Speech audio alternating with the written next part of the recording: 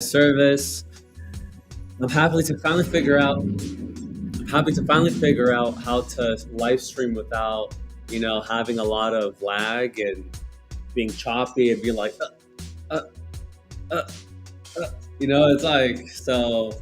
Cheers! It's after hours, happy hours. It's a Saturday. We're in Argentina, Buenos Aires, Argentina. We're here. We should be out there, but we're inside, um, trying to trying to live. So cheers to that. And this is wine, um, from Patagonia, Argentina. So cheers. So we're using Restream. I discovered that if we're using a MacBook, I have a MacBook M1 Air. It can't run OBS. I've been trying to figure out. I could not figure it out. So now we're going to be able to just chill with this. And so the first agenda item for this stream is I want to figure out how to live stream to other platforms. So Restream makes it very easy to live stream to, let's say it's LinkedIn, YouTube, Twitter, however. There's some like Instagram that I wanna try to get in. TikTok, however, is kind of difficult because you need to have like 1,000 followers in order to live stream. Instagram, I'm still trying to figure that out.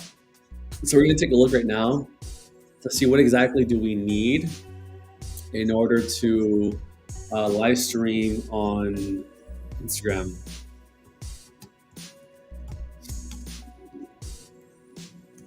And then yesterday, just a recap, we're going over go to market. So go to market efforts.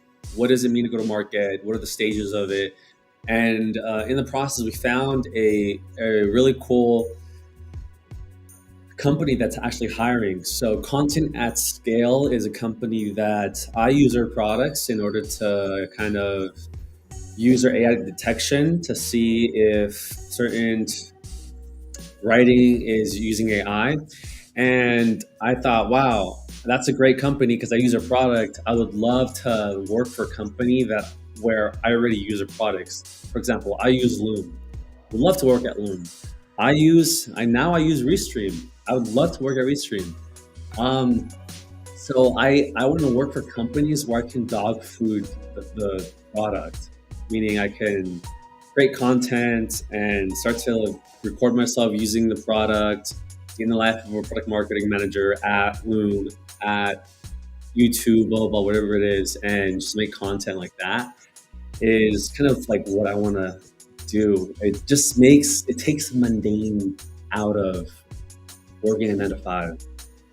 And so this is kind of my journey. And so to get exposure and attention, I need to figure out how to live stream to other platforms. And so we're at ground zero.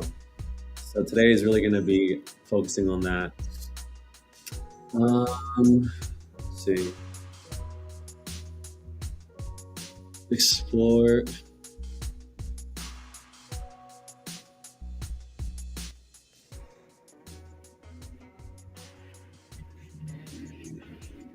This is 8 months ago. I feel like Kama said stream in Instagram called OBS. It's the same thing. We're gonna need the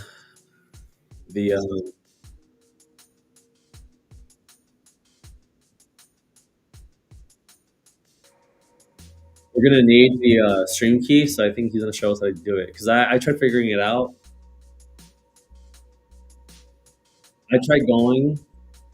I tried going on Instagram to get the art MTP key and the URL, and I couldn't figure it out.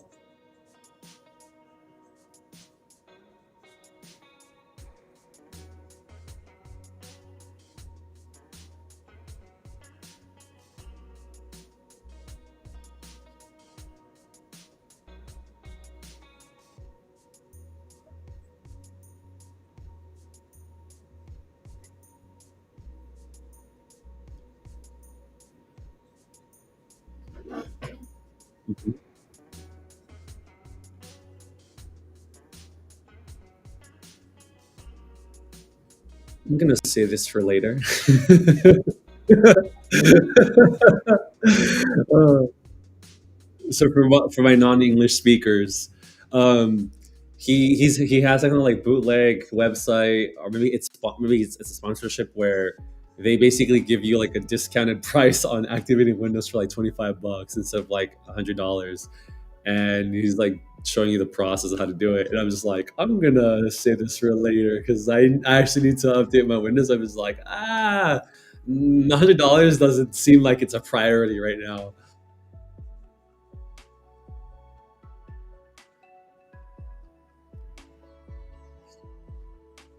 Oh, this dude, really? I've seen this dude like super popular on TikTok. When I was in Mexico, his TikToks are like shut all the time. This is what the what?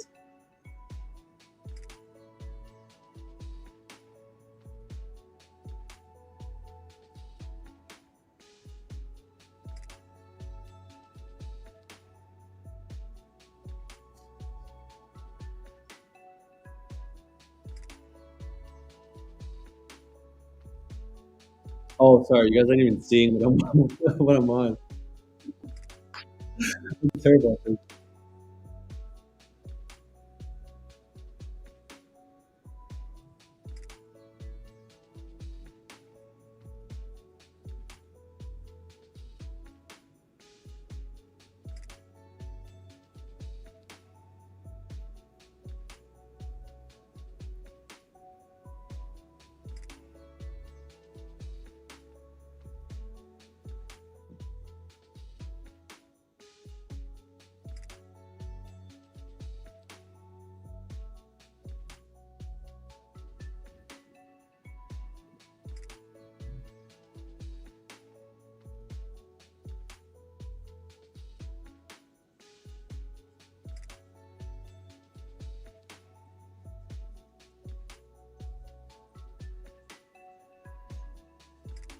So, if my Spanish is correct, he's basically saying that you need to separate because most of the times with IG and Facebook are intertwined and linked accounts. So they'll try to link your Facebook account with your Instagram account, and you need to unlink it. And the easy way to unlink it is to basically change the password on your IG, so that when you change the password, there that integration linkage kind of is gone for the most part. And when you get that link broken, not link broken, when you change your password and it's not linked to your Instagram is linked to your Facebook, that's when I think you're able to get your RATP. So let's continue watching.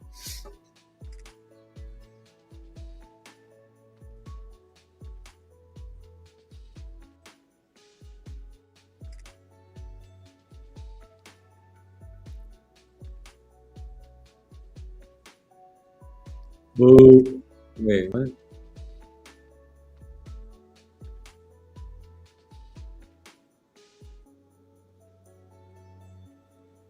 Nah, bro, we're a restream fam only. Restream. Okay, so let's try their tip. So I need to sign out because I'm signed in.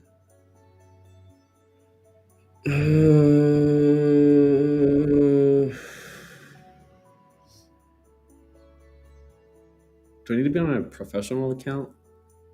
Oh, that is bad. Oh, let's do this.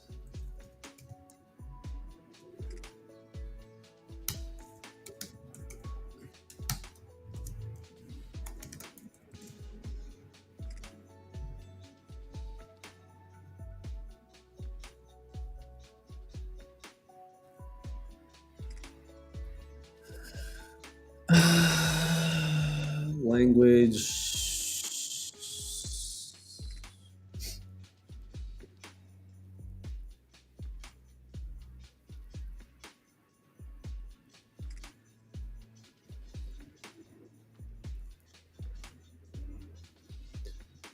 I don't know what email this account is using.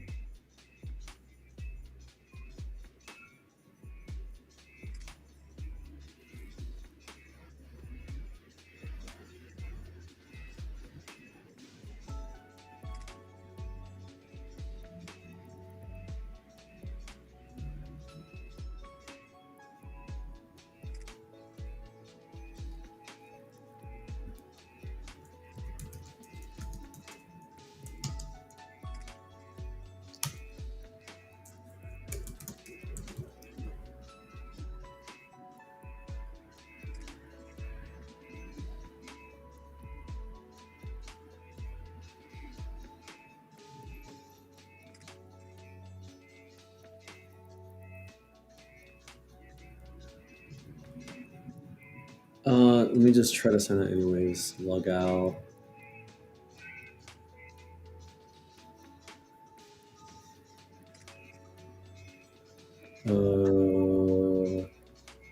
Forgot password. He said you can use your username. Username was Takeshi. Send login link. To reset your password. Shit. Oh, it's by using my phone.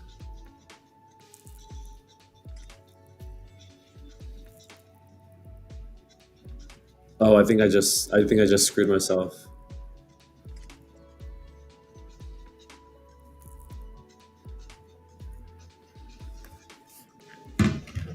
I did actually.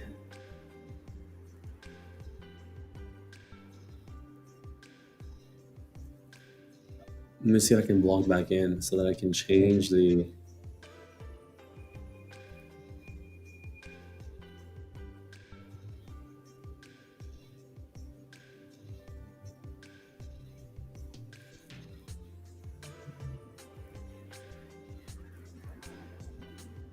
Um,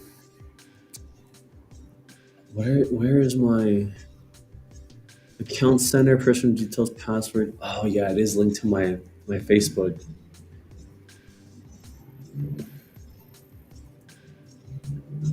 Name, username. So name.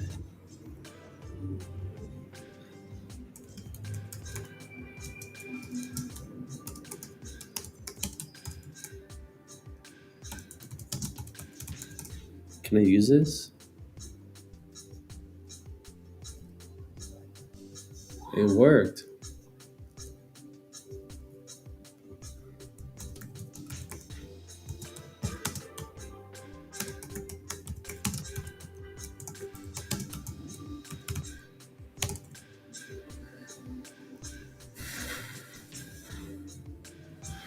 PMM. Mm,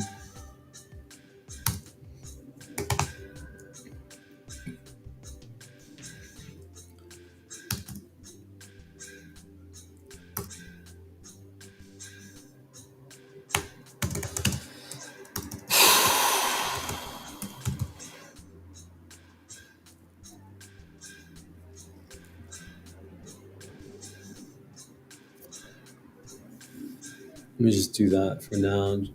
So my username is Giovanni the PMM. Profile picture.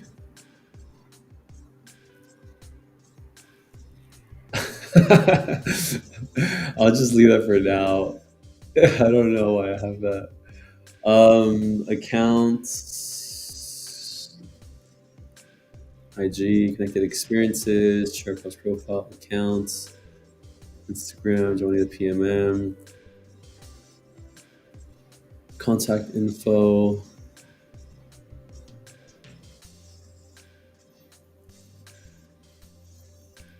add email, to form.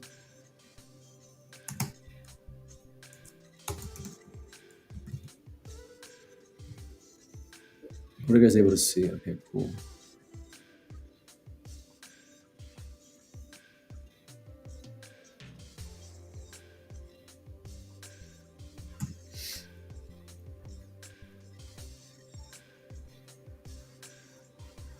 Brings me to this.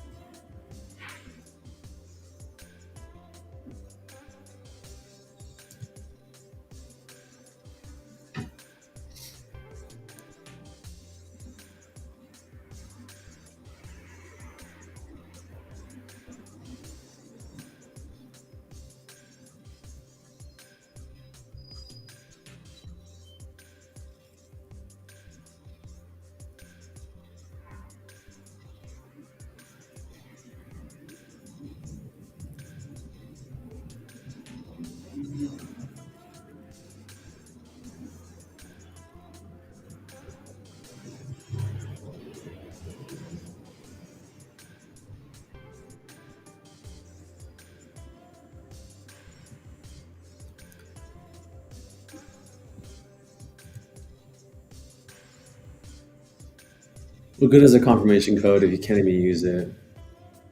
This is insane.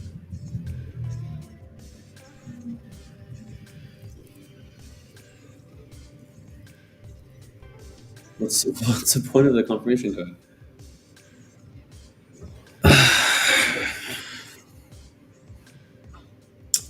So, having issues.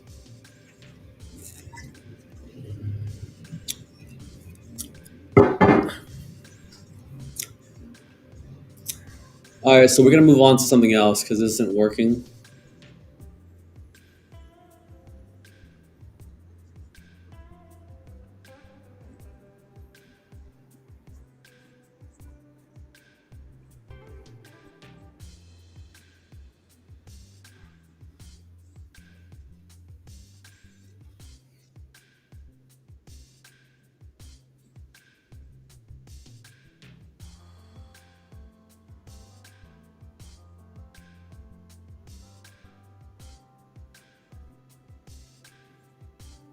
What?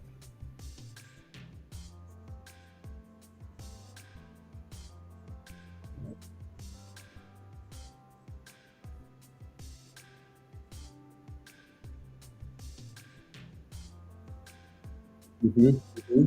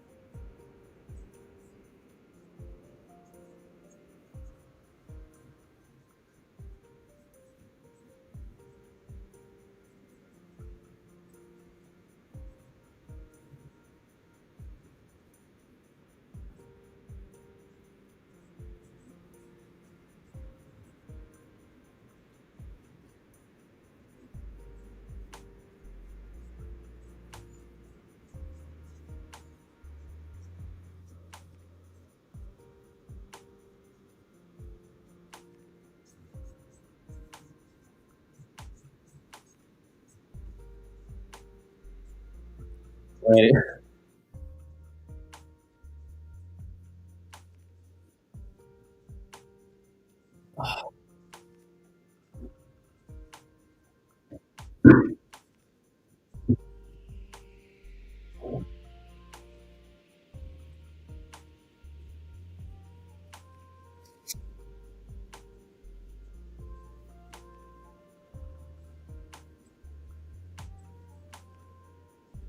Mhm.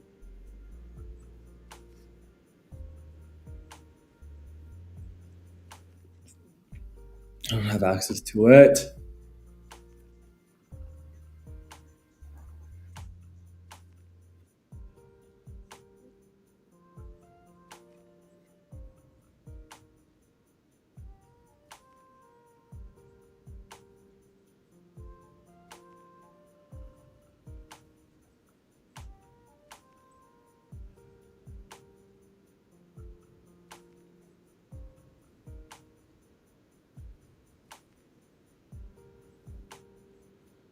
Whoa.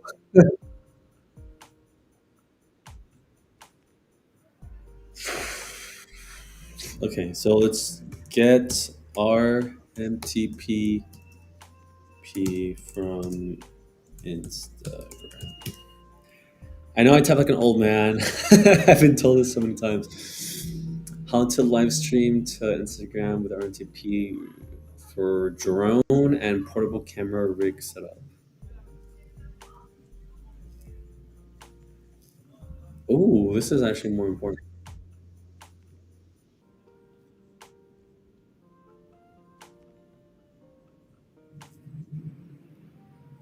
Why am I even gonna try? I know I'm not gonna.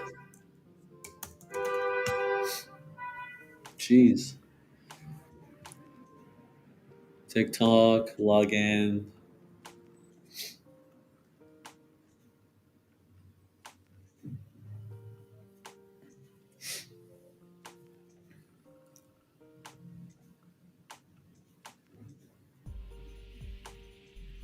login successful. Come on. Okay, what's next?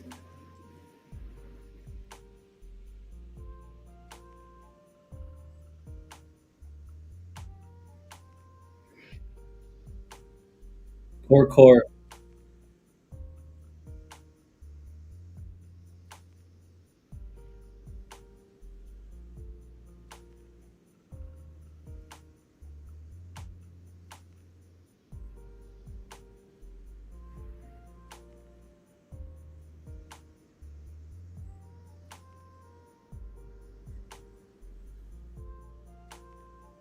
Wait,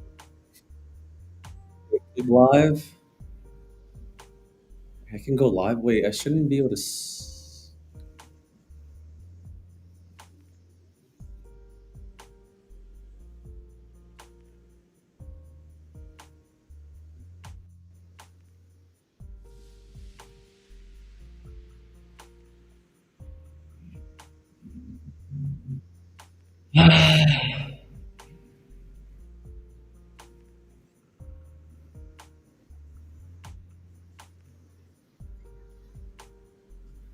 Why did? Oh,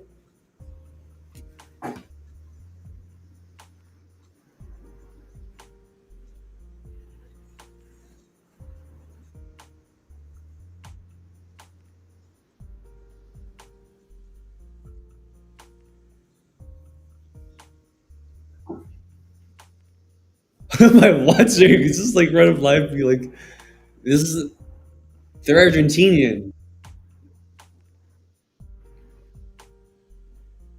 I'm just trying to figure out how to go live. Why are they showing me like people who are live in Argentina? Noche lo. There's a lot of people on TikTok here.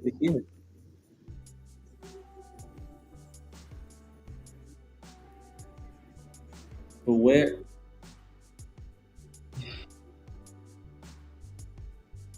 It's all Argentinians. What the? Okay, I gotta stop. What did Simon say?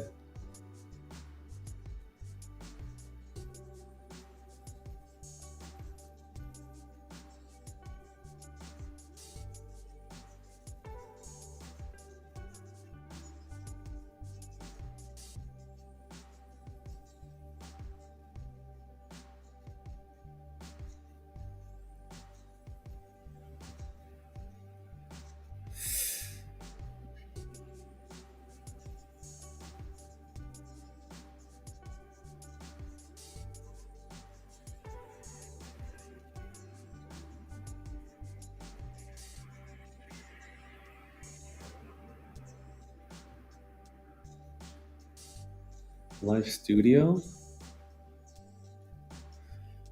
TikTok Live Studio.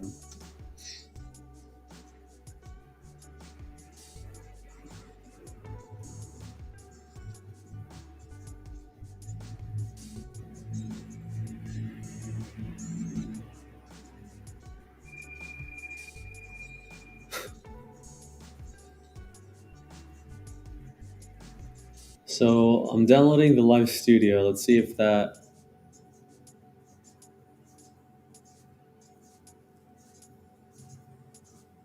It says for Windows, but I don't know.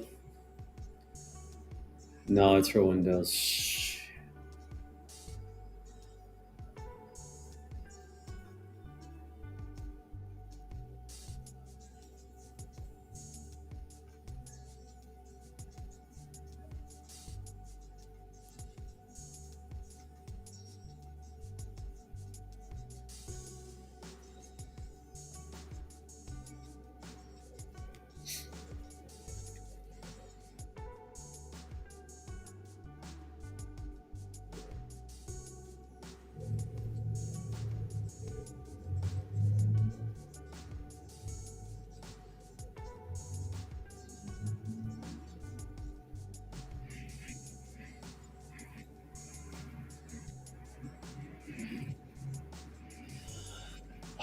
Let's see. Talk Live Studio Mac. Yeah, so I went on the website and I don't. Let's see.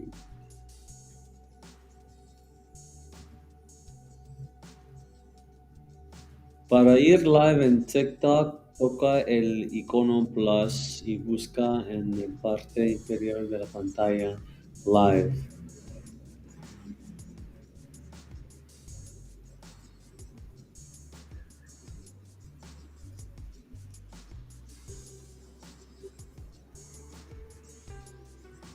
Oh, actually, let me play with this.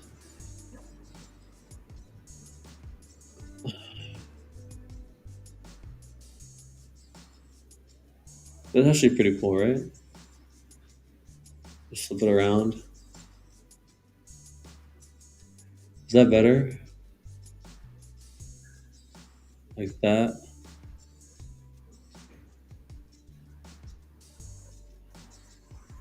And then do a design.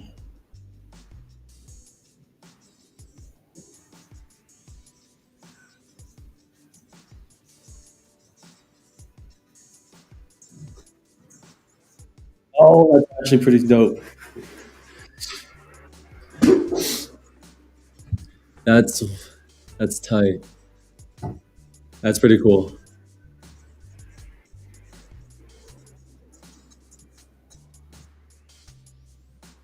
Boom.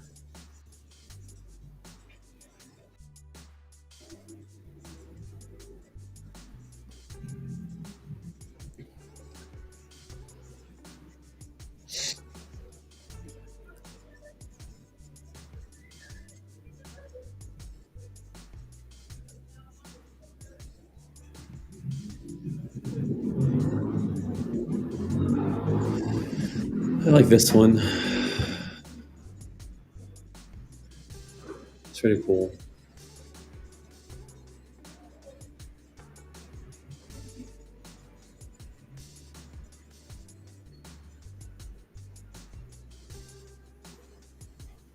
This one's pretty cool too. I just I don't know how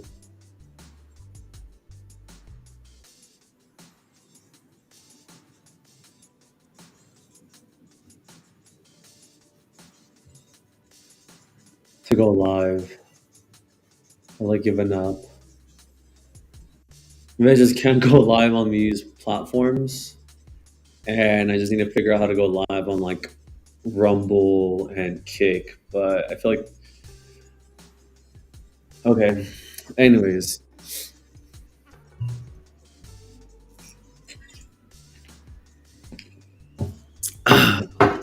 oh, I downloaded.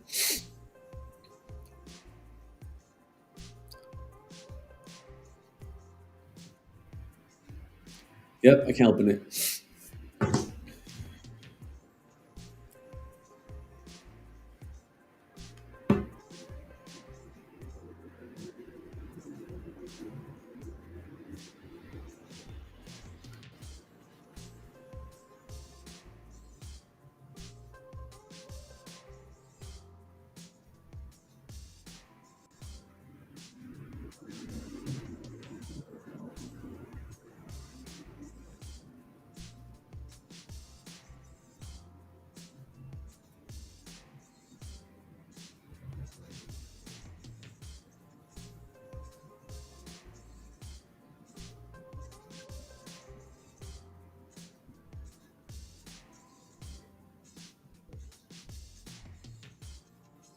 Claro, Gato, una de las chicas de Juana con la que yo estaba bailando, no sé si vos te acordás, con la de naranja. Bueno, me invitó a la casa porque van a hacer una juntada. Pero yo no tengo mucha plata, entonces no sé si tengo mucha ganas de ir. A eso voy, ¿entendés? No cobré todavía, no tengo mucha plata.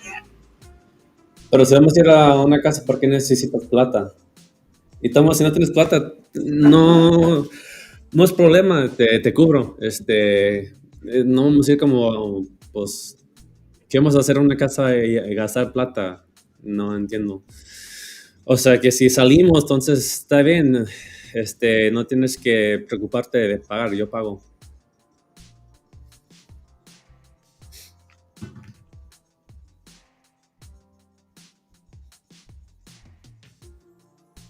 Oh shoot, I actually need cash.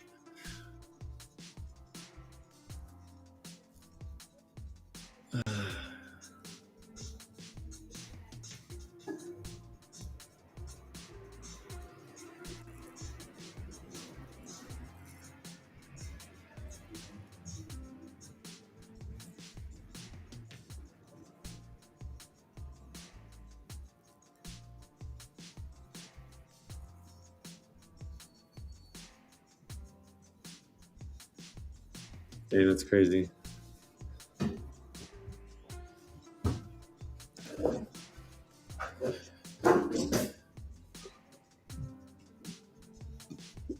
All right, what we're gonna do now is we're gonna go back and focus on important thing, which is, you guessed it, it is launching a, sorry, the job application. Okay, so we're gonna start for this product called,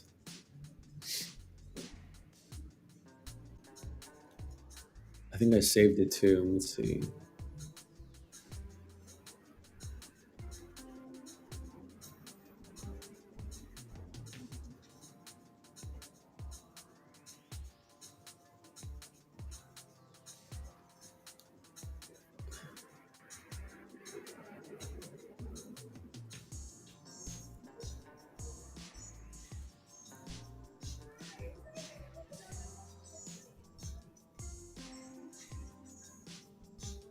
I didn't save it, I think.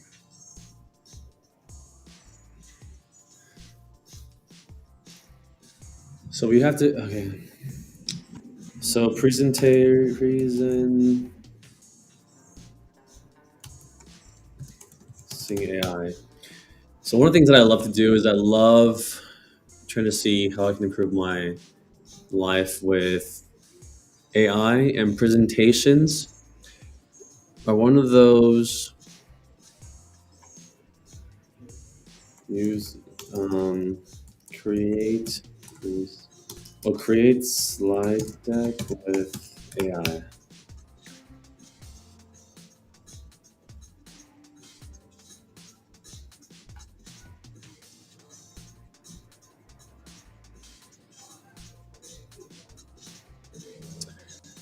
And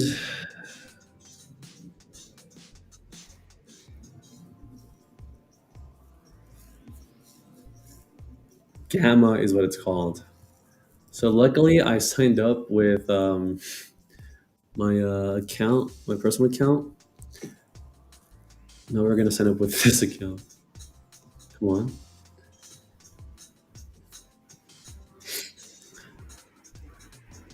So check this website out. It's called Gamma. It's pretty cool.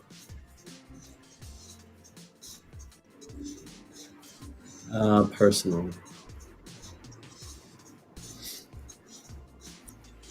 for personal use. What kind of work do you do? I do marketing. How'd you hear about us? How did I hear about them? YouTube? I don't know. Oh shoot! I was gonna actually say I forgot, but presentation document web page. What would you like to create today? A document? No, it's a presentation. So the presentation is actually pretty cool, but we're gonna use ChatGPT to help build the presentation, and let's see with YouTube. And the way it works is they use credits. The credits are essentially you give it like an outline. You can actually like upload like files, documents, Word docs, copy and paste text, and it'll use AI to like figure out like what the presentation should be about, which is pretty cool. And so I came up with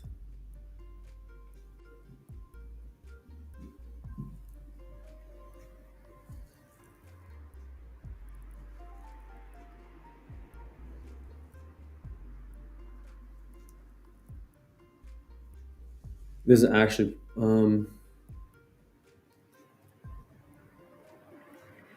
tiering system.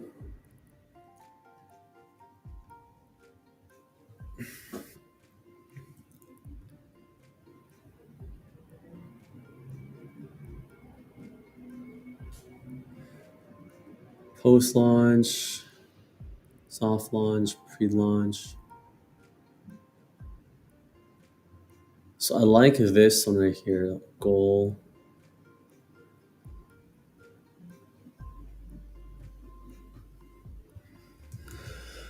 Um, any topic, product roadmap, go to market strategy. Go to market strategy. So let's see how this looks. Which I think is pretty cool, right?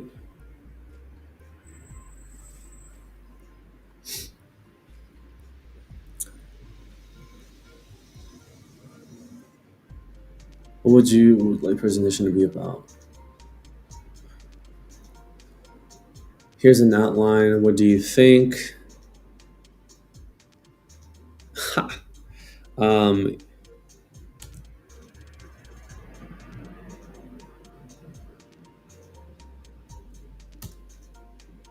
here's my outline. Oh, damn, it's using almost all of them, all the credits. Damn. So you have 400 credits, and then might as well you do the tiering system. So let's go back to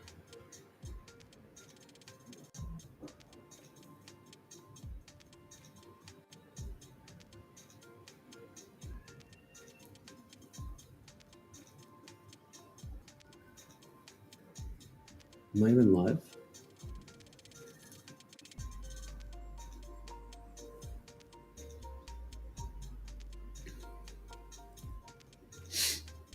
Yes, I am. Okay, cool. And so let's go back to chat. Okay, I have to log in again. So this is pretty cool. So I like using this.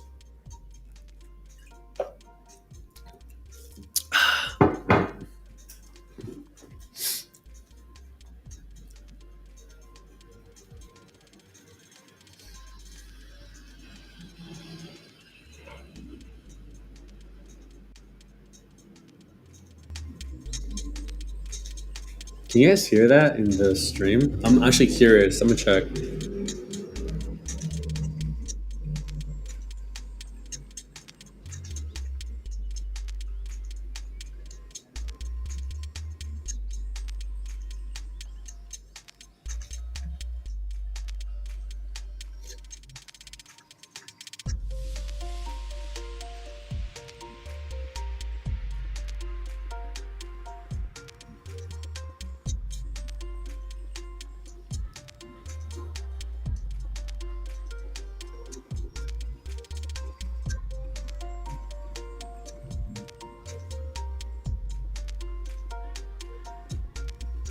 Uh,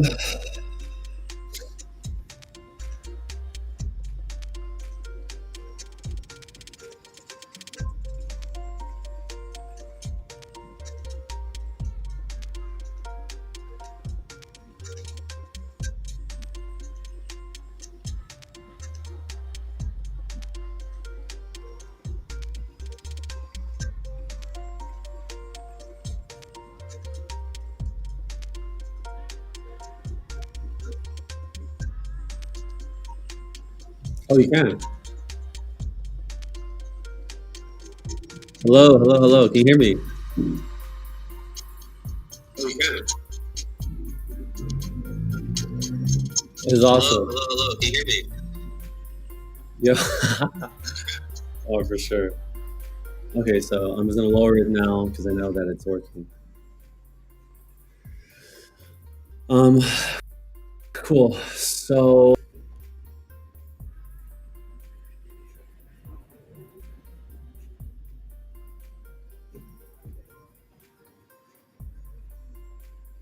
So what I'm gonna do is I'm gonna amalgamate. So here, so you can see me. Can you see this? No, you still just see the. Okay, so I'm using different browser. So go back to this one. Can you add the updates to this version of the GTM?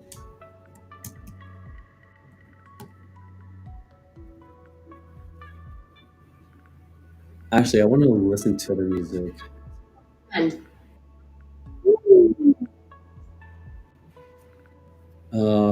let's see, down tempo.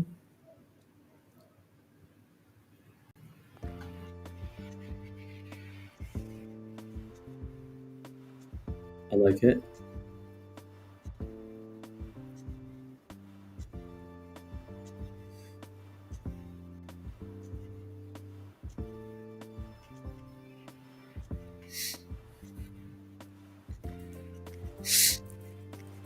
Ideation, goal, in-depth market research.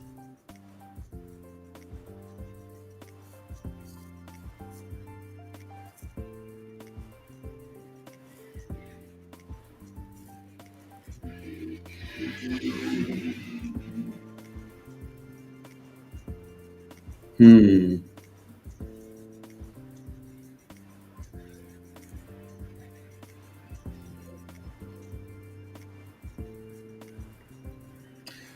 Deliverables, product.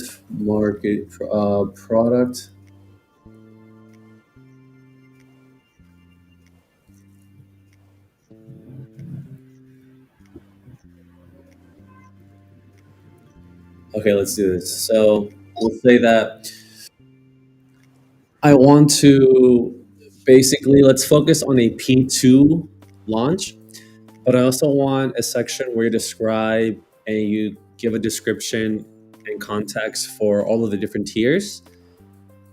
And but I want to focus this go to market like it's a P2 and then build out the rest of the go to market plan period. After that,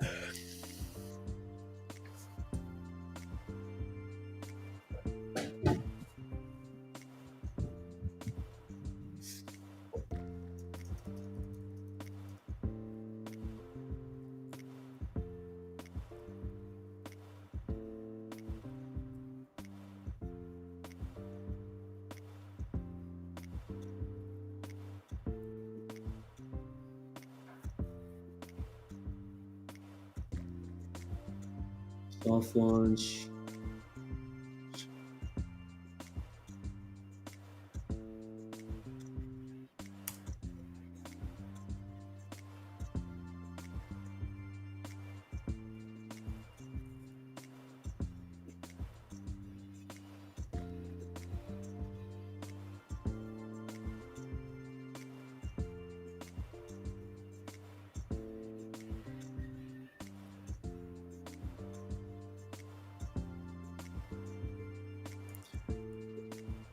I also want you to include the following.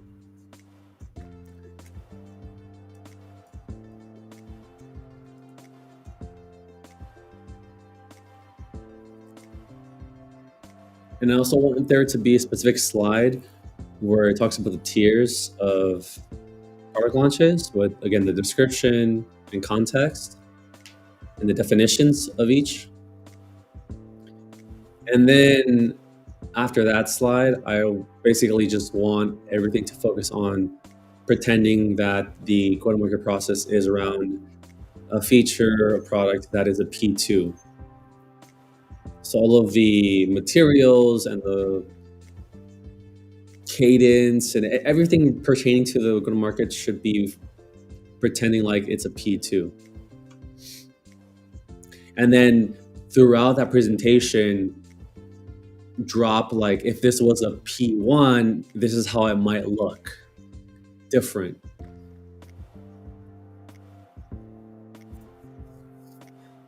And only do that when there are distinct differences.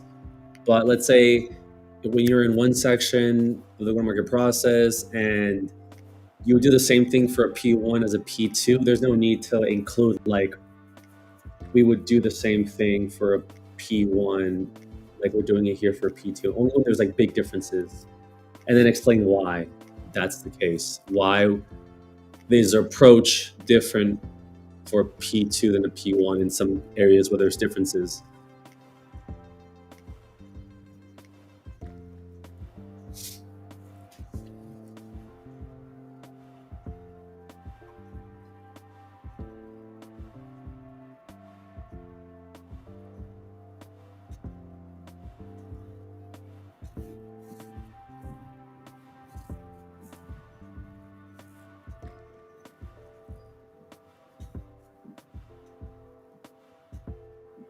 So why are we doing this? Because we are applying for a job that wants us to,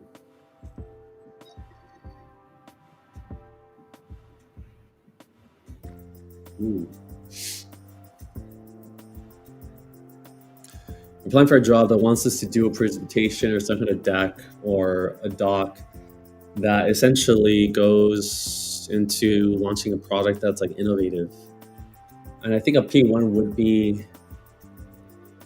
be good, but on the safe side, I think most often than not, product launches are a P2, and there's just so many more of those often that I think it's more important to learn how to do a P2 than a P1.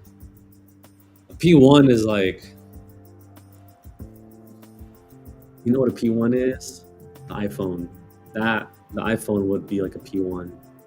Something like innovative, like groundbreaking, and one has really seen before. It creates industries, like that's a P1.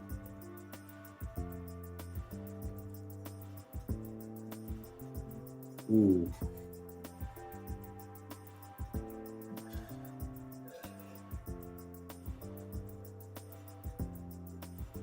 So slide 1, tier of product launches, alien, blah, blah, blah. Slide 2 to 8, go-to-market strategy for P2 launch. Slide 2, stage 1, ideation for P2. Goal, understand the value proposition and market fit. KPIs, blah, blah, blah, blah.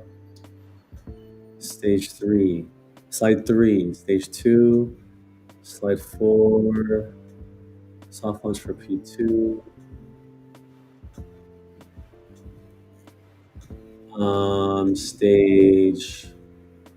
Slide 5 is stage 4 is launch for P2. Slide 6 is post launch.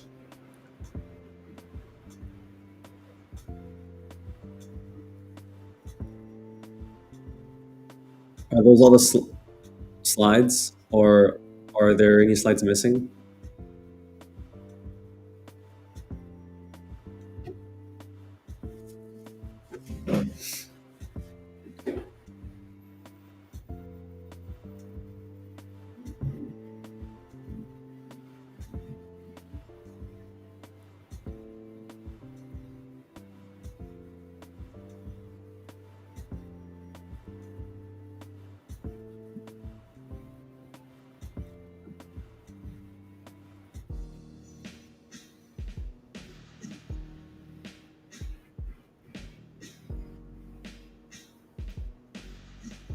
consider adding.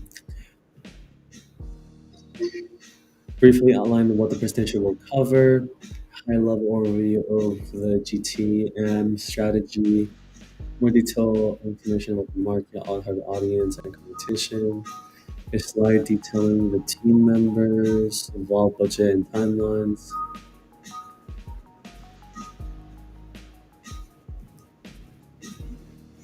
Hmm.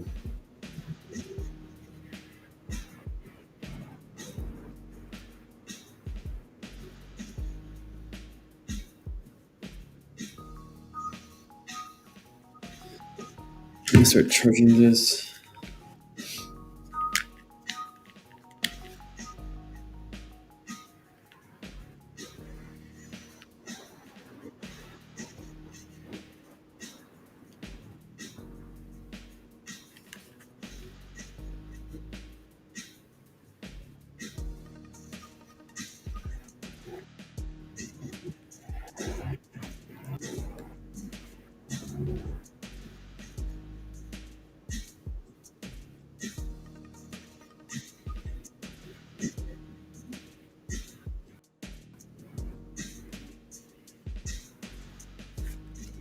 Que sí, boludo, si vos no vas a caviar, te que poner.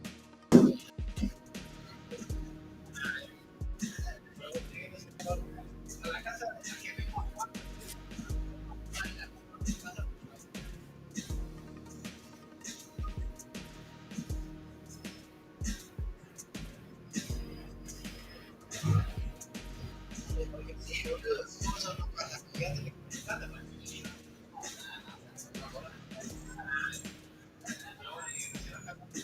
A la casa de la que vimos Juan el otro día, ¿te acordás? Una de las que iba por mi casa para caviar.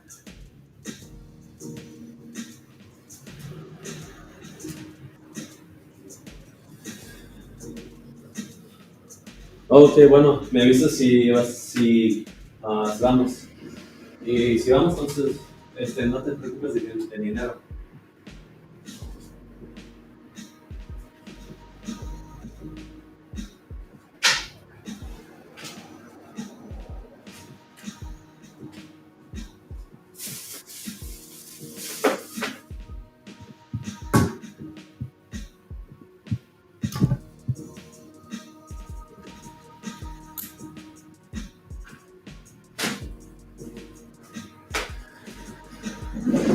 Okay, so I kind of want to just see if this can do it, if this can go all the way.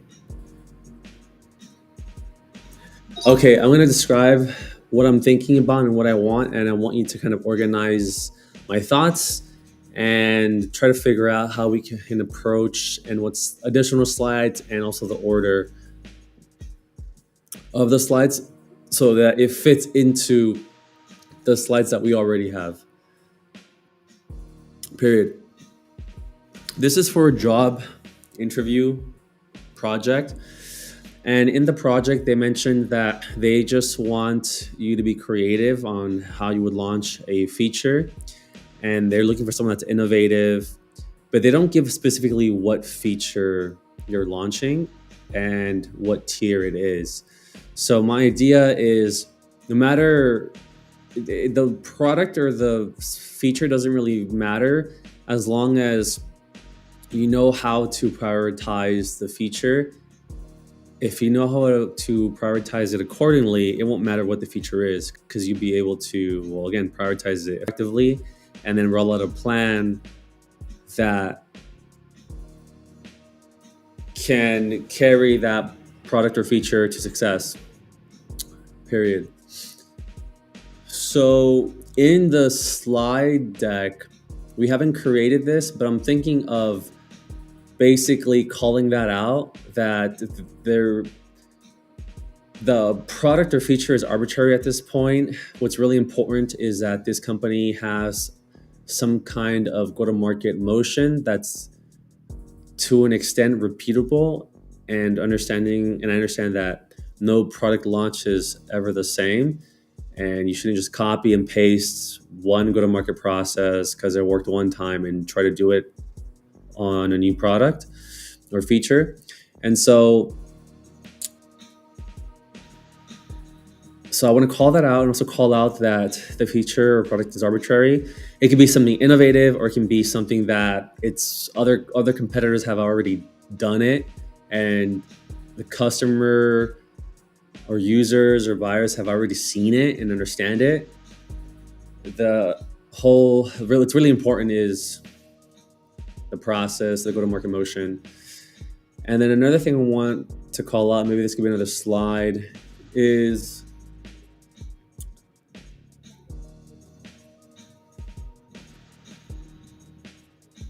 I think that's it actually.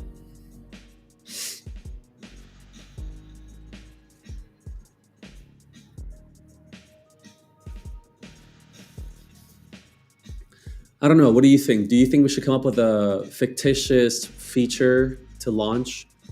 And let's just call it a P2 feature, or create a feature that would fall as a P2. And for reference and context, the company is called Content at Scale. They are a artificial intelligence detection and writing platform that uses AI to generate text and write blog posts and marketing copy and website copy. And they also have a editor that can do all of this and generate multiple, and if not dozens and hundreds of blog posts at scale, hence the name, period. And they're also able to detect if writing is using AI. The interesting thing is that they can produce content that passes the AI detectors, not just their own detectors, but other competitor detectors as well, period. As of right now, no other competitor can create copy or messaging that passes their own detector. In fact, the other AI detectors can't create copy. They're just a detection platform. Vice versa, the other competitors that create copy using AI don't have AI detectors. So this company is actually in this interesting middle ground, per se, where they kind of do both things. They can detect AI, but also produce content that passes AI detection. So with that said, what is a feature that we can pretend to create and pretend to launch that would be a P2 category? And then let's include that as a slide.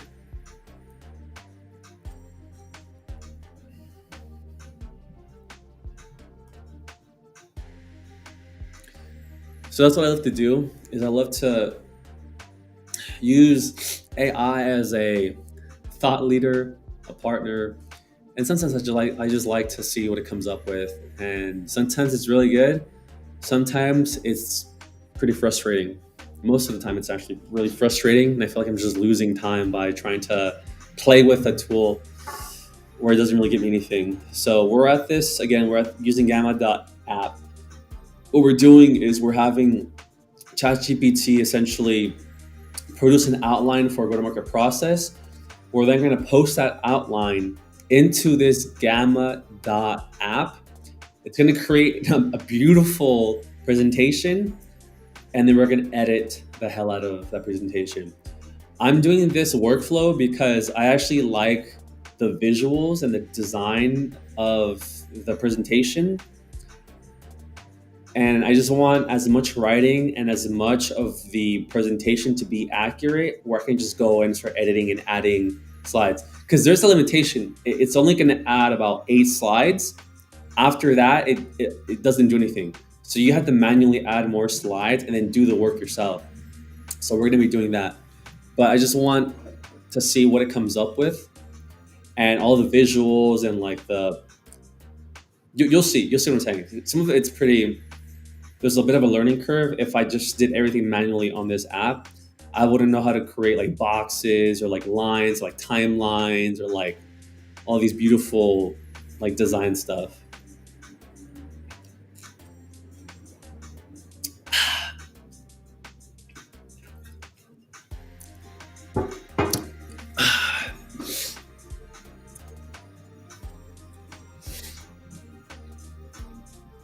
Let's see, what does it say?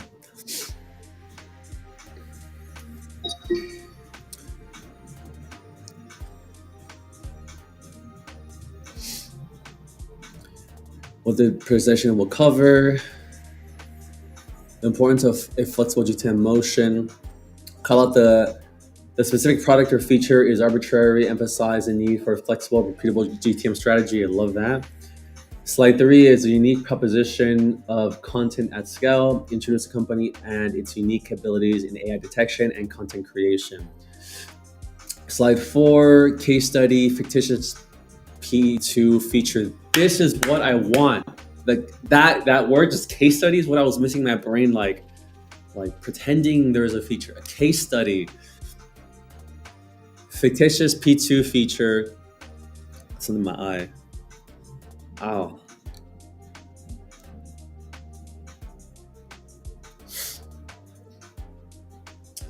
Case study, fictitious P2 feature. Introduce a fictitious feature that fits into the P2 category. I love it.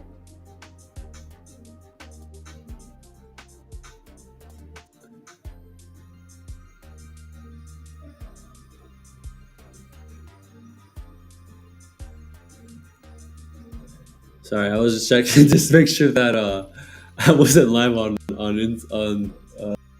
LinkedIn. I'm like scared to on LinkedIn to go live. I mean, slide 4, case fictitious P2. Introduce a fictitious feature that fits into the P2 category. This feature could be an AI content customizer that tailors the tone and style of the AI generated content to different industries or niches. This is actually amazing. So Jasper came out with this already. So again, something that has already been seen in the market. It's not an industry destroyer or creator. It's just something that you're basically creating with a little bit of a twist to it. But people more or less say like, oh yeah, oh, it's like that one other thing that one other company has. Oh, okay, I get it. So which isn't a bad thing. That's not a bad thing.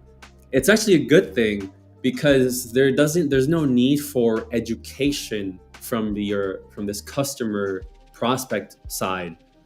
There's only the need for internal education, product education, but there's no need for teaching a whole industry about the product, why it's valuable. That's a lot more budgeting. A lot more budget goes into that, which is good. That's why I'm saying that P2s are a lot more common than P1. And slide 4, introducing a fictitious feature that tailors content to different industries or niches. Slide 5, tiers of product launches, description and context for each product tier.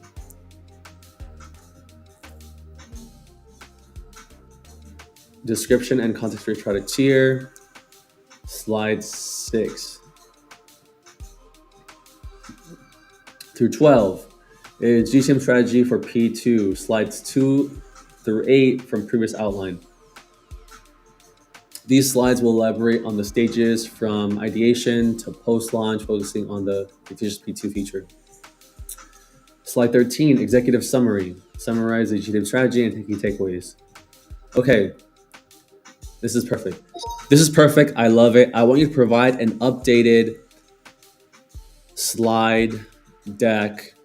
And this time, every single time you talk about briefly outline the presentation, actually outline the presentation.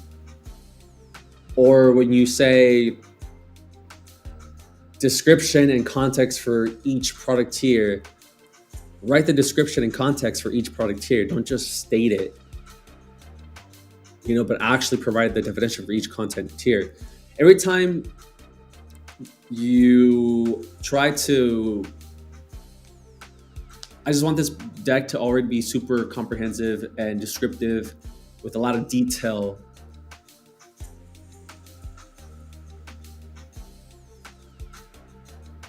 Do you understand? Question mark.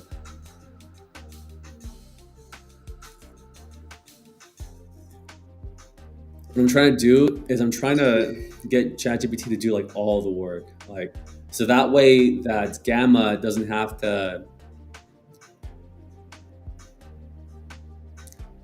How do I phrase this? Being polite to Gamma.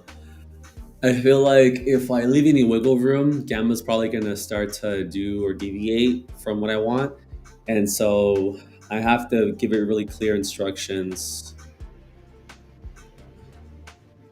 The person covers importance of a flexible market, importance of a flexible market motion. Today's blah blah blah blah. 3 case study. Introducing the fictitious feature AI content customizer. This feature allows customization of AI generated content to cater to different industries or niches, providing a tailored experience for our clients. Tiers of product launches. If you want a major.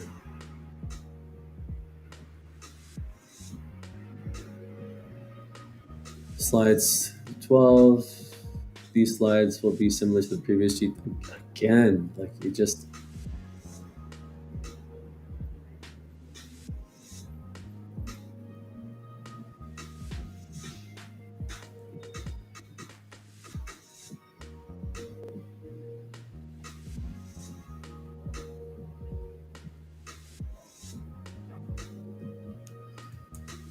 Okay, I think I can just do the rest myself manually.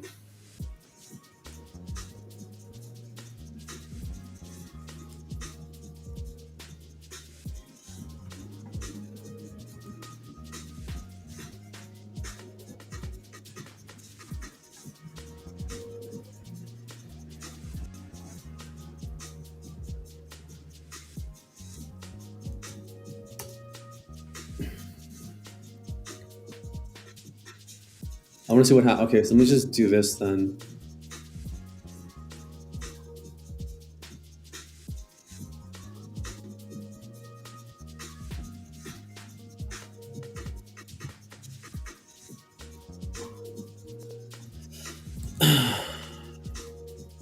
No way, this is already a lot?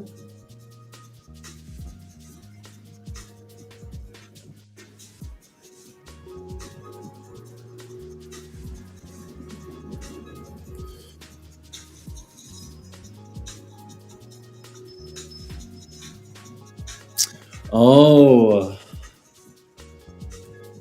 no, this is, I want to go home. So, okay, so it's not even doing, let's create a new one. Uh, Provide a topic and let AI generate your first draft. Paste in notes. Go to the notes.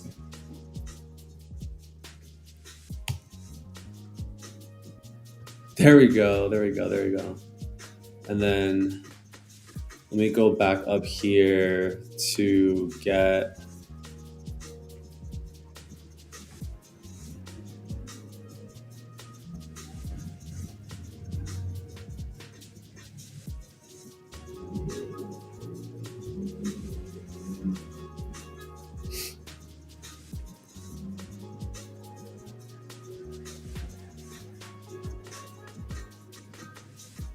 Case study P2 tiers.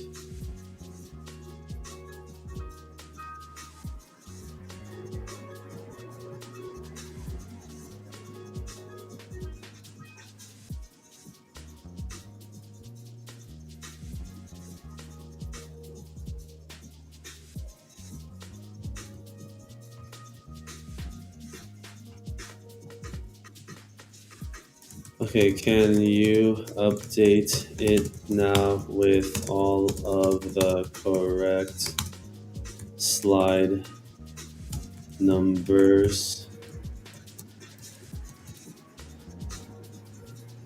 Just trying to see if it'll provide an updated.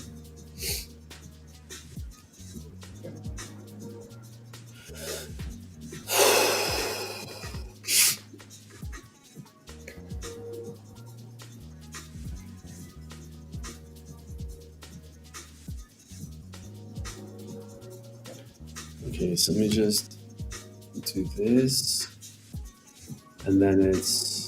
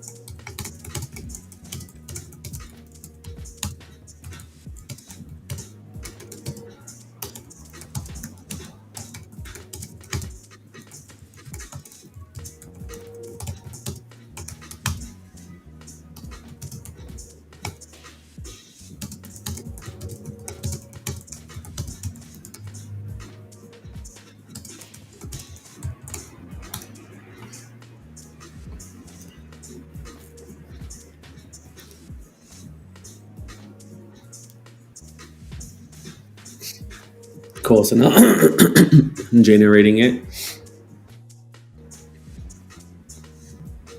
and I actually like the presentation. I like the presentation. I like it. Oh.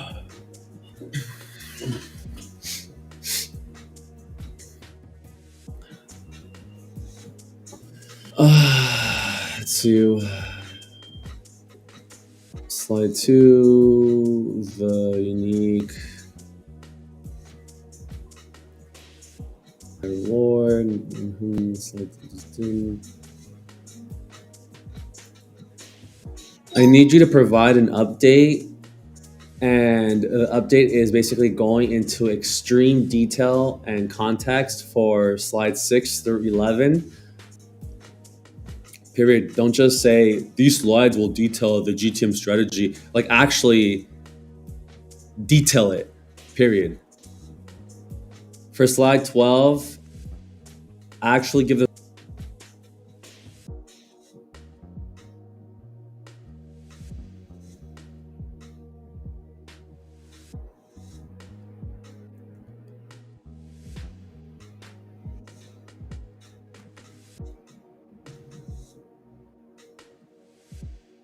Also, I need you somewhere in this slide deck to give like a timeline of what it looks like from start to finish.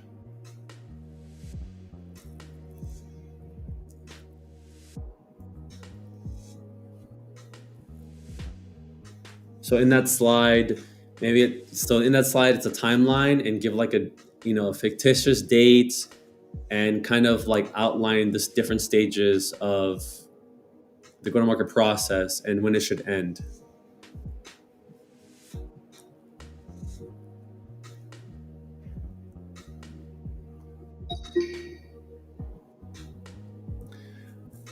I'm telling you, sometimes it's just really frustrating dealing with AI.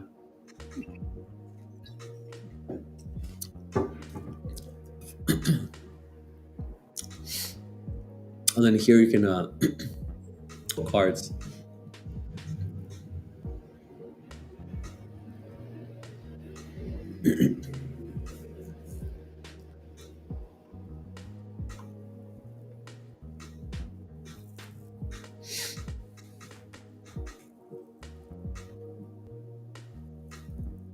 Okay, so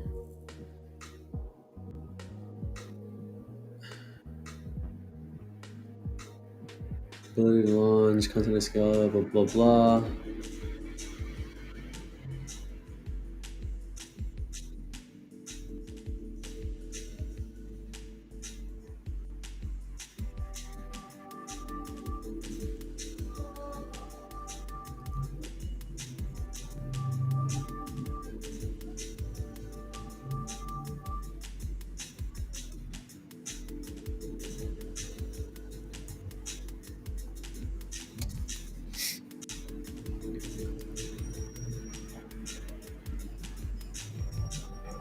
Six.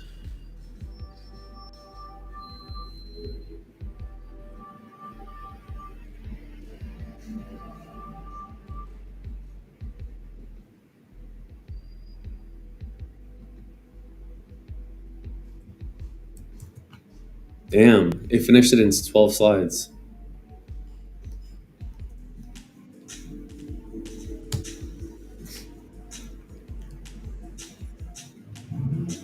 I think it missed some. Summarize the team strategy design for each reach, engagement, and revenue. Summary. 13 was conclusion, next steps.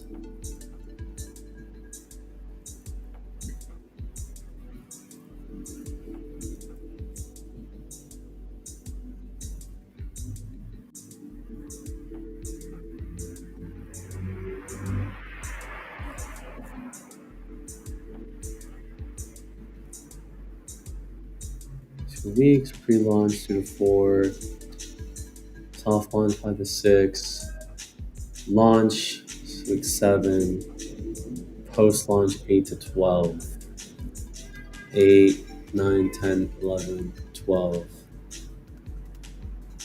Hmm.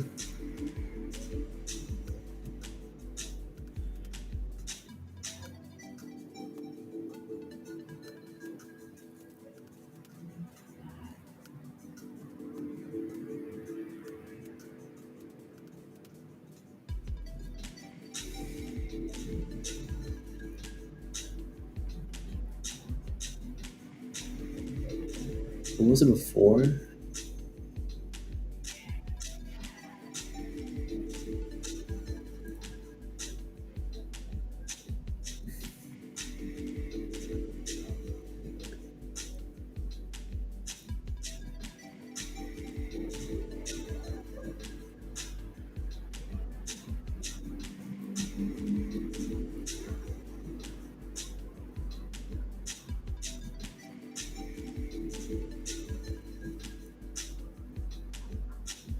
So let's see what this says.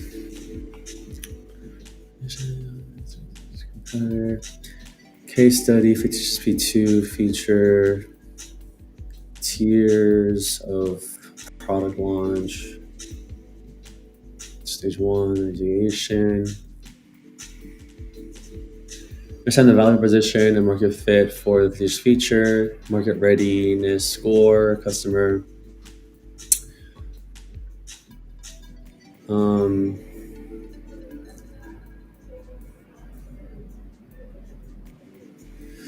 Product discovery sessions to understand the technical capabilities, SWOT, and competitive analysis, deliverables, product requirement documents, competitive analysis deck, contingency planning, conduct market research to identify fallback market segments, projected revenue and user adoption rates. Stage 2, pre-launch enablement for AI content customizer. Internal teams for the launch, employee certification, press rates, preparedness scores, key activities,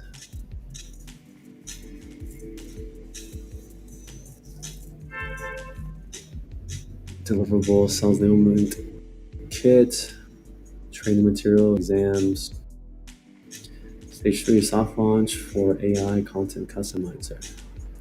Gather qualitative and feedback for early users, user engagement rates, feedback quality and index, alpha beta testing with select users, conduct service and interviews,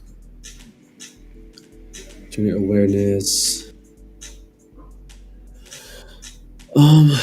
Actually, let's go to Claude. I mean,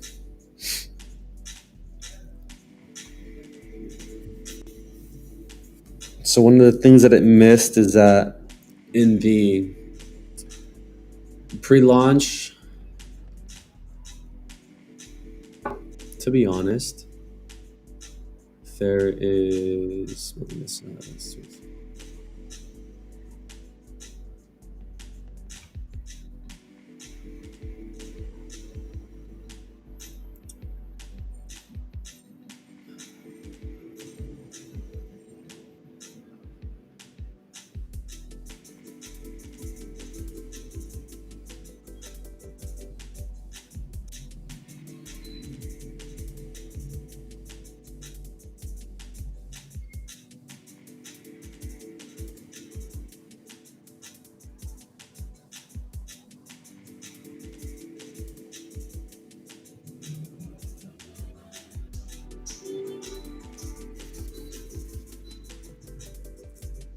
Should receive an error right here.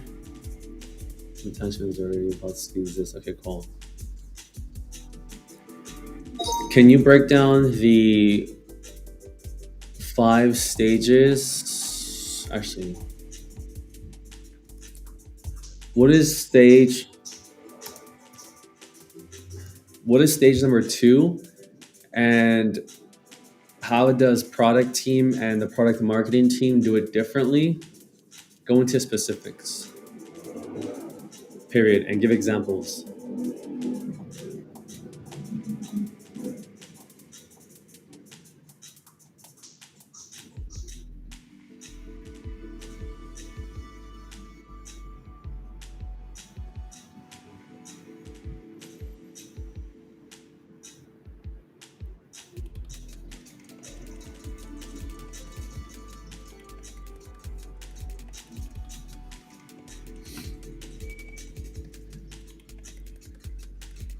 Pre-launch enablement. This stage focuses on boosting teams with knowledge and tools to effectively sell and support new product. The product team and product marketing collaborate close on enablement, focuses product, develop in-depth technical documentation, guides, admin, create onboarding checklist, examples, comprehensive product marketing activities, create sales collateral like presentation, product cards, sections, conduct training on positioning, competitive differentiation, ideal personas, develop playbooks for pitching, demos. No, this is correct, yeah.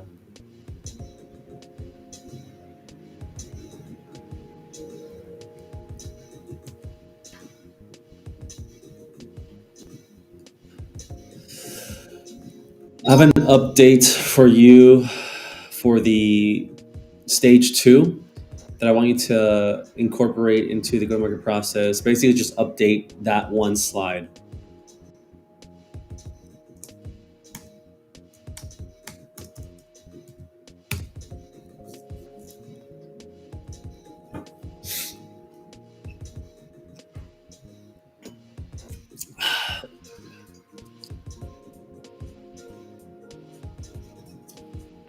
Need more wine.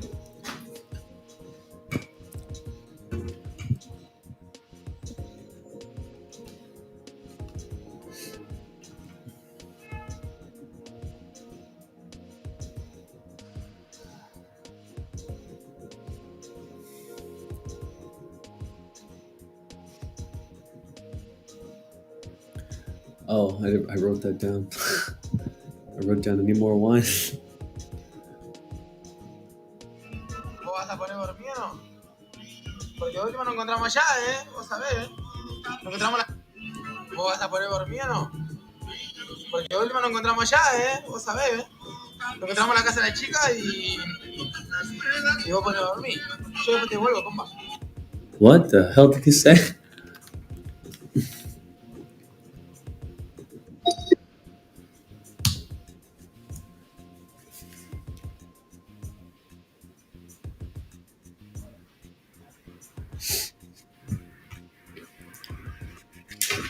Shoot. ¿Vos vas a poner dormido o no? Porque de último nos encontramos allá, vos sabés, Nos encontramos en la casa de la chica y vos pones a dormir. Yo después te vuelvo, compa.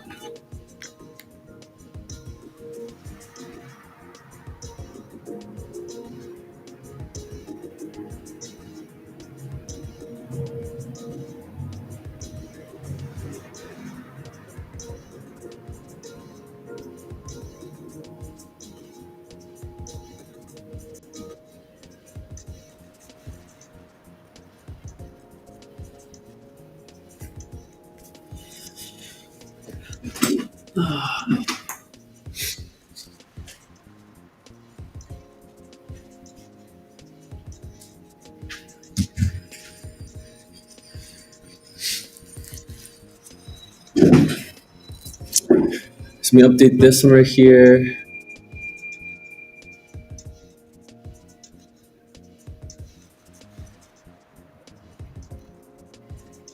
Yeah, let me just have all of this.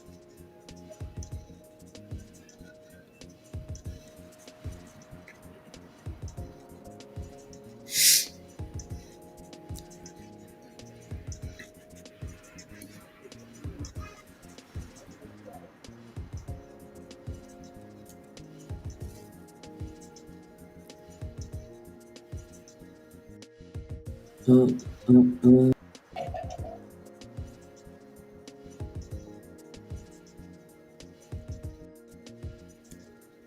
Boom. That's actually way better. Okay. Okay. Now do the same for stage one.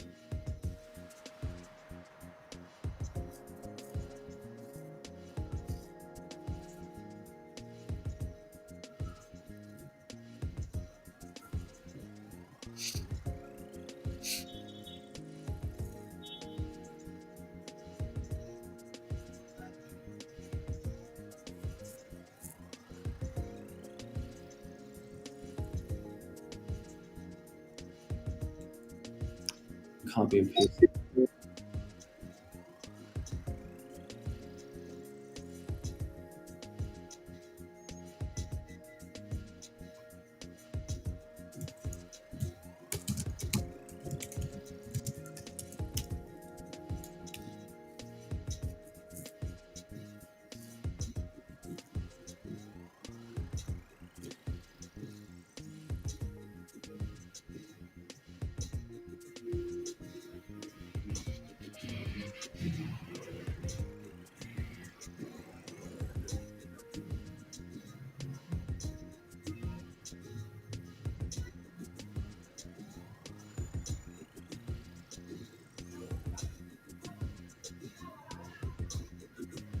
Identify dependencies.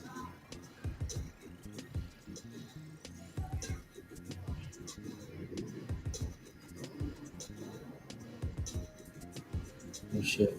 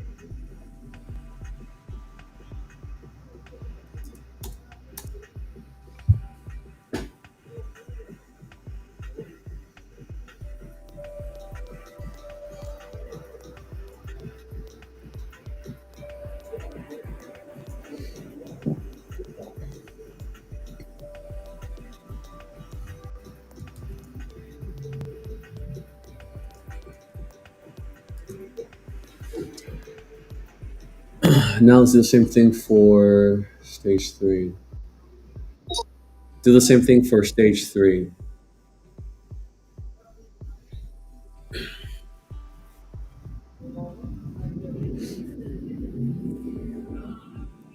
It's taking a while, isn't it?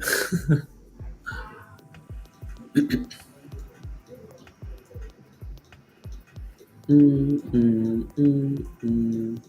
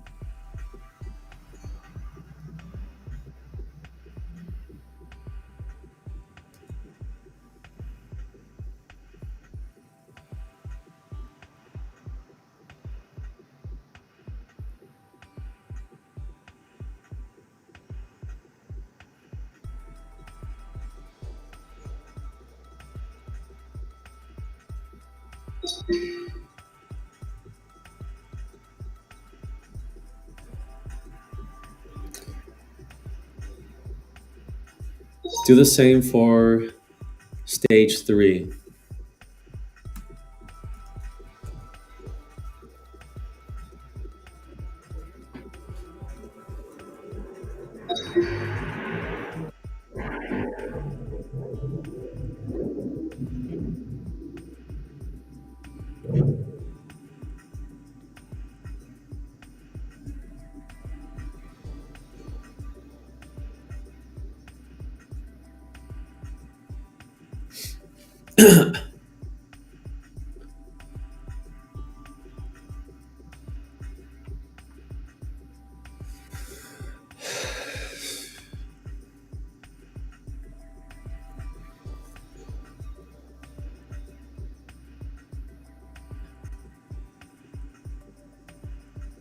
True engagement, feedback index.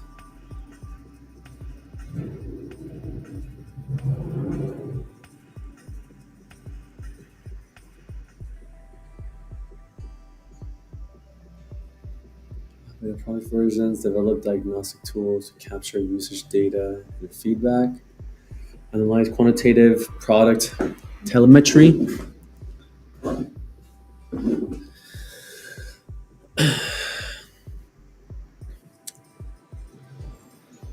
and performance, monitor crucial bugs, issues, and relatable risk, prioritize backlog, product marketing, alpha beta testing with selected users, conduct surveys and interviews, qualitative research via interviews and focus groups, assess messaging resonance and positioning with users, gather feedback on pricing, packaging, adoption barriers, identify and create supporting launch content and assets with selected users.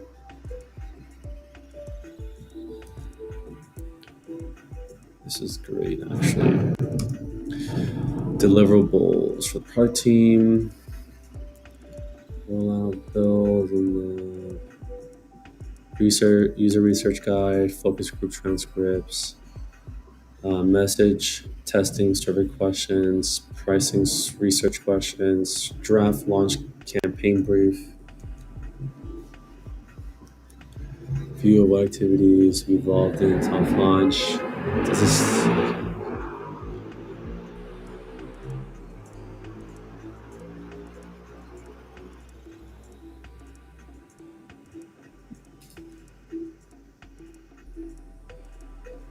user.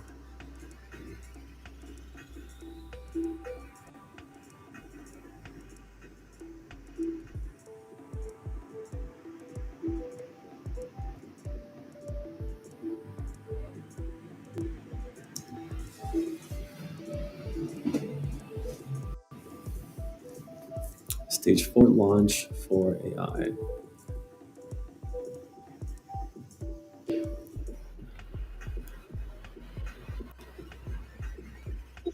now do stage four.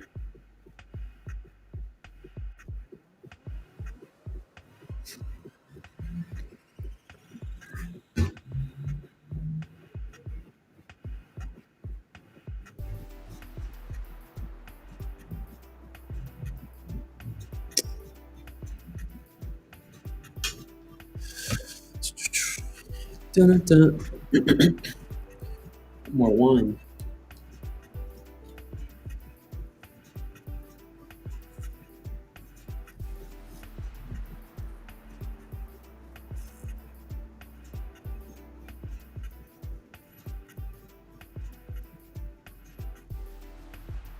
And how a product team and product.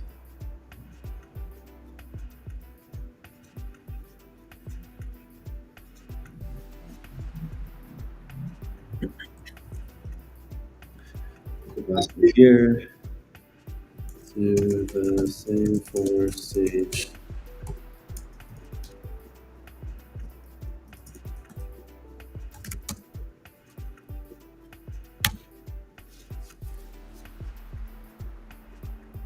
Dun, dun, dun, dun.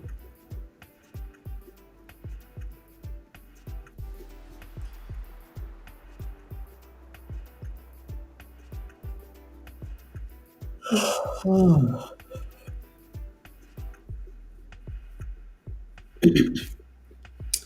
crazy. We could still up. We could upload 5,000 words. Insane.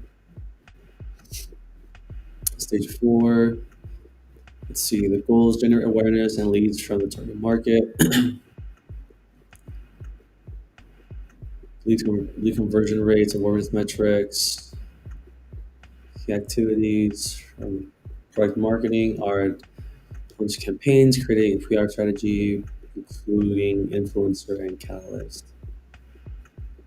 Finalize launch assets like website pages, ads, email campaigns, brief analysts, press, and influence on launch details, train sales team on pitch and objection handling, plan customer events and user conferences for launch, execute integrated launch campaigns across channels.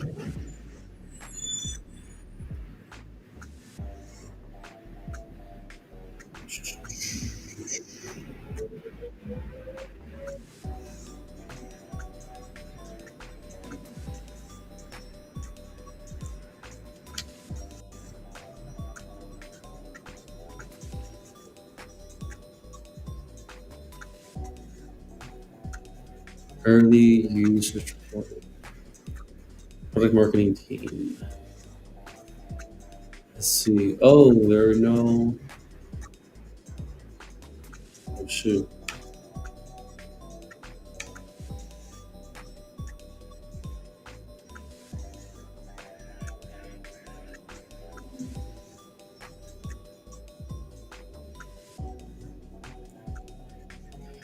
I can just do this.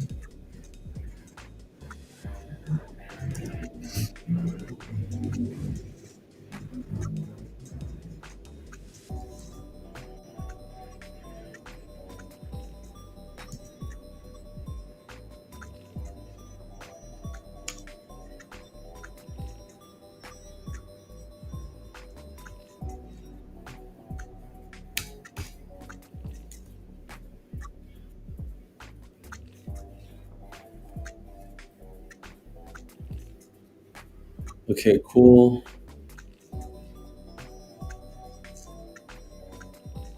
And then next one is stage five.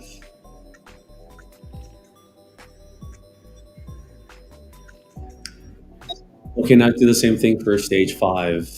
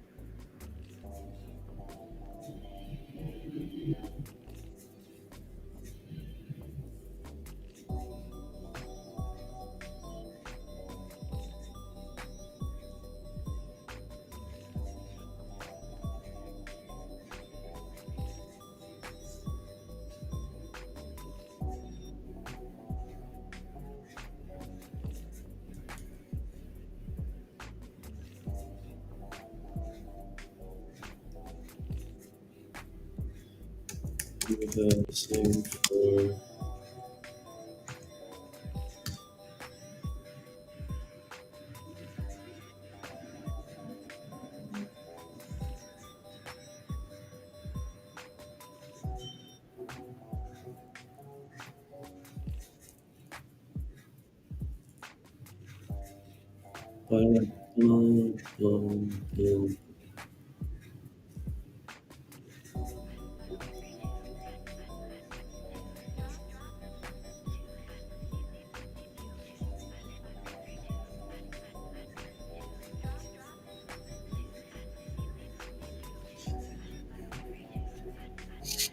popcorn.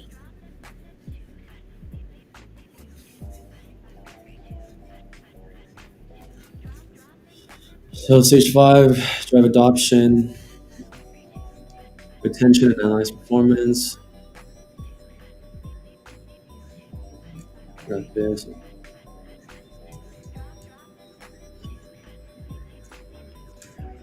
Performance, customer retention rate, trend metrics.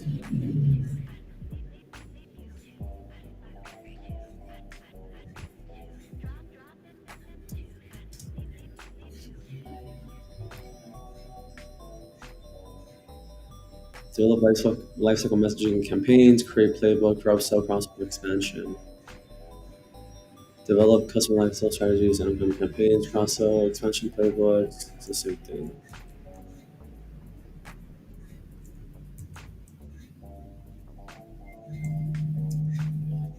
And then deliverables.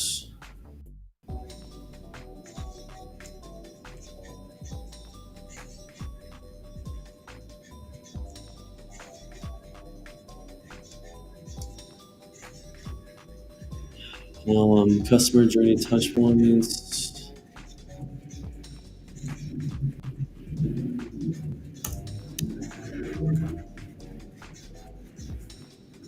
Customer retention and trend metrics. For P1, there would be a greater focus on monitoring product adoption and user behavior in unfamiliar markets. A strategy for customer retention might be different, and there could be a stronger focus on community building to gain advocates in new markets. That's it.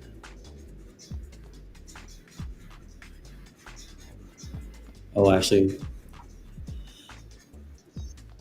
and can you go into the specific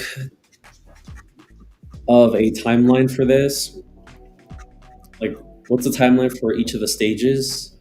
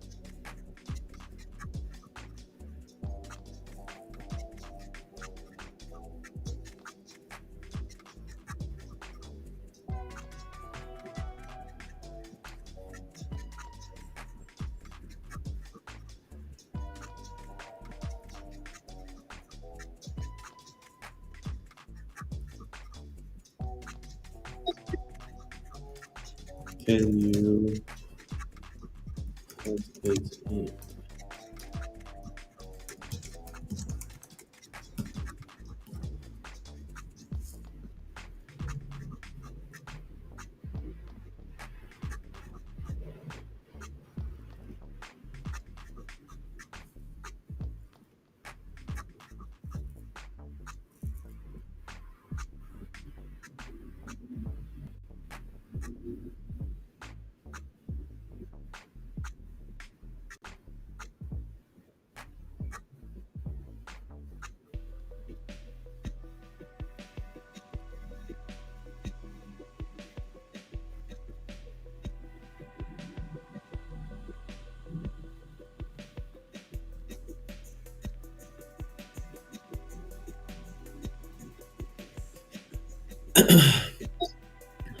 Double check if this is accurate based off of the presentation that I supplied you earlier today.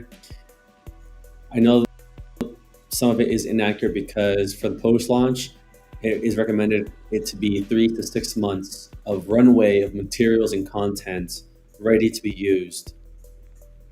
However, you told me 8 to 12, or sorry, week 8 through 12, which is just 4 weeks, which is just barely a month, which doesn't hit the minimum of 3 months.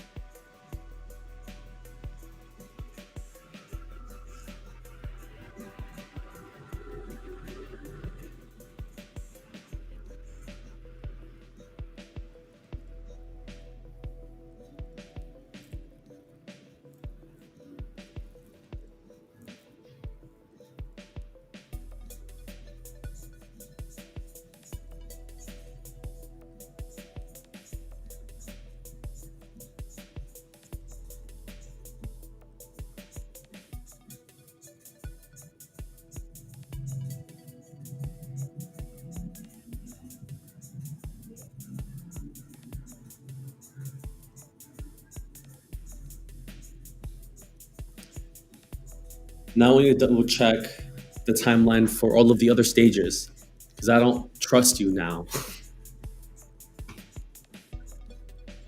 I'm gaslighting the. I'm gaslighting. I no, I'm not gaslighting. It's actually true.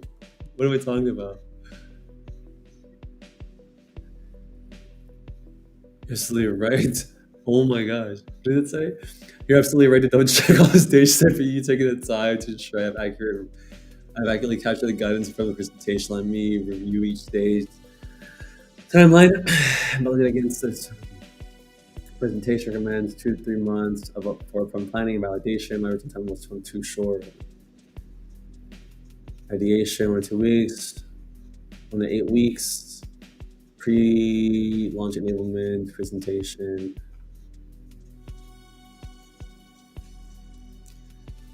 Okay, now give me the updated version in the format that I wanted.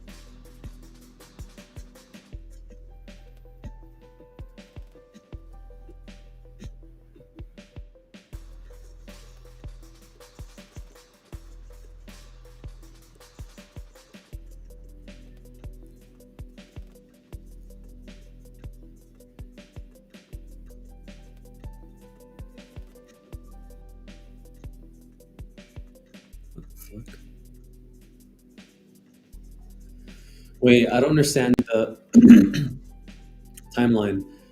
Some of these don't make sense. Like ideation says week 1 through 8, but then pre-launch enablement it says week 3 to 4. So that means that the pre-launch is inside of the ideation stage.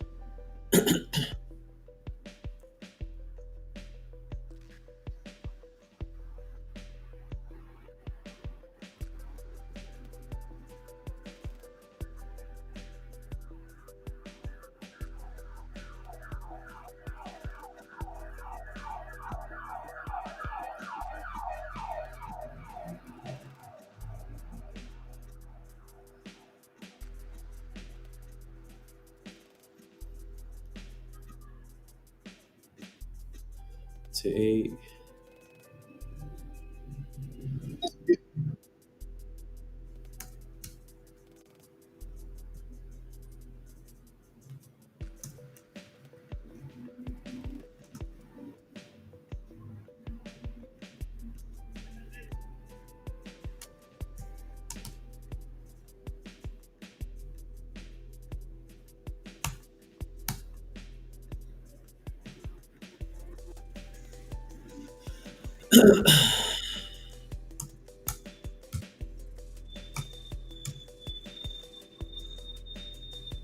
And then boom, that's it.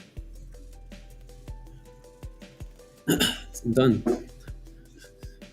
All right, the magic has happened. The moment you've been all been waiting for. It's taking too long. So let's pop this sucker. Let's see the magic happen.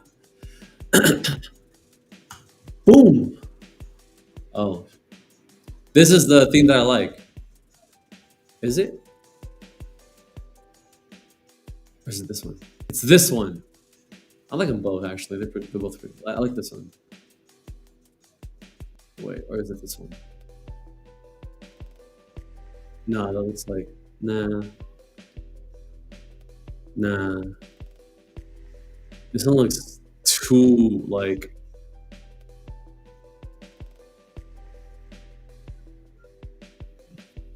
This one looks pretty cool. I like this one, but I really just like this one right here. I don't know why. I don't know why.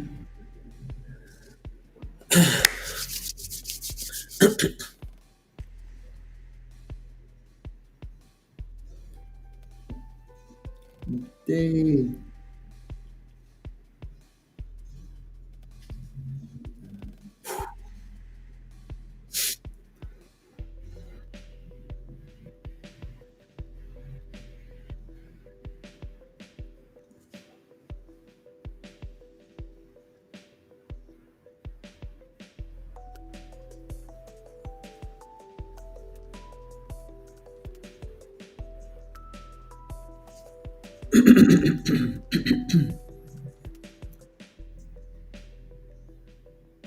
What?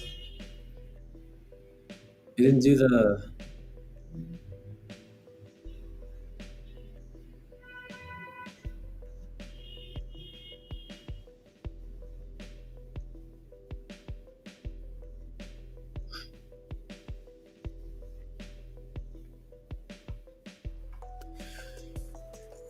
Oh, I didn't even copy the. It didn't finish the whole thing. It just did 5 slides. What?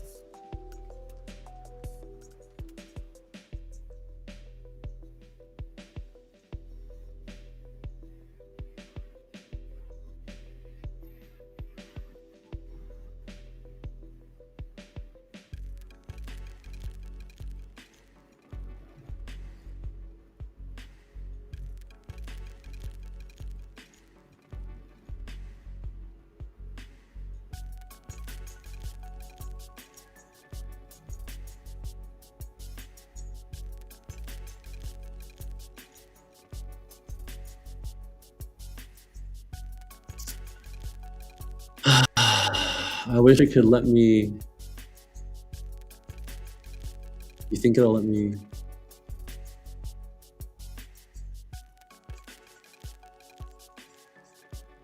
I wish it would like. I can look at like what was the.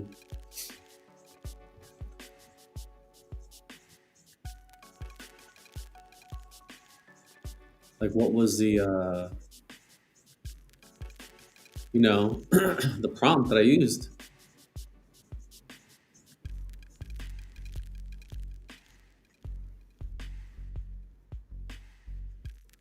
because it didn't finish.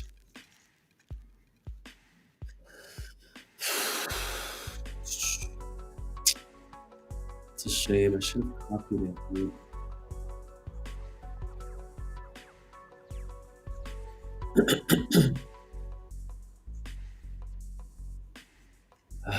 Unless I guess I should. All right, now that we have all of the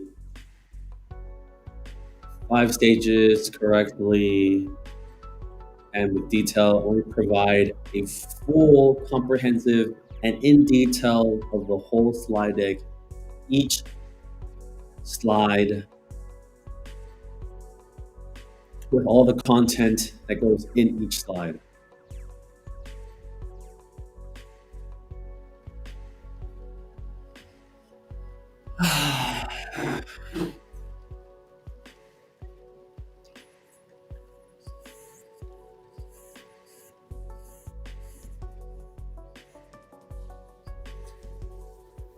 Oh, luckily, I just need to do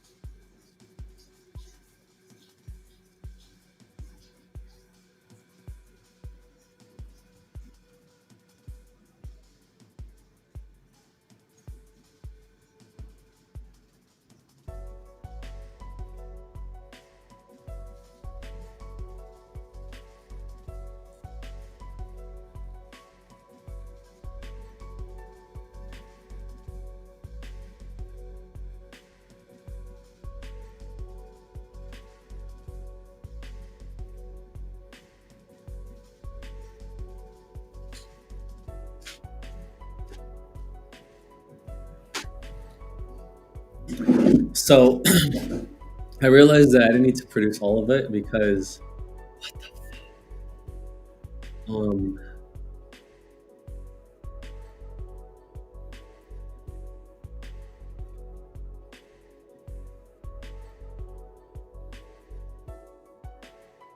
we got this right. Here's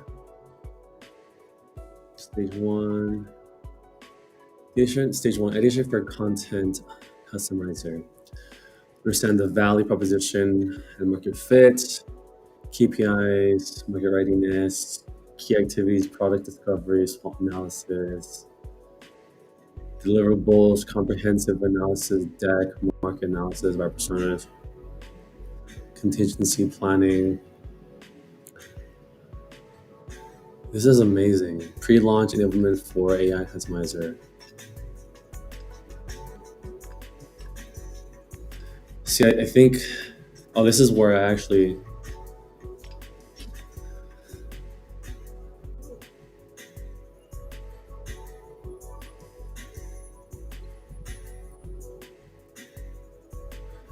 so stage one, stage three, four, so five.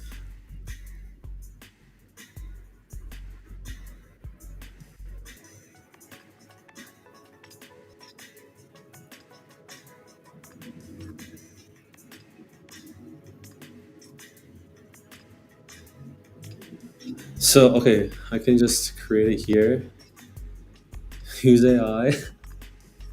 Um, be like, so we're gonna get rid of product team. We don't want to talk about them. So just talk about the product marketing activities, campaigns, drive adoption, guides, examples of deliverable. Again, get rid of the product team.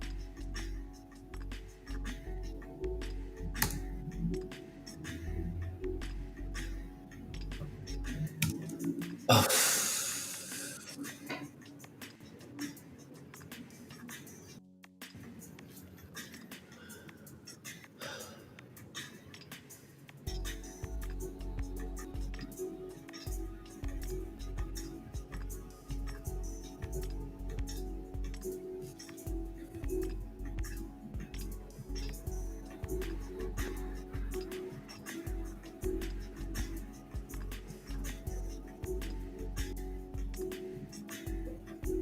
Can you use a table or some way of visually separating it?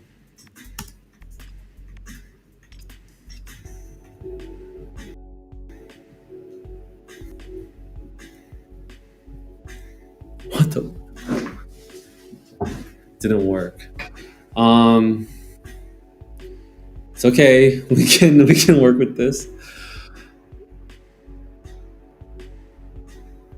What can we do? What is this?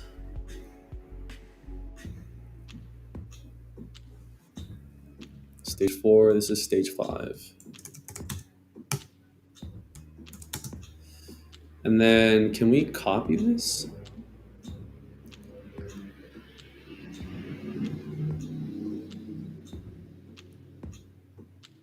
A table?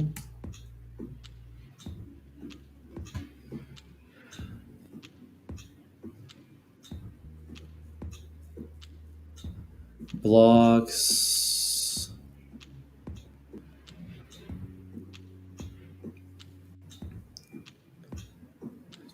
Warning box. Caution. Button. Math block. The 2 by 2, 2 columns. This is 2 columns, right? Yeah, 2 columns. Okay. And then we'll do key activities again.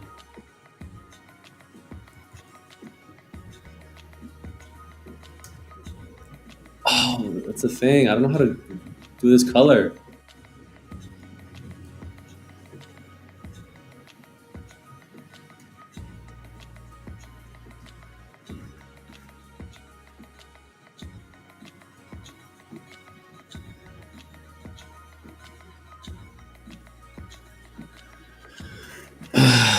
I never understood how to do this. Is it large text?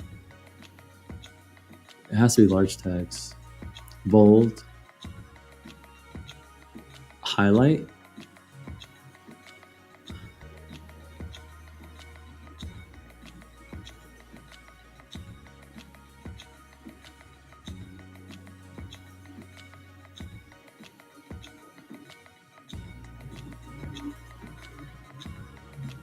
How do you do it? Is it a certain... Oh, heading 3. Okay.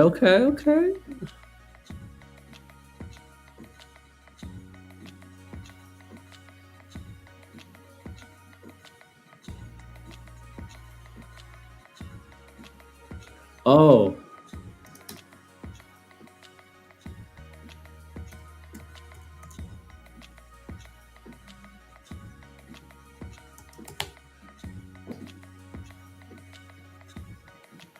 I figured it out. Key activities.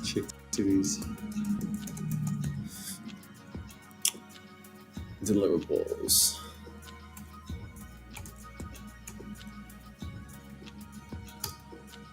That was the wrong one. Hold on. Headline. I don't know how to write the rest. Deliverables.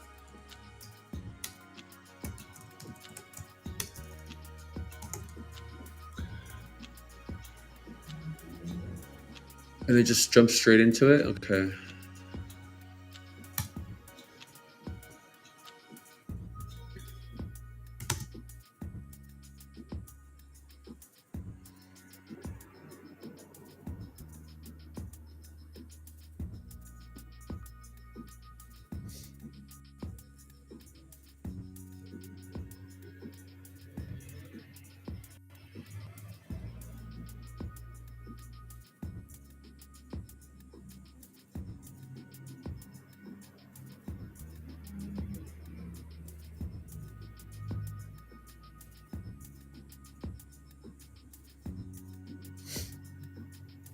Okay.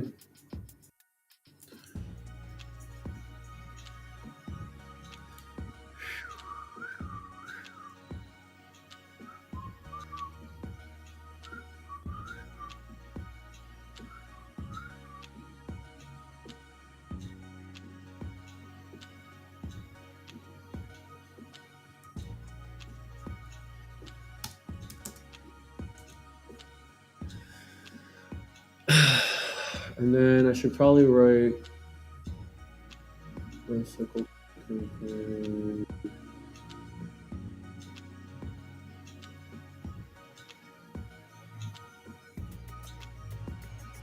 I haven't wrote it over here, did I?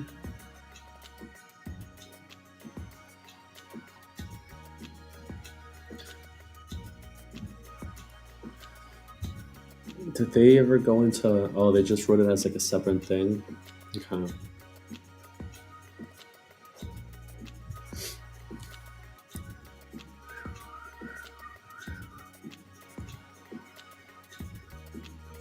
Uh, oh, you know what I could do is I could turn this into a.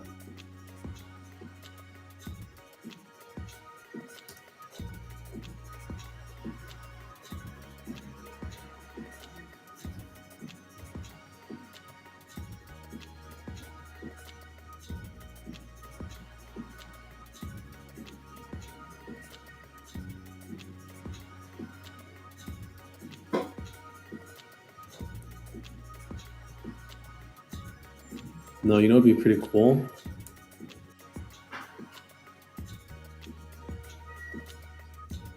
Do like a block quote. I mean that I think that's okay.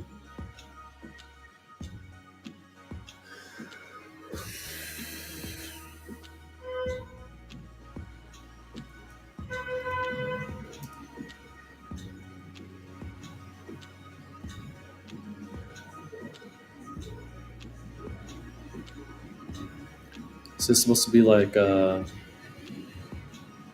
normal text?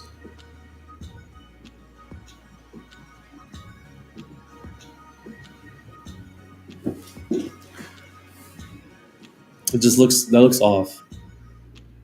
For sure it looks off.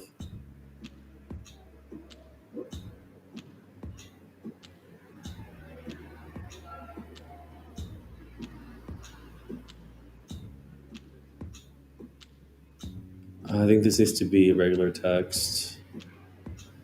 Not gonna lie. It's a nah. It needs to be text, normal text. This needs to be like this, and then this can join it, and this needs to be like that.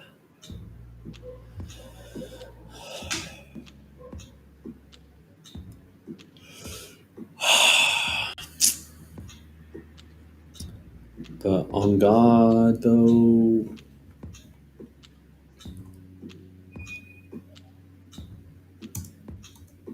no, there needs to be like a block quote or something.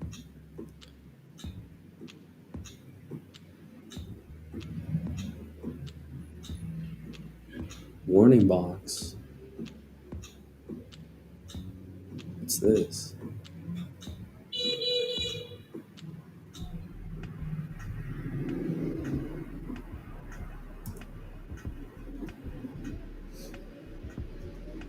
That's actually pretty cool. I just don't know how to get rid of it.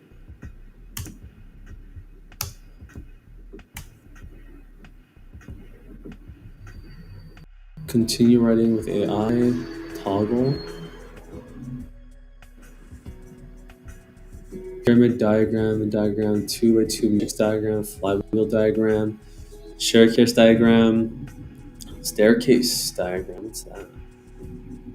Blank diagram, photo and description.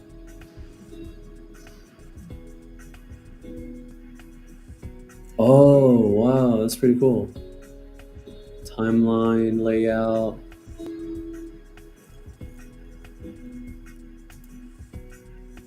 Text box. Oh, is it like a name thing?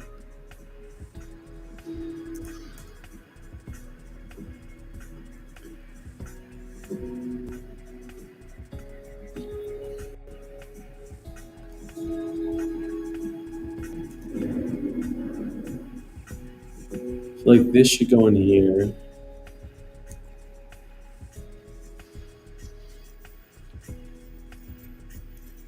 Oh, can they both go in here? That'd be sick.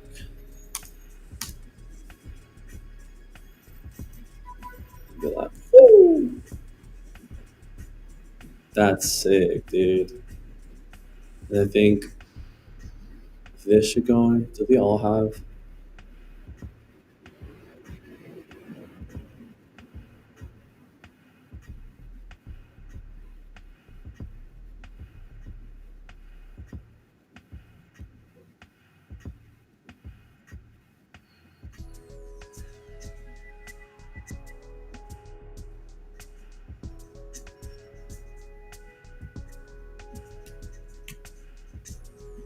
Yo, this is dope, dude. Dude, this is dope. This is dope. This is dope. You know what I'm saying, dude?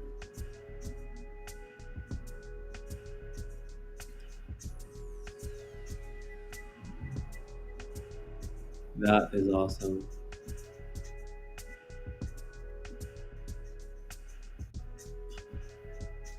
I don't know about you, but this looks like a dope presentation. This looks sick. Definitely one of the best presentations I've ever done. I just love the aesthetics.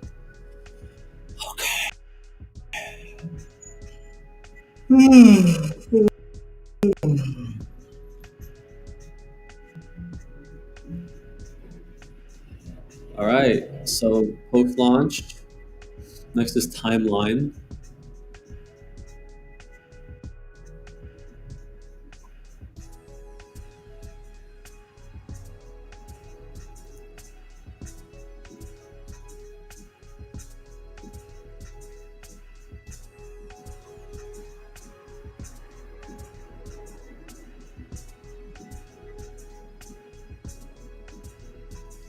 Is rapidly evolving market. The ability to launch a product or feature successfully lies not in the specifics, but in a flexible, adaptable go-to-market strategy. Strong GTM motion enables us to prioritize effectively and adapt to different types of launches. Position of content at scale.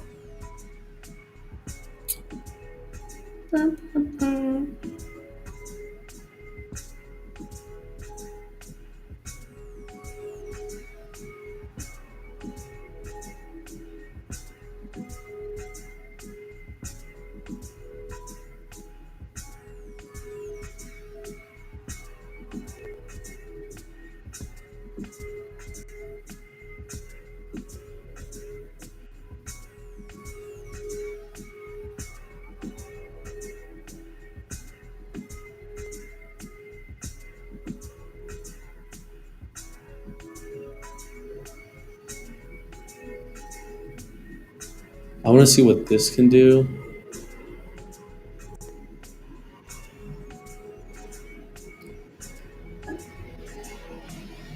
Um, I don't have it. Shoot.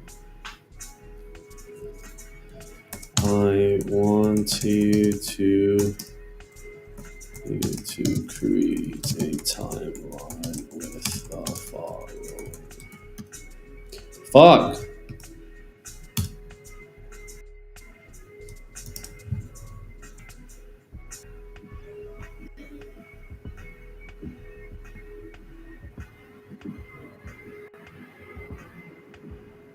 No.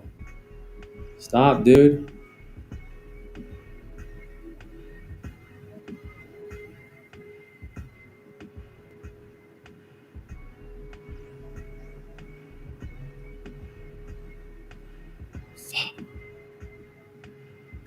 Oh, shoot.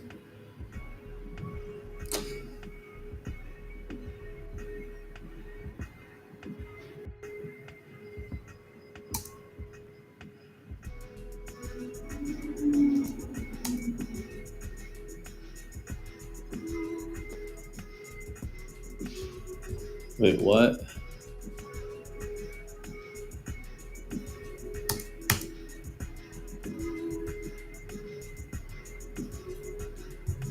Wait, actually, no, that doesn't. No.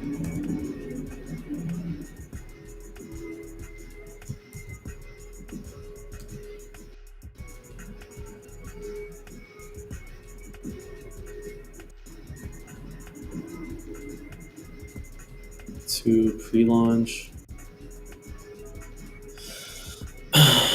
ideation, post-launch.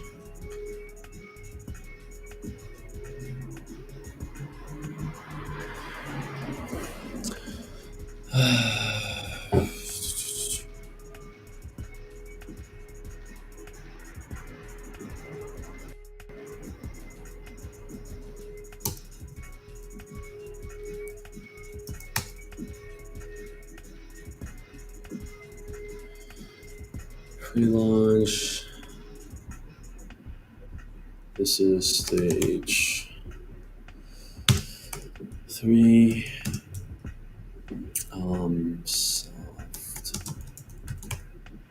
Soft launch, and then this is 11, 10, 18.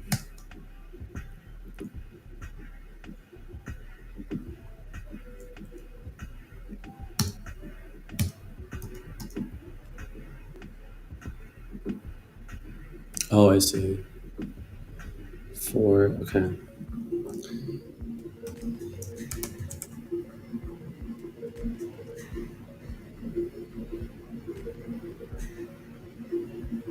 Ah.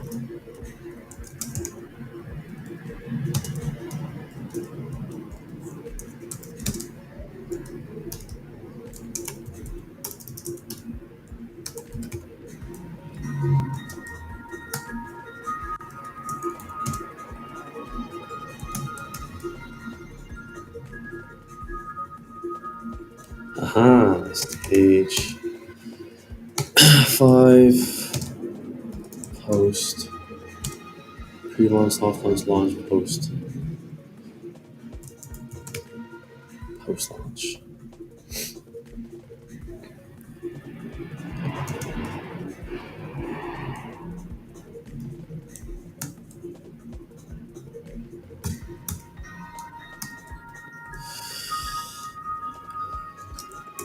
Week 20 through 36.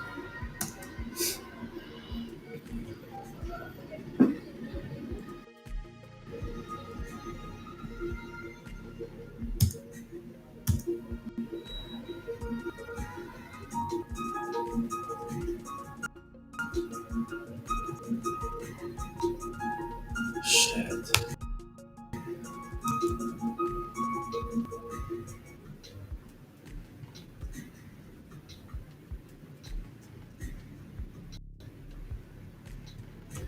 Did I just fuck it up? Yeah, I did.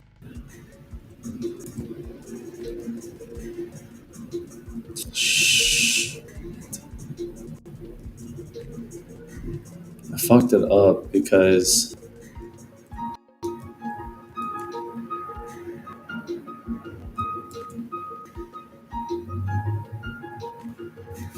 I got rid of the stage 4 because it was highlighted on this card. Stage 1, stage 2. So I gotta like.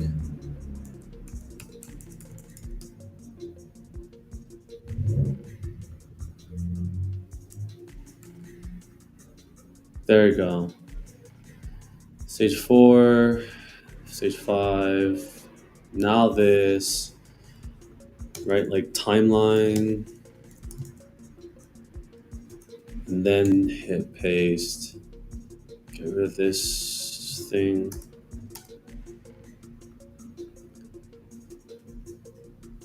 Timeline, and then what's the last? GTM or it should be GTM timeline for AI, AI content customizer. And then slide 12 is the executive summary.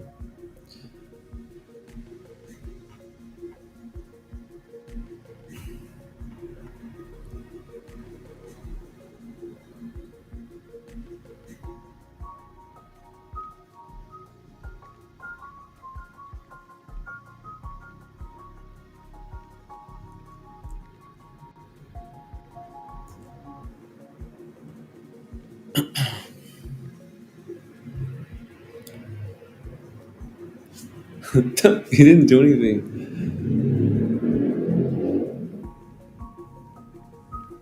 Make the slide way more interesting. Think visually.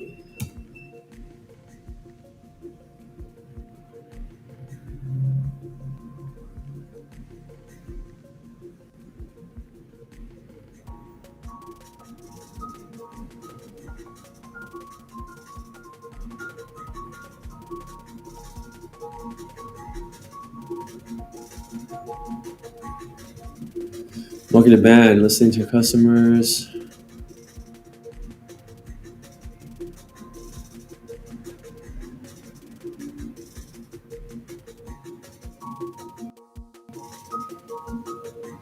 Oh, I'm gonna come back to that one. I think that's it, right? Yeah.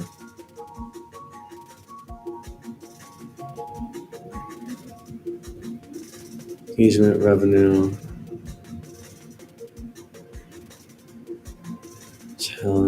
Channels to expand our target audience and increase traffic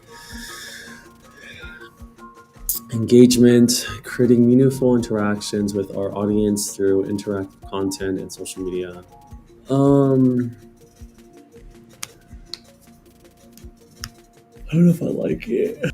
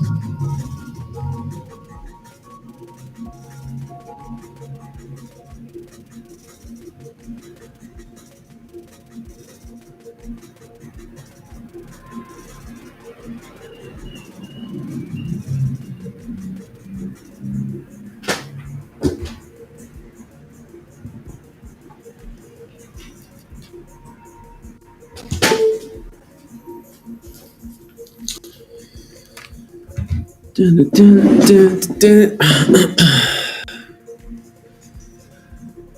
Yeah, so I don't know. What do you guys think? Well, I should just leave it like that.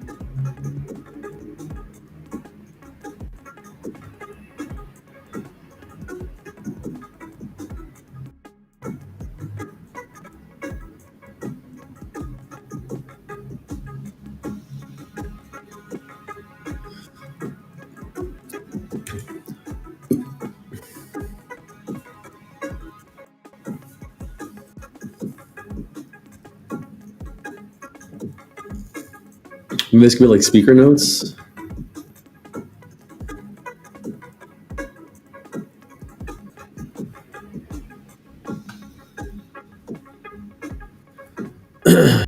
Yeah, it could be like speaker notes.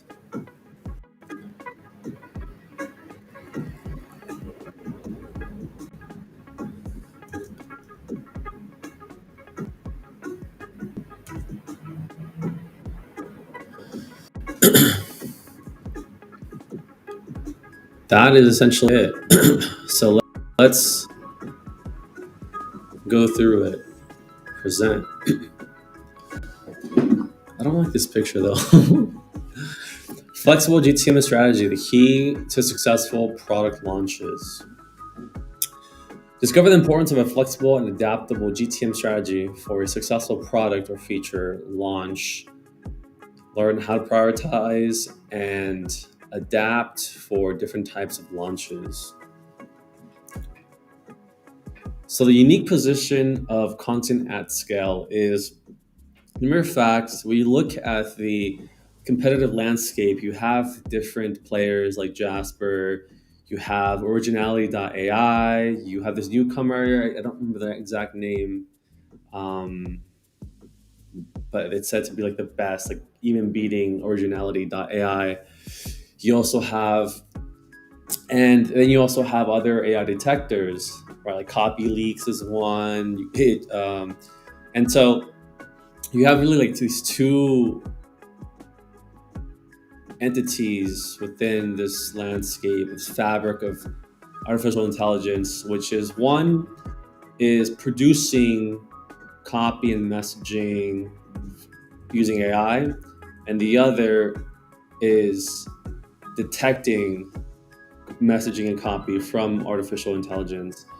And content at scale is in a unique position because it's intertwined between both. It does both. Content at scale does both. It produces AI messaging and copy, but it also detects AI copy.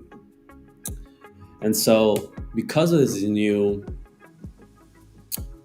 because of this unique position, how do I?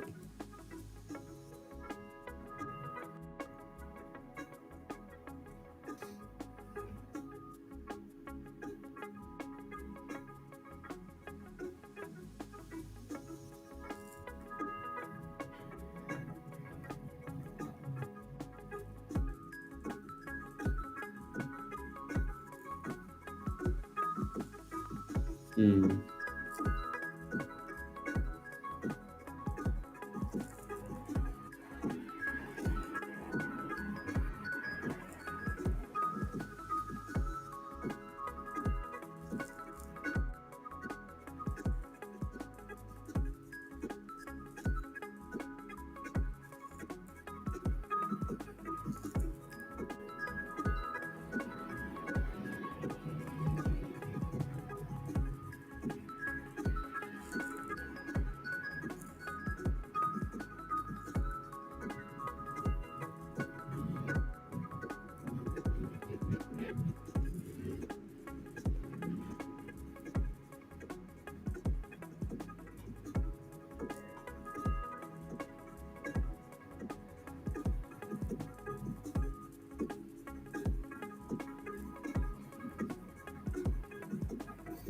Oh, I guess what we could do is this.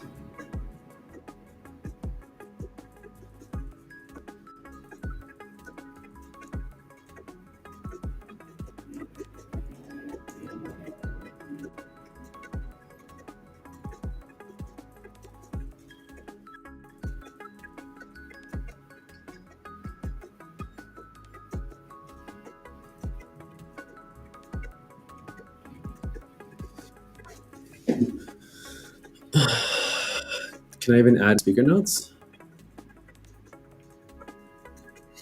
Text formatting, call out blocks, what that is.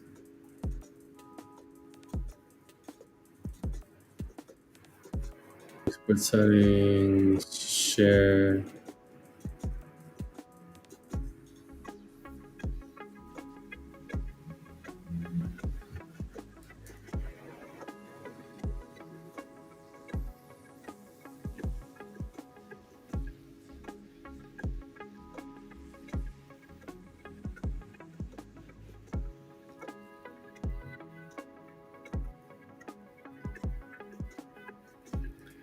Wait, what? Flexible. Oh yeah. No, this is delete. Okay, so introduction.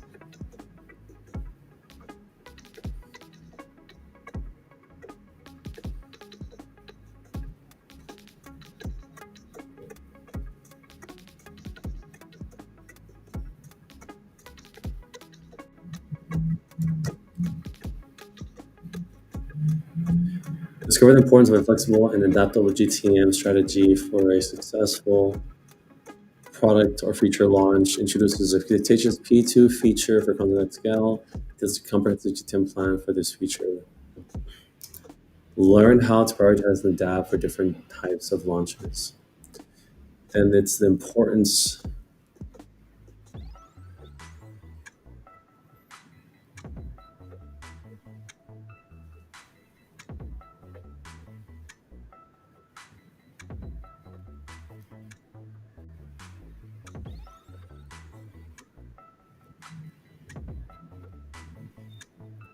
I think this can be the comment then.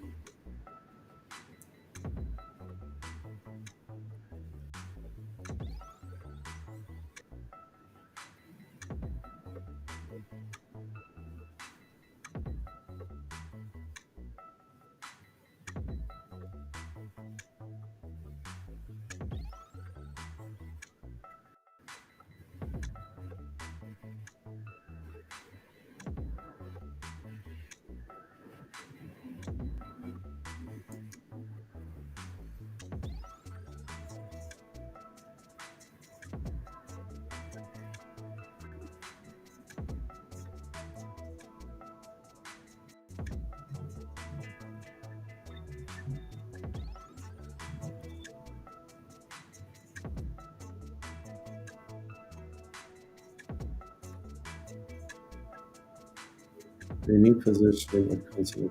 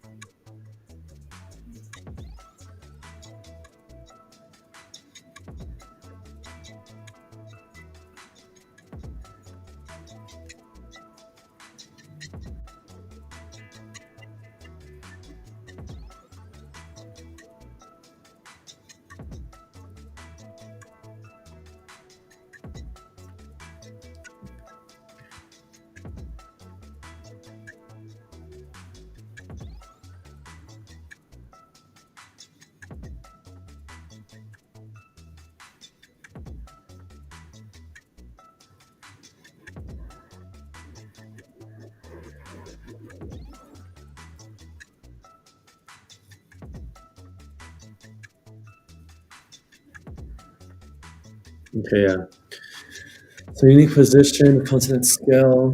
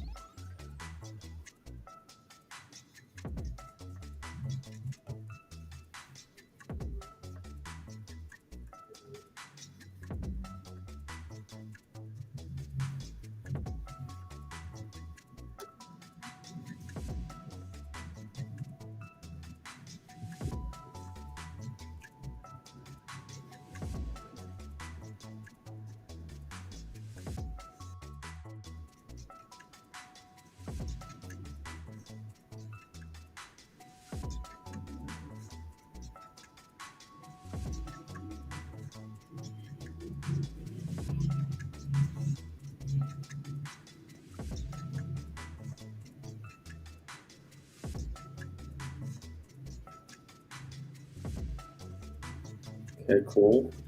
This is the AI content customizer.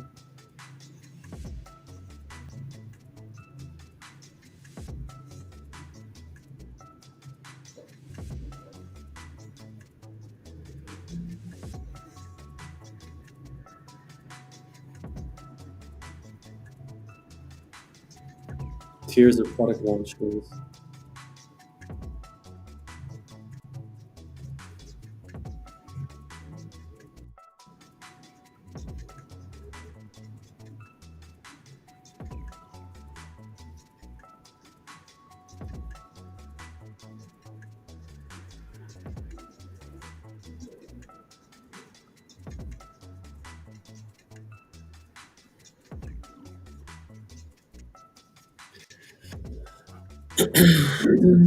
Dun-dun-dun.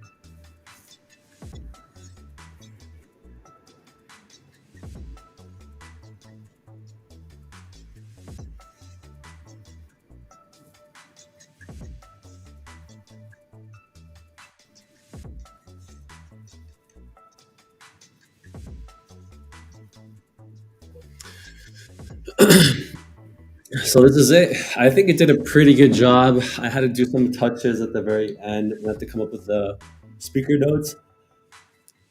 I will say that the only negative, not negative, I think it's just you need to get used to it.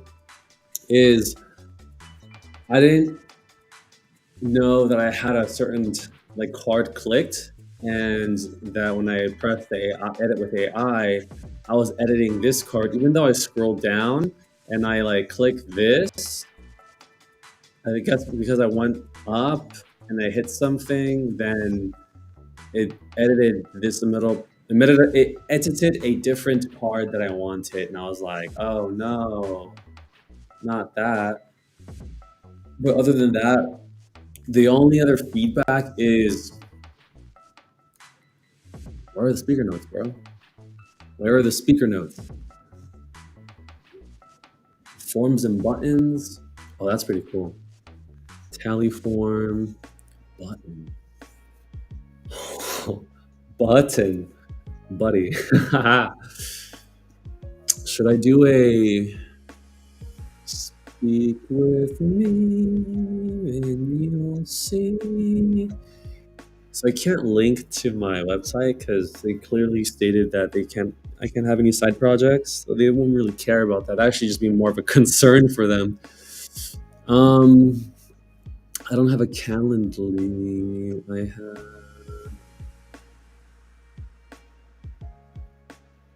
Oh, I could link it to a schedule a call.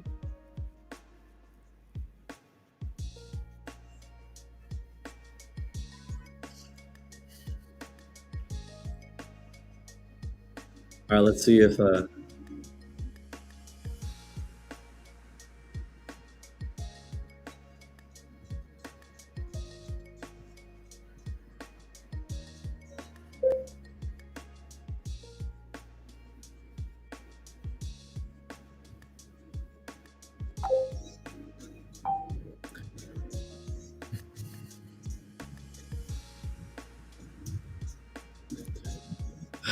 Fine, I guess I'll download a Chrome extension. What is it called? Diction.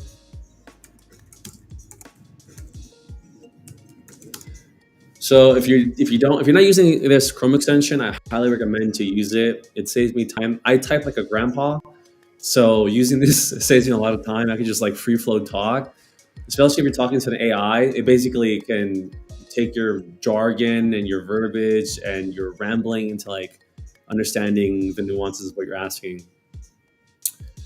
And so Chrome extension is called Diction. Is it called Diction? No, it's called, sorry, it's called Voice In.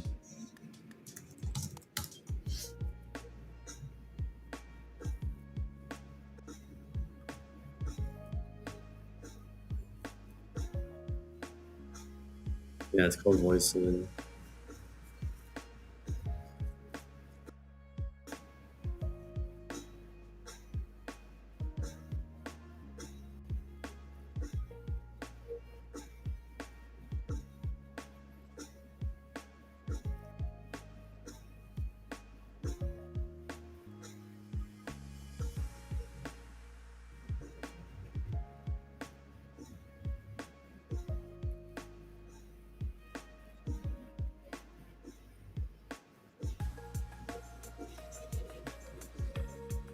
Mm-mm. And this is how you use it. So once you, yeah, you can leave now. So you click enter, you hit this. I want you to create a card. I want, see, look, it's highlighted. That's where we messed up last time. It started to do all this stuff. Stop.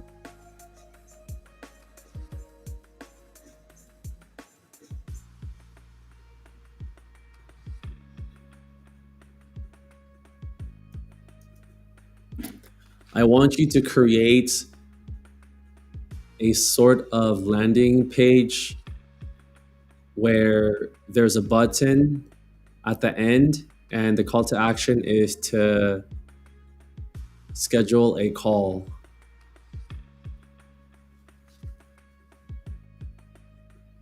No. See availability.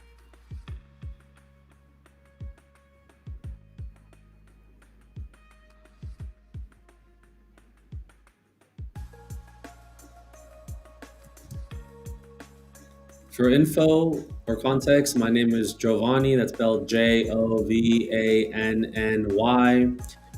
I am a product marketing manager of about 14 in B2B, comma B2G and B2C SaaS and tech companies. Period.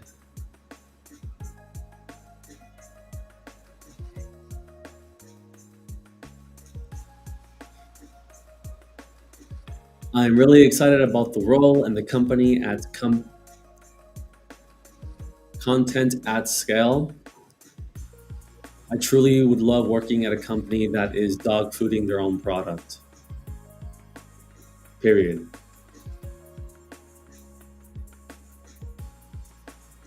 Let's see what it comes up with. I don't know. I don't know.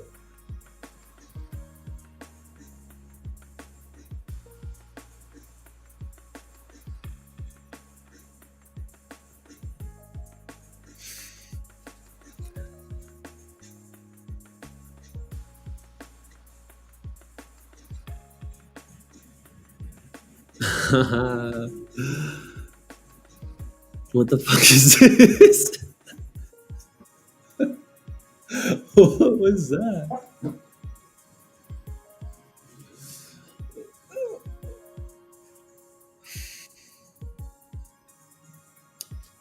I just don't want to waste any more credits. Like I'm scared. I'm scared it's gonna output something not that good.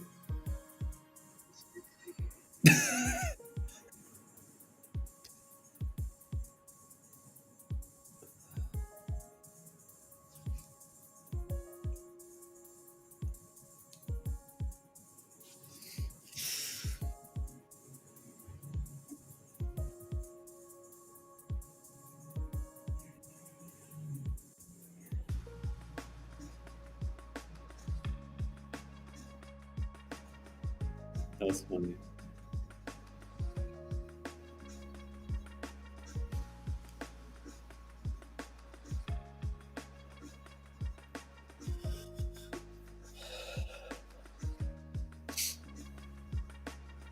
Um,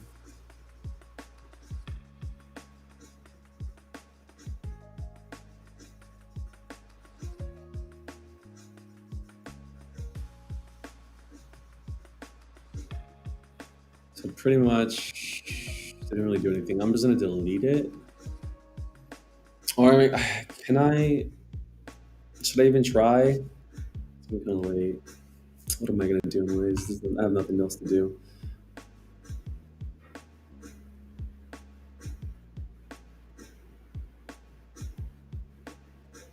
Top layout. What does this do? Oh,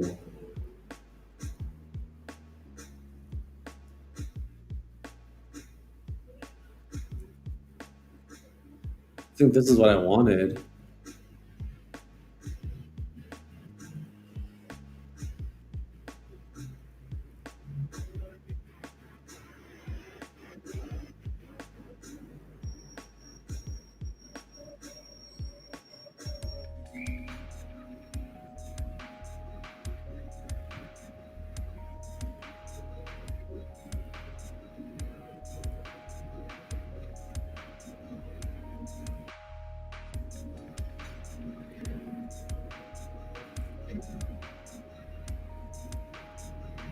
Oh, this is good. Um,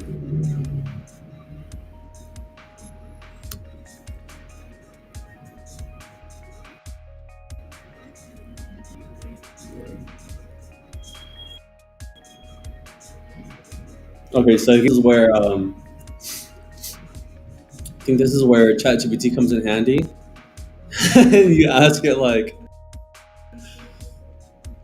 okay, pretend you just gave information to the president at Content at Scale.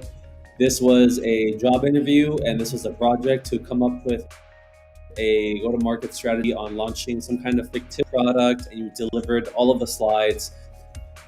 The last slide, if you wanted it to be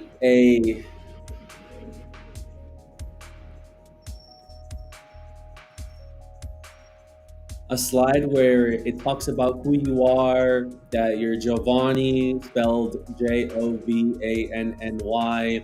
You're a product marketing manager for about 5 years. You worked in B2B, B2G, B2C,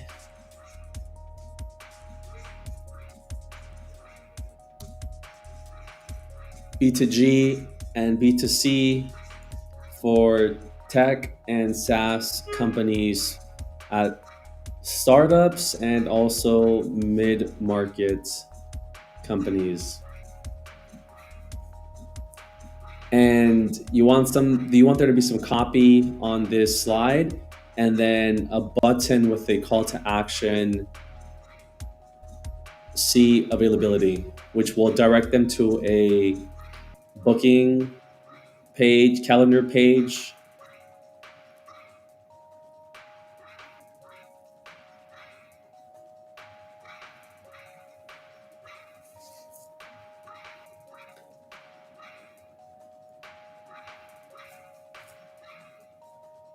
How do I add the button?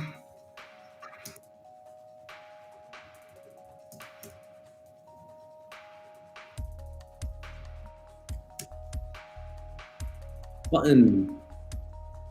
Woo! That's pretty cool.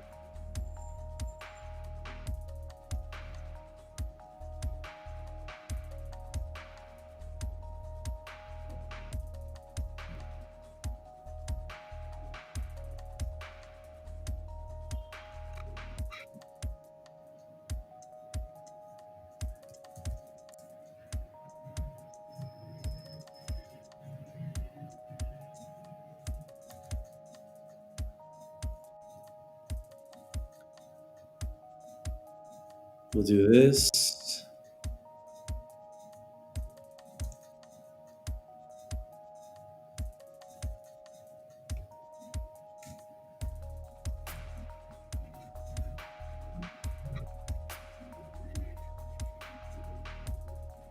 It's small.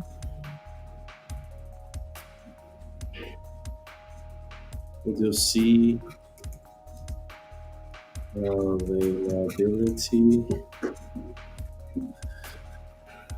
How do I center it? And then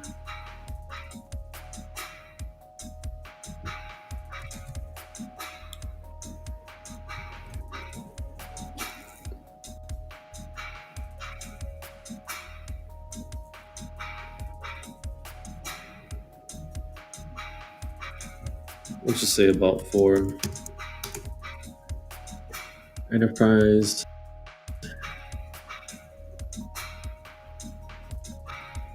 specializing in.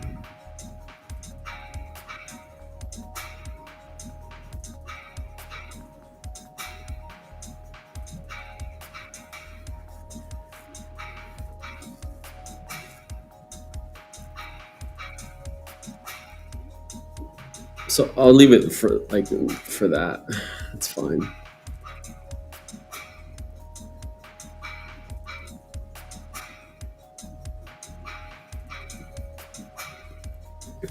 How's that? Not like that. And then the link is going to be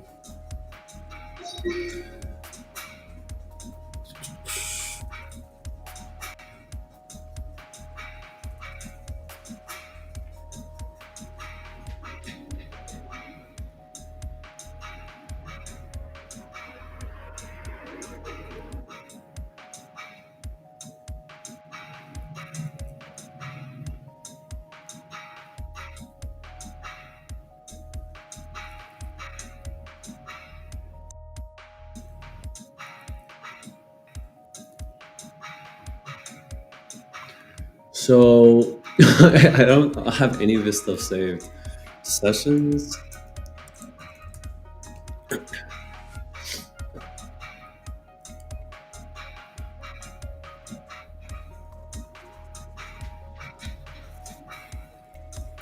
Um, I gotta log in. Bum, bum, bum.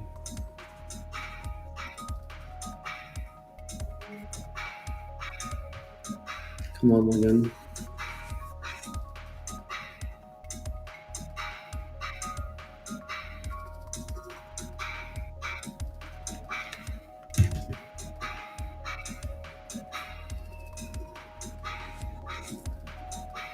Calendar.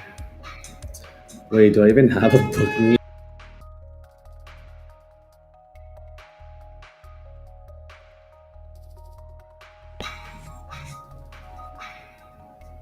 Yeah, I do. Here it is. Boom. Does it work? What happens if I press present?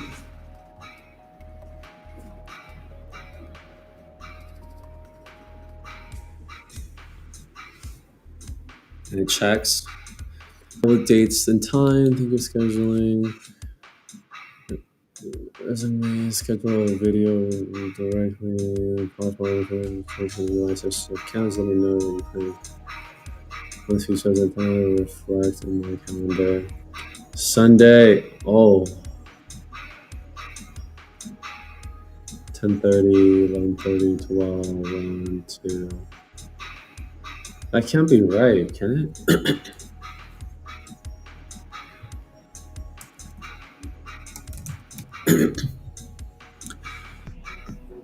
There's no way. I'm busy at 3, so that's accurate. I'm busy at 3 p.m. my time. Wait, why is it London? I'm in Argentina.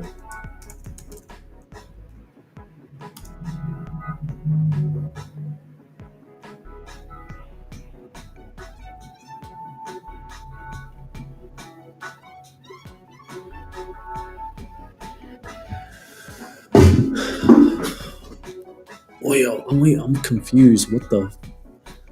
Why is it so early?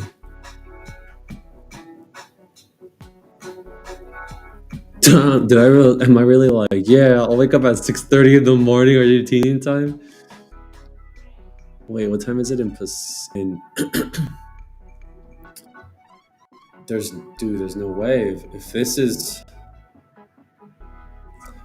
hold on, I gotta edit the my availability. This is all wrong. Why is it all whacked out? Schedule.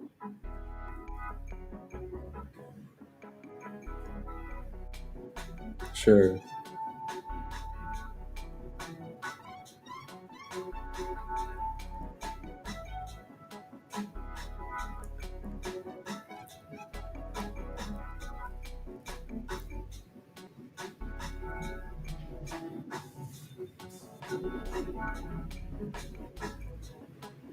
Okay. Schedule.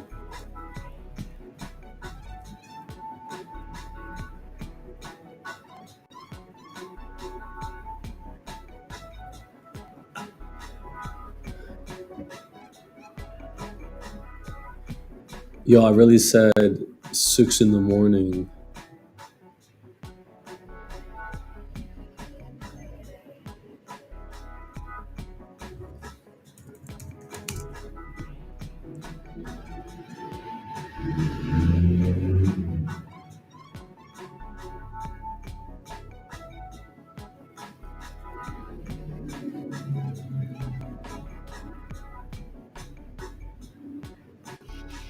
So if I update this, it should change.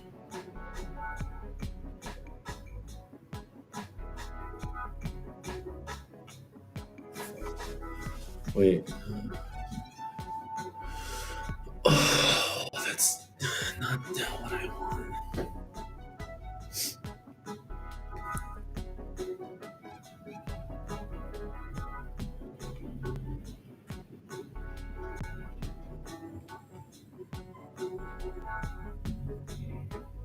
Schedule. Time zone is definitely in Argentina.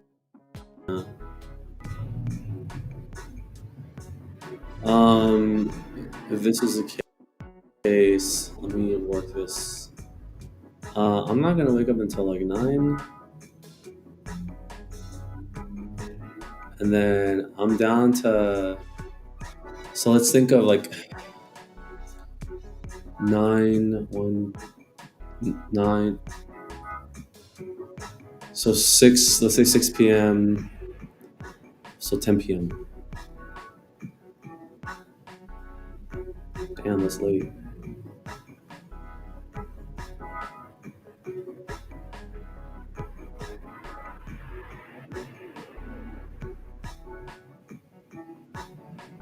I guess it's better for me too, because like I have more time to catch them, get the interview.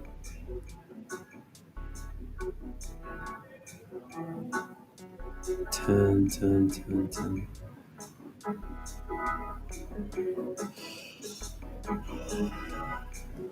Well, actually, let's be honest. They're not going to schedule. So we can get rid of Saturday and Sunday.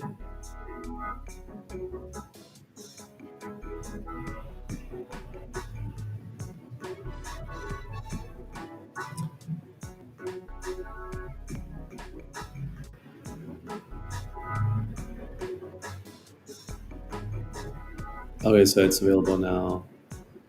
And then we change it to Pacific time.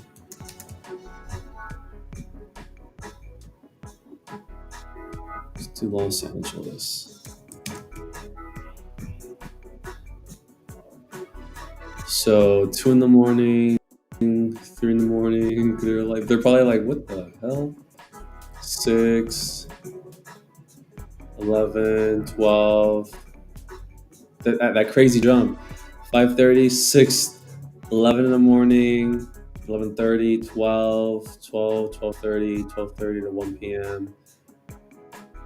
To 1 p.m. And then from 1 p.m. it's like 10 p.m., 10:30, 10:30, 12. They're probably like, what?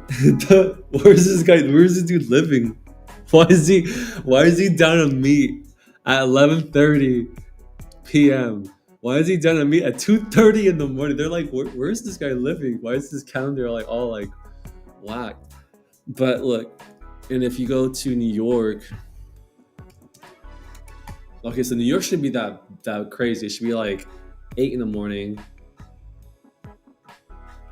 Wait, what the?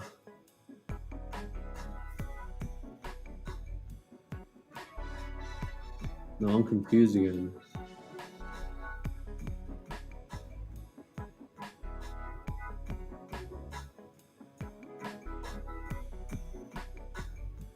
I just don't get it. I'm so confused. Is it like not the right? Why is it saying 6:30 when I wrote down here?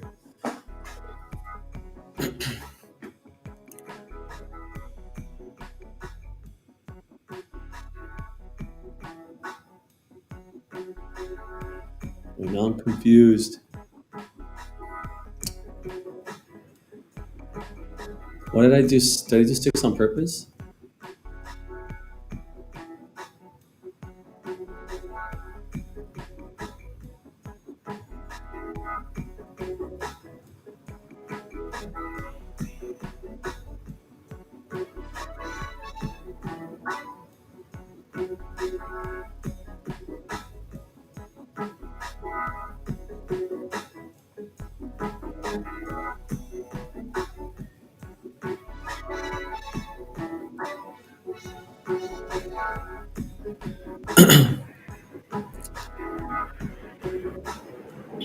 Save changes.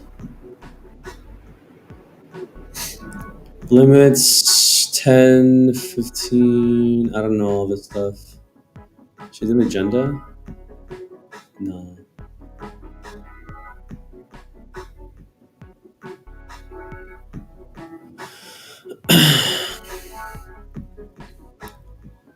Okay, let's update it.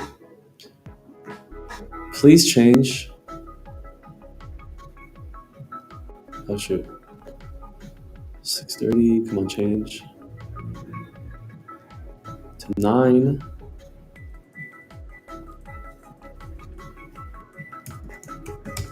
I don't understand. Why is it saying? Is this like on or something?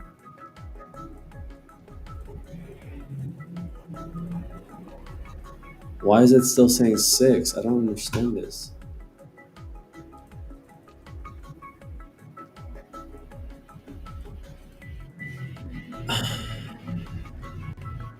I'm so confused.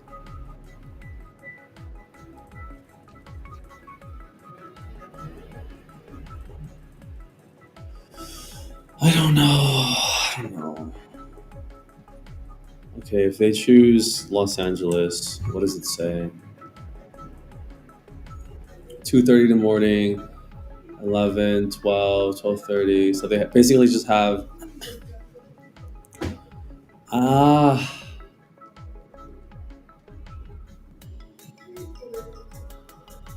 Buenos Aires or Italy. Why is it wrong?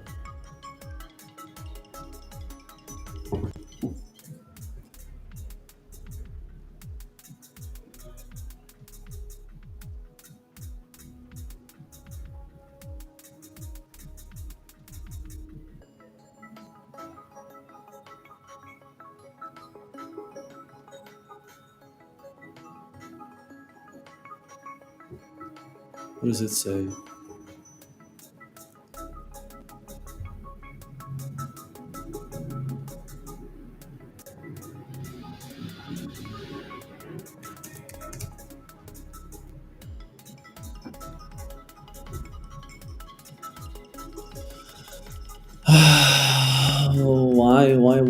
Why? I don't understand. I mean, this is saying the same thing.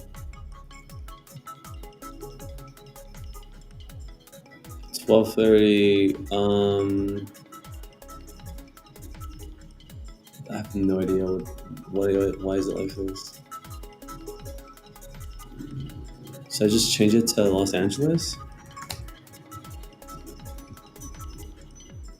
Boom. So 9 in the morning, Los Angeles.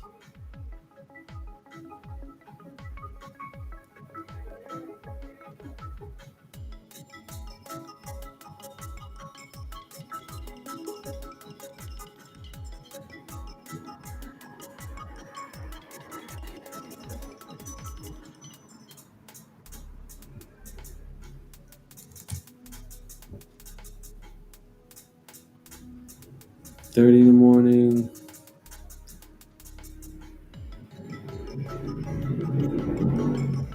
I mean, this isn't too bad for Los Angeles. If it's Los Angeles, it's 5, 4:30 to basically the 5 to 6. If I write Buenos Aires, for Buenos Aires, it's 9 in the morning now. 9:30 to 9. Okay, so that was so weird. Okay, I fixed it.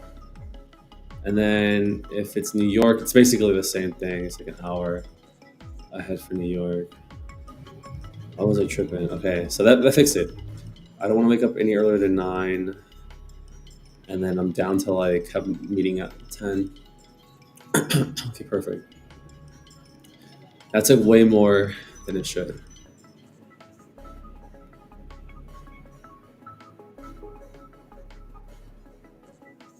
Why does it keep resulting to London?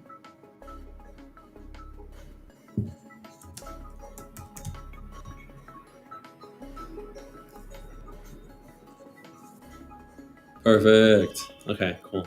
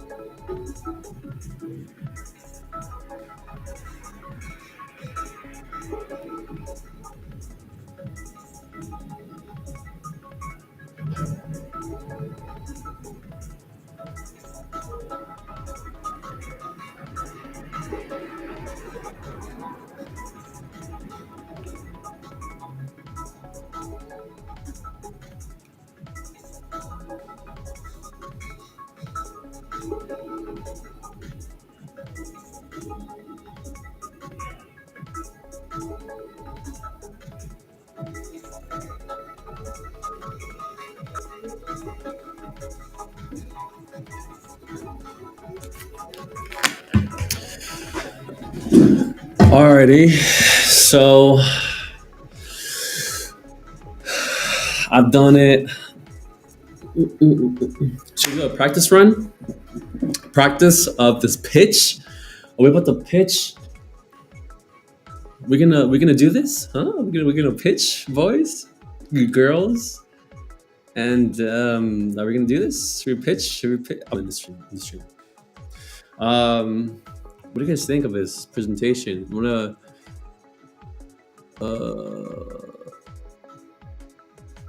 Oh, what's this? Oh.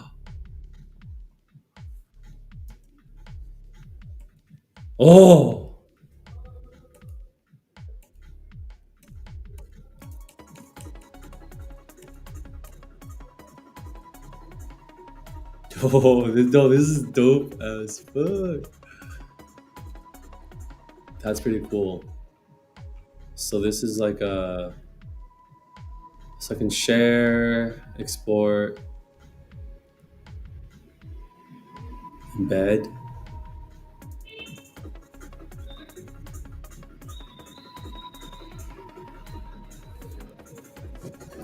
This is cool. What can I do else here? Full screen and tab. Full screen. Share a following. People who join will follow you automatically. Oh, that's pretty cool. Present. What's page setup?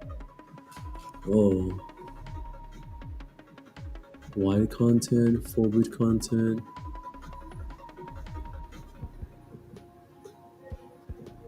background. Oh,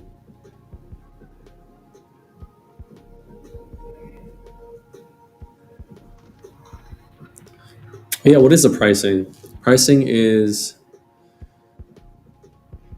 400 AI credits at sign up, limited users and gammas. Don't know what gamma is. PDF export, gamma branded. PPT export, gamma branded. 7-day change history, basic analytics. $10 per month per user. It's only me. Plus 400 AI credits every month. What is credits are added immediately on upgrade, and every month after that, each user in your workspace will get their own 400 credits.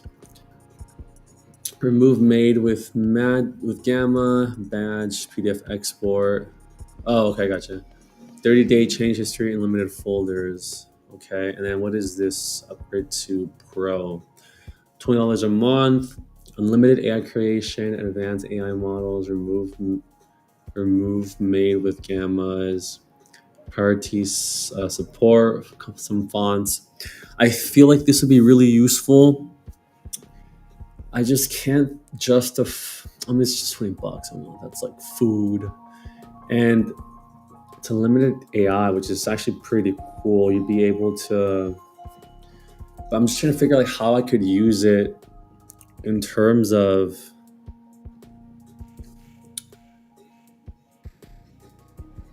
like how could I use this in terms of reaching out to clients. I guess I can make a document. I'm trying to think. So I want to use AI. So perhaps as I'm thinking of my own go-to-market process, right? Which I haven't even created because I'm focused on this thing. What could happen is, so one of the things I'm gonna do is I'm using this app called InnoReader.com. Essentially, it aggregates websites, Google searches, Google alerts, and you can make folders. And I'm gonna make like a list about like 25 companies that I want to work for. And now that I've kind of been exploring, I want to work for companies where I would dog food their own product. Like for example, this is actually a great company to actually do my strategy. So I'm gonna use innovative.com, create a folder, two folders, one with the name of the company, and then another one with a name, and it says competitors. And in so let's just say content at scale. Content at scale folder will include anything related to AI and writing, AI detection, just very broad terms and keywords to search for, things that might be interesting to people that work at the company. And then the content at scale competitors, that folder is going to have all of the competitors of content at scale. So I'm going to be targeting like Jasper. I'm going to input their website, enter the actual term Jasper. I'm going to enter ChatGPT, Claude.ai, Bard, just all of the actual competitors, and also like AI detection as well, because they're double-sided, right? So like copy leaks, originality.ai, just so that when they release features, release products, I'm going to be aware of it because it's literally telling me I'm going to be alerted. I'm going to set up automations so that when it's when the word releases or launches is in the news, I get sent that article, and then I can quickly, you know, message the someone at the company saying, "Hey, blah, blah, blah, I just launched this." I'm trying to figure out how to use this.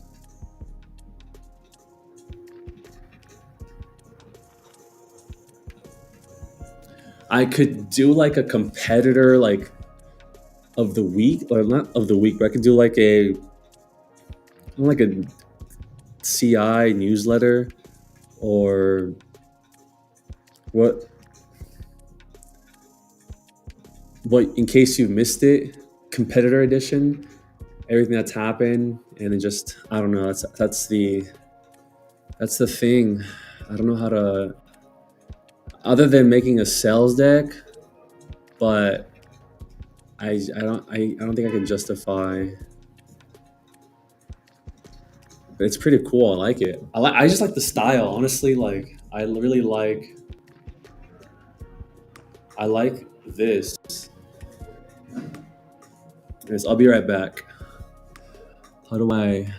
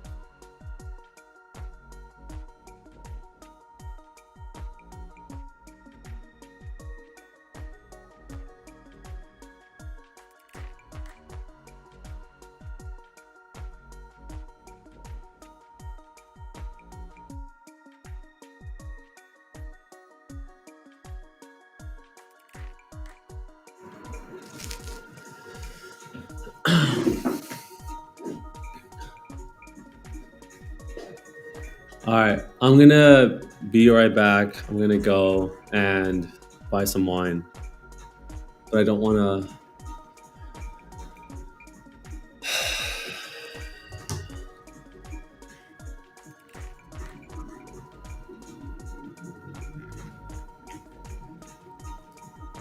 I don't know where to buy some wine.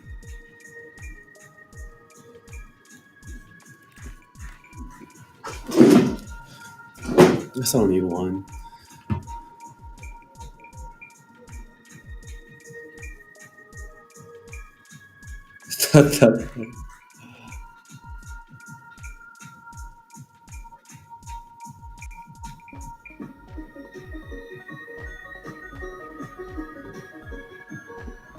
What was the special moment? What the fuck?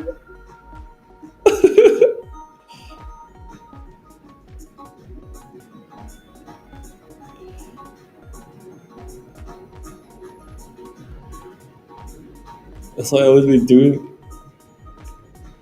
clubs.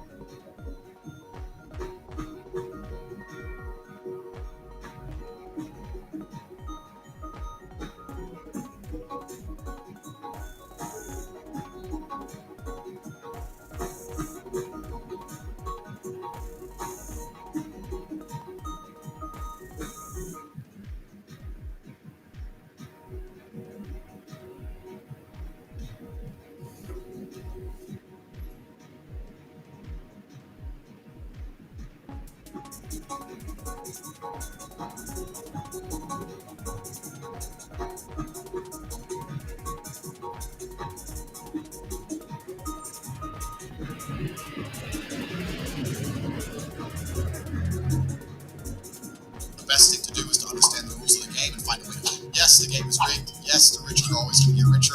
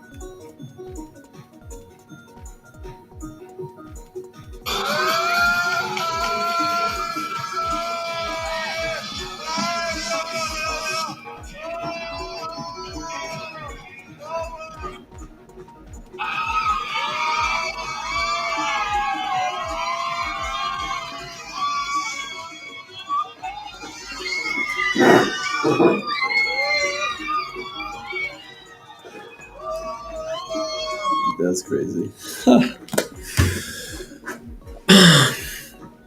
All right, let's do this presentation.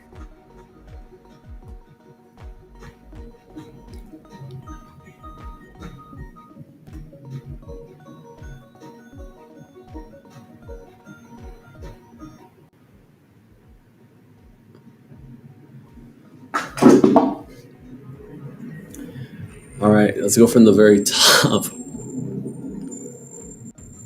Just practice. Let's just practice. Why not practice giving presentations? All right, let's do the spotlight thing. Oh wait, what are you doing? Oh, here.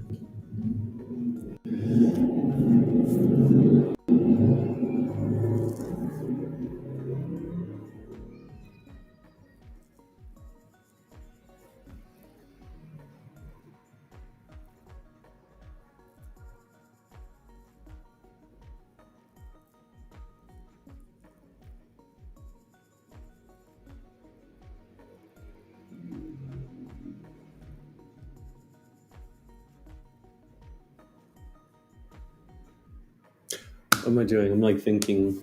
I'm thinking about like a lot of stuff. Why am I in Argentina?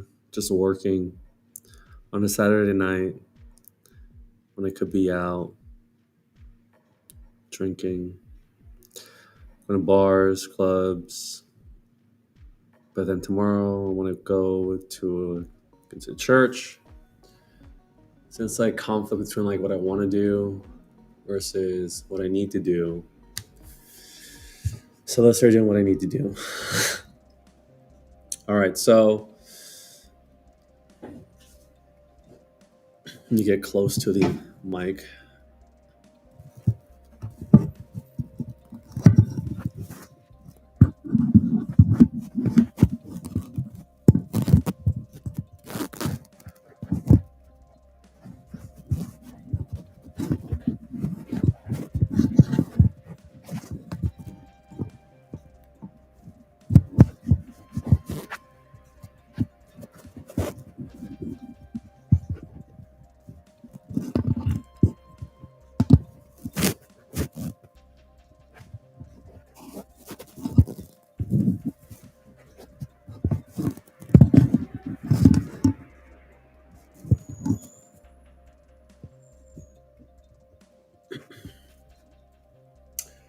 There has to be honestly like a better way to.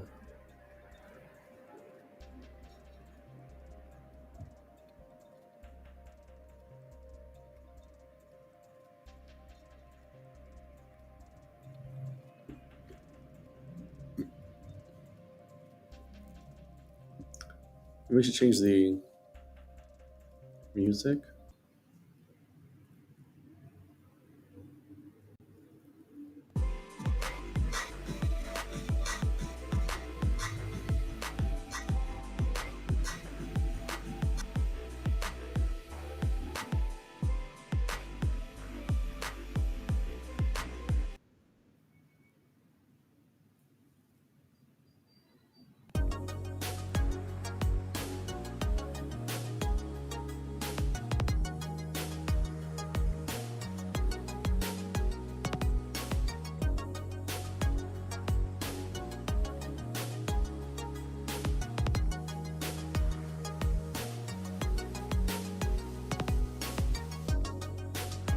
Like the music.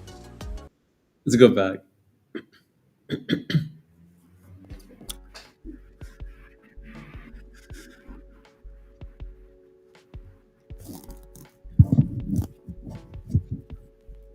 Is there like a way?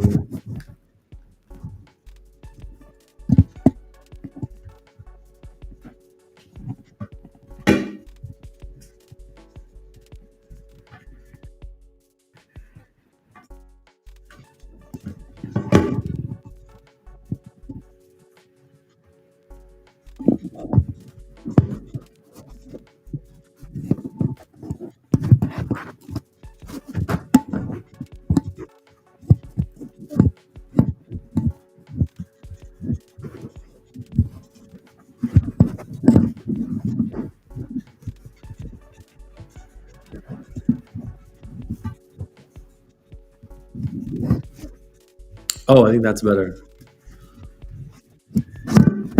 Oh, so I think this has to be on top like that.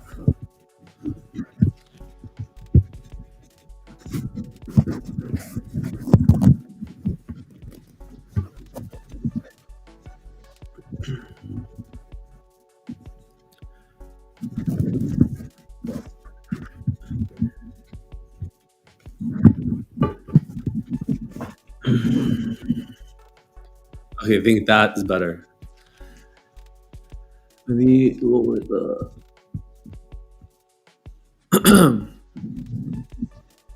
like that. Way better. Yeah. All right.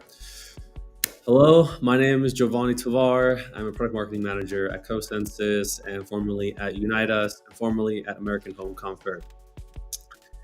This is my go-to-market strategy for content at scale. I've seen the Loom video. I will be honest, I got a little ahead of myself and just applied. And then I read the job description and then I saw, oh, you need to watch this Loom and then make a Loom. So this is me making a Loom video or attempting.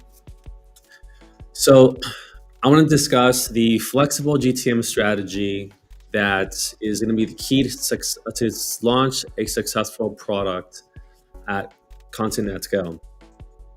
And oh, okay, perfect. Yeah. And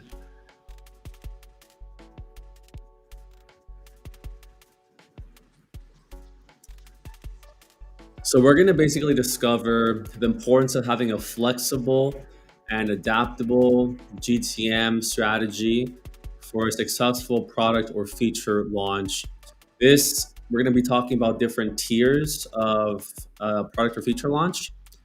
And we're going to talk about a fictitious P2 feature launch at content at scale and the details that go into creating a comprehensive go-to-market plan for this feature.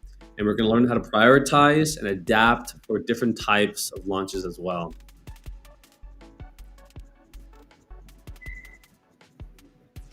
I'm trying to learn how to navigate this spotlight. Okay, cool. So the unique position of content at scale.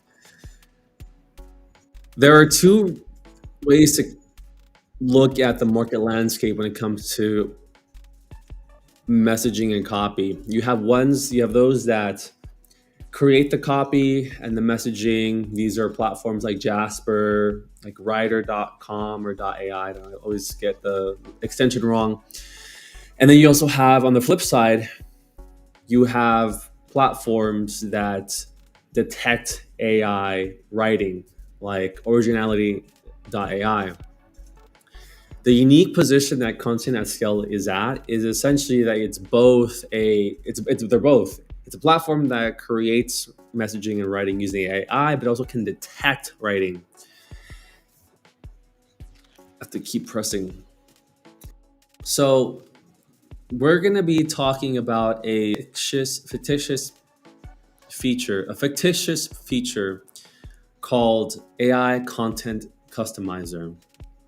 So historically in the past at content at scale, your main audiences have been agencies. That's who you've catered your product to. And I'm sure you've seen in your pipeline, in your sales cycles, some enterprise level accounts and also I'd say mid-market.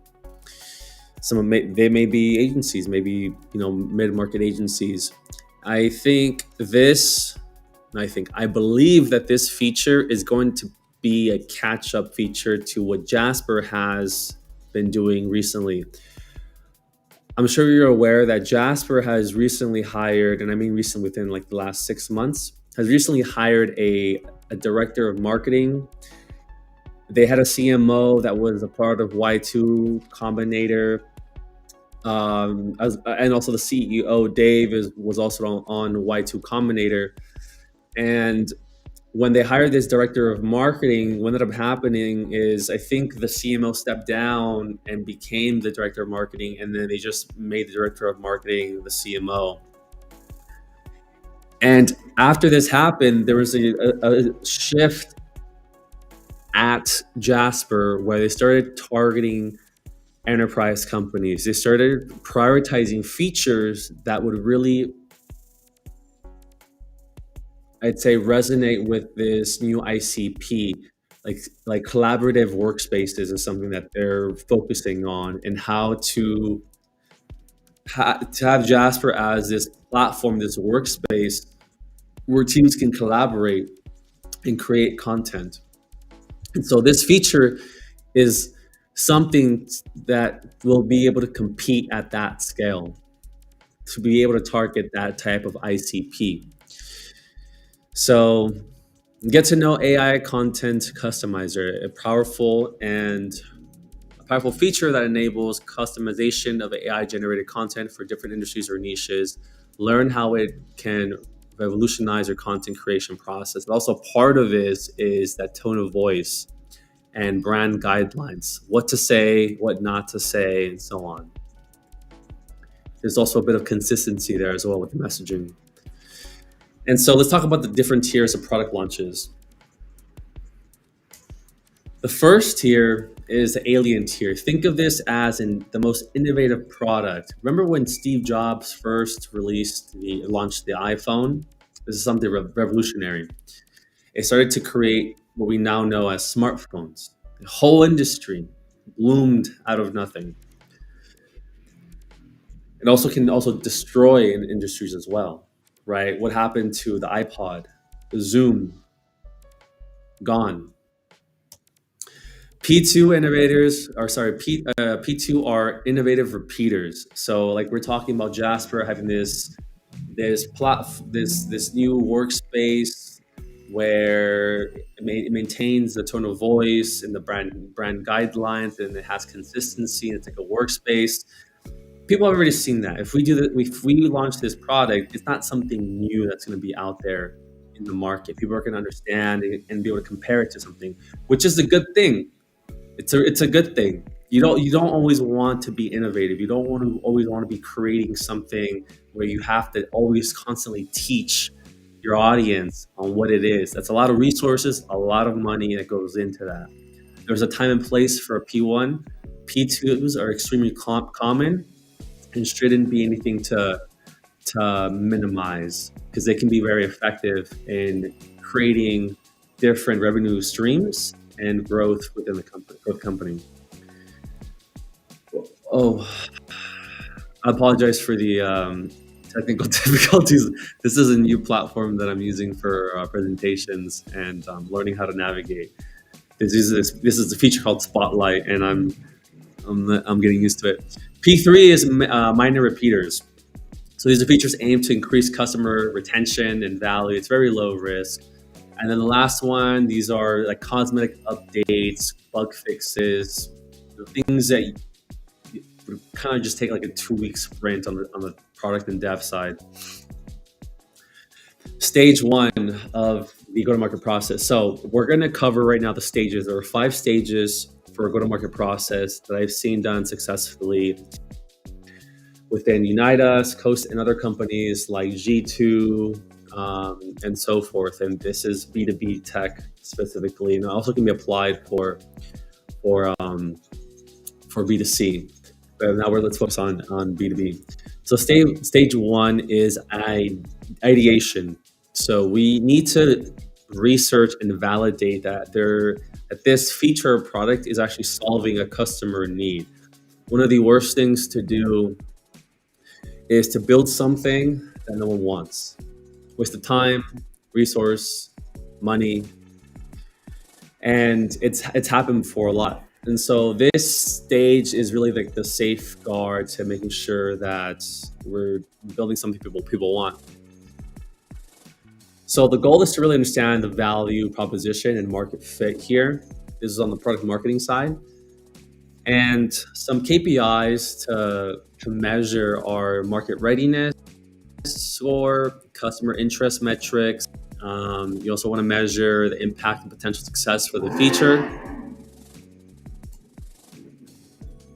Wait until the motorcycle.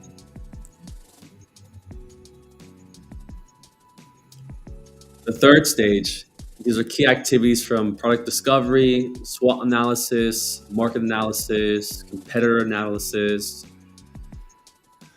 You want to engage in product discovery sessions, conduct SWOT and competitive analysis, analyze the market's landscape, trends, dive into the needs of target buyer personas, and outline potential pricing and packaging options. So the deliverables can be competitive analysis deck, market analysis, buyer personas, one pagers. This is just to generate value deliverables such as comprehensive competitive analysis and market analysis decks. So, and then the next thing is contingency planning, identify fallback markets. So just in case we build something, there should be something to fall back on. So let's say we try to build something for enterprise. We could say, okay, we're going to build this for enterprise. We don't have enough customer interviews to reach, what's the word? Significance, statistical significance. So we're not 100% sure. There's a large margin of error that we don't know if this is a product or feature that a certain segment of our customers want.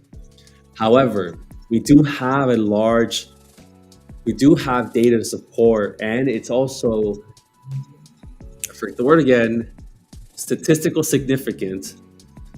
There's statistical significance that startup agencies would want this feature. That's the fallback. Not most. It's okay if a go-to-market strategy does not have this, as long as there is that significance and assurance that there is. We have to be damn sure that when we're building something that people are going to actually want, and backed by data.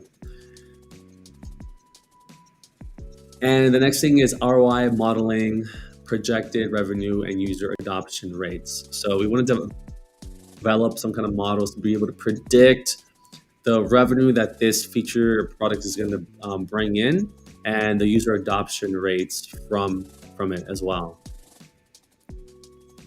And the last thing is P1 difference. So we talked about P2. What is a P1? What's the difference between the two? And the difference here is that there is a thorough market validation and additional resourcing. So for P1 product, focus on extensive market validation and allocate additional resources due to the involvement of unfamiliar markets. Ensure thorough planning and execution of minimal success. So imagine you're Steve Jobs and there are no other smartphones. There is no market for it yet. So you have to be extremely thorough, systematic, meticulous with your research in order to successfully launch a P1, an alien product, and no one has ever seen before. I think I'm moving really slow. We'll take a break.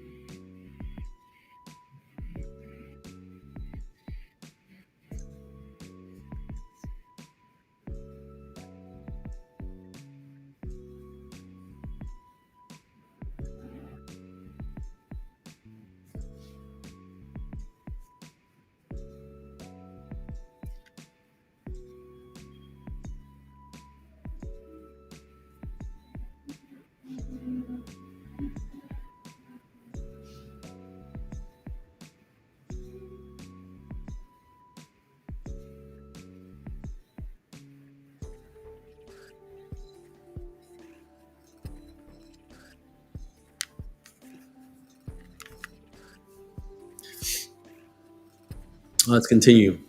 Stage two, a pre-launch. What is a pre-launch?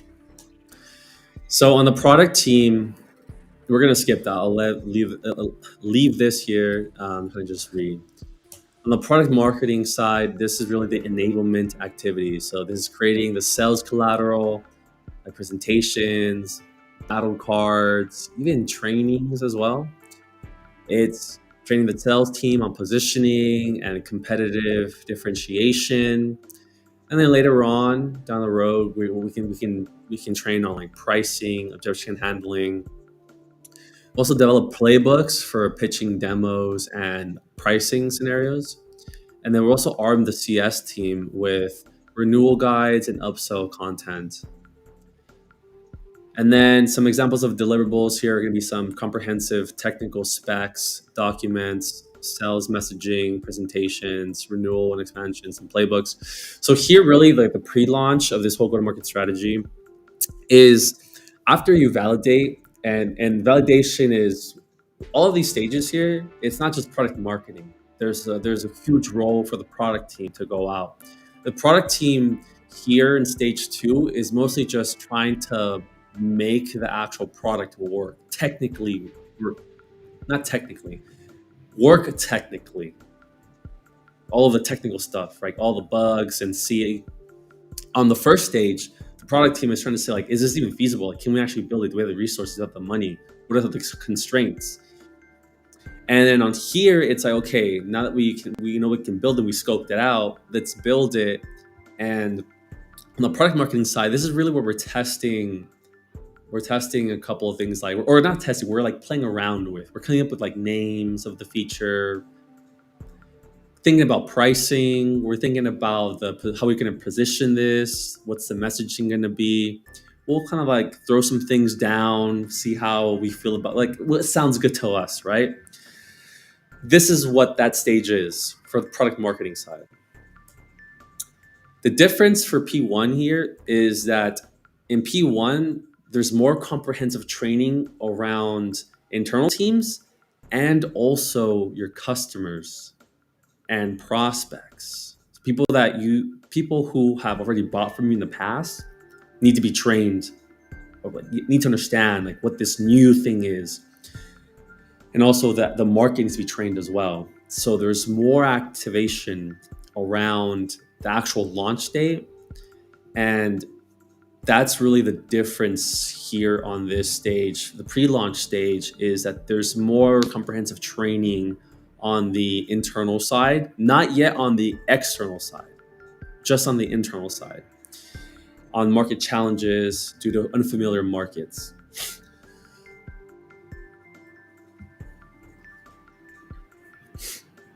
Stage three. So this is a soft launch.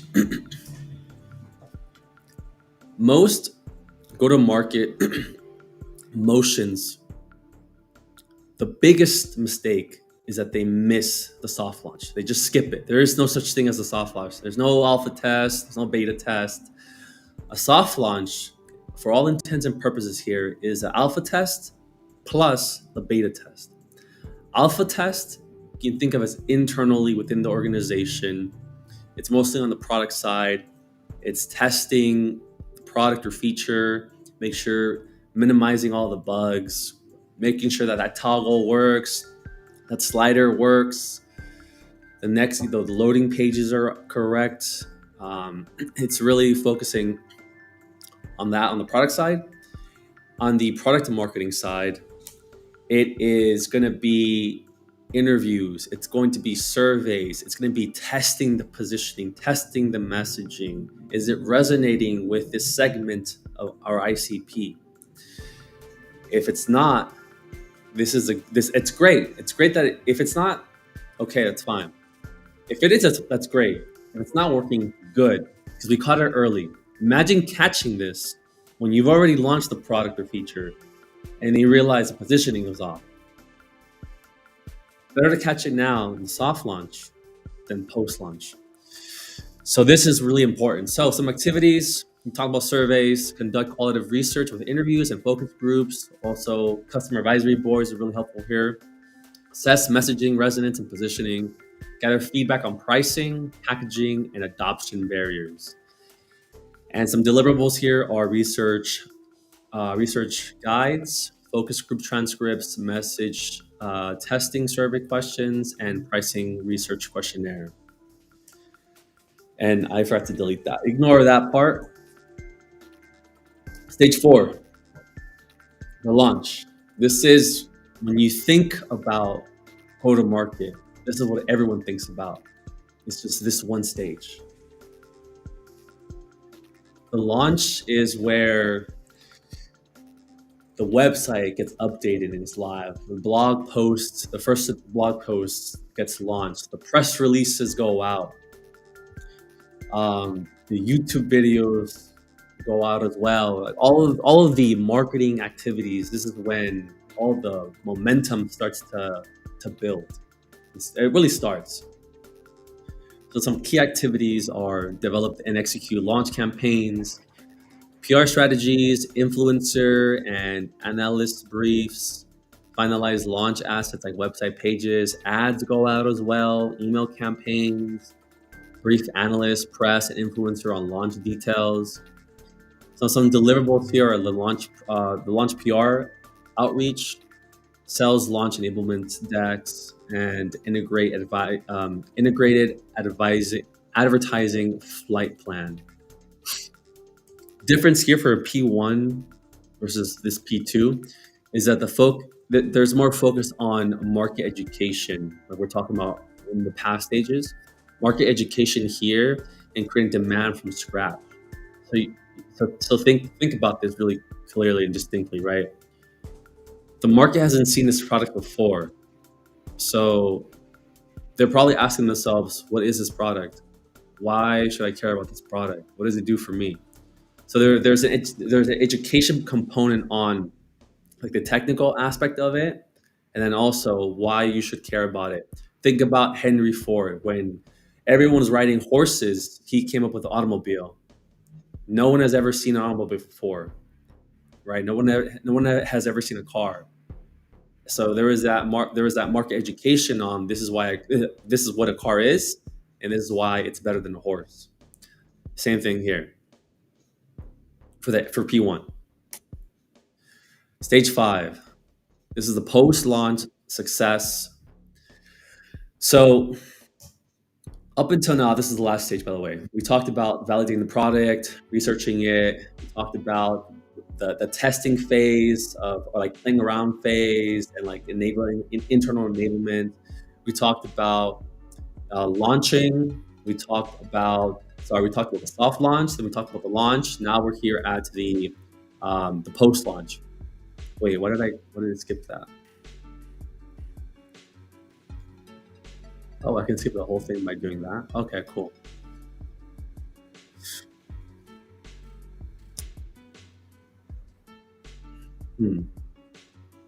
Skipping the okay. So the post launch is really just adding momentum, keeping the momentum going or increasing it. Keeping the momentum going, increasing it by what? You need runway. You need to have a certain amount of blog posts, have a content calendar already filled, know what events are happening, what holidays you can capture moments, where events you're going to be at, virtual events as well, who you're collaborating with, influencer marketing or partnership marketing. And you want a runway of 3 to 6 months. If you're doing P3, P2, 3, 4 months is good runway for that momentum to reach revenue goals.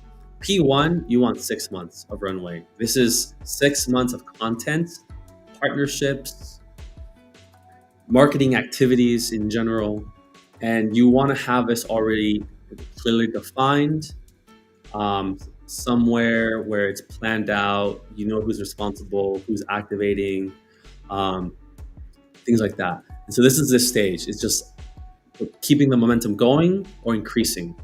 And the key activities here are develop customer lifecycle strategies and ongoing campaigns, create cross-sell, upsell, expansion playbooks, drive adoption through how-tos, best practices, and guides. I'm reading it for you because I feel like it's grayed out. cultivate loyal advocates via community building, and then capture customer success stories and case studies. So this is really great. So this is actually within the process of launching the product. People are going to use your product, have success with it. It's a great moment to capture it. Deliverables here are customer lifecycle maps, upsell content calendar, adoption, adoption, adoption, adoption nurture email series, user conference plans, and then customer marketing platforms. And the difference, so now it highlights. Now it, I wasn't highlighting before. Okay. And then customer journey touch points here are going to be customer retention and churn metrics. And the difference between a P1 and this P2 is for P1, there would be a greater focus on monitoring product adoption and user behavior in unfamiliar markets. Product adoption and user behavior. The strategies for customer retention might be different, and there could be a stronger focus on community building to gain advocates in new markets. So this is the timeline for this whole go-to-market approach. Stage 1, ideation will take about 1 to 8 weeks. Stage 2, the pre-launch enablement for the product or feature. It's going to be about week 9 to 10. And then stage 3, the soft launch, will be weeks 11 to 18. The launch is week 19. And post-launch, we're depending on the prioritization of the launch, anywhere from week 20 to week 36. And that is our go-to-market strategy for this fictitious feature called AI Content Customizer. I didn't go into specifics, but I just want to lay out the more important thing is not giving you the specifics of here's what we're going to do, because I don't have a clear understanding of your customer segments, who's your ICP, who's moving the quickest in your sales funnel, time to value, deal velocity, which segment brings you the most money, who stays with you the longest, like loyalty and lifetime value. So I don't know all of these, so I can't give you a concrete go-to-market strategy on X, Y, and Z, marketing activations, these events. That would just be unfair. And so what I want is to give you a framework to build upon for any feature, any product. I think that's more important. It's like you teach a person, be more inclusive here.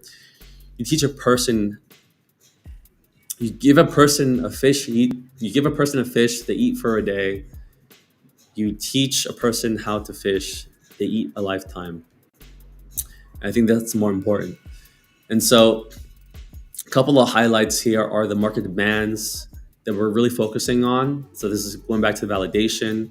We want to ensure that we reach max. We have a max. We can reach the max amount of our market with this feature or product.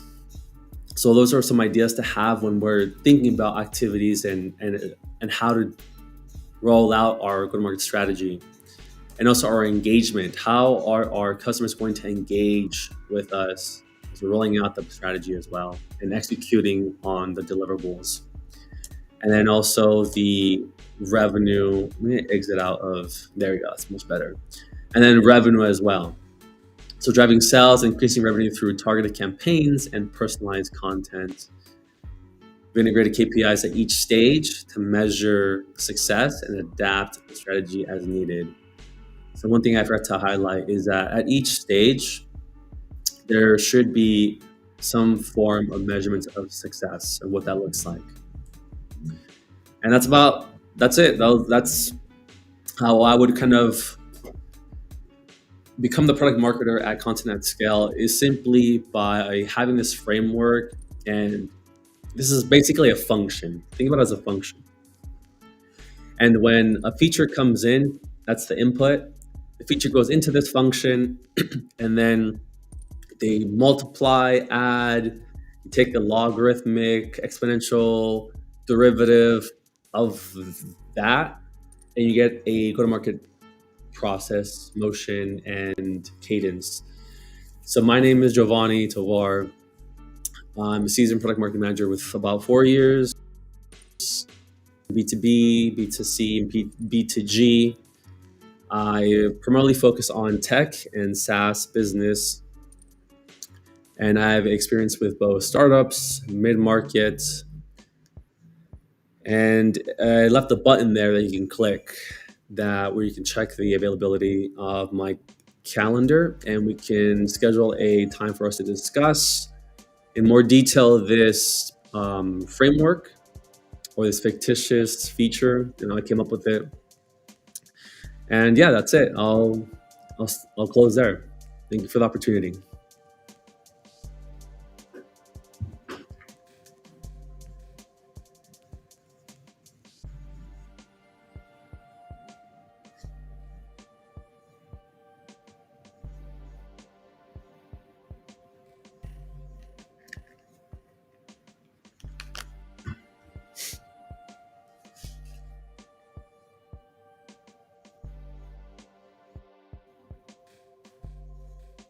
All right, chat. I'm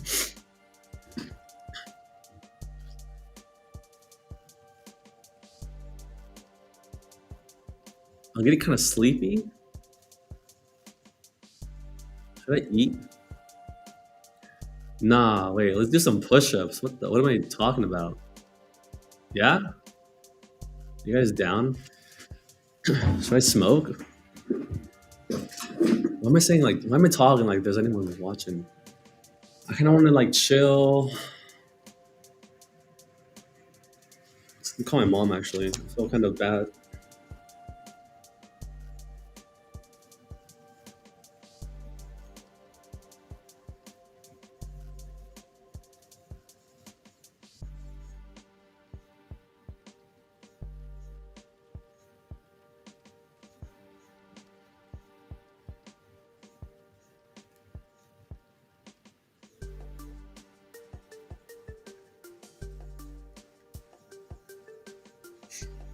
Hola, ¿cómo estás?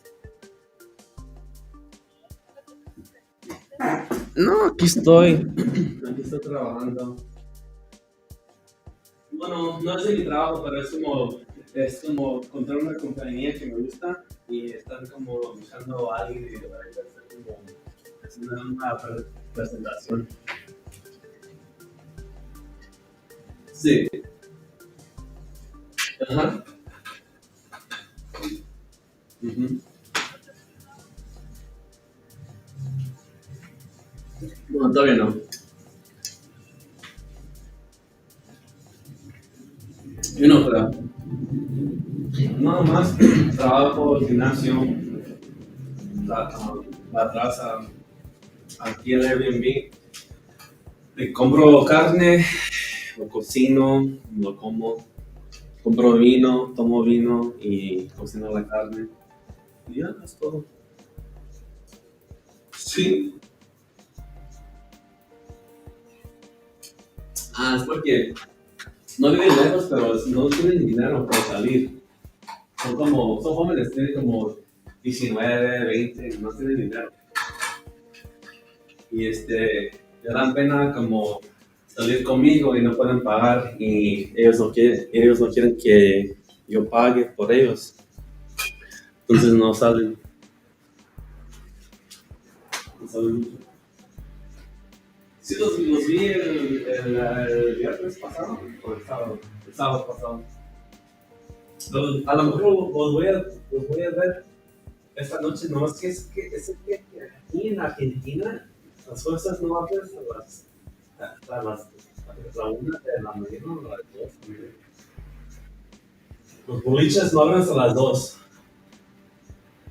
Los boliches no abren hasta como las 12, 12 y media.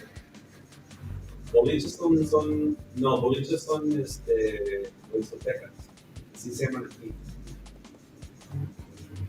Eh, o los bares, cosas así. Pero abren como a las 11 de la tarde, pero la gente no llega hasta como a la 1:30. Sí, porque ya estoy cansado, yo tengo sueño. Y, y apenas todos van como a salir. Nada, yo me quedo aquí en mi casa, dormir, voy a ir a la iglesia, al gimnasio, más trabajo. No sé, uno de cristianos. ¿Sabes que la iglesia que estaba ahí, que fui, era un punto?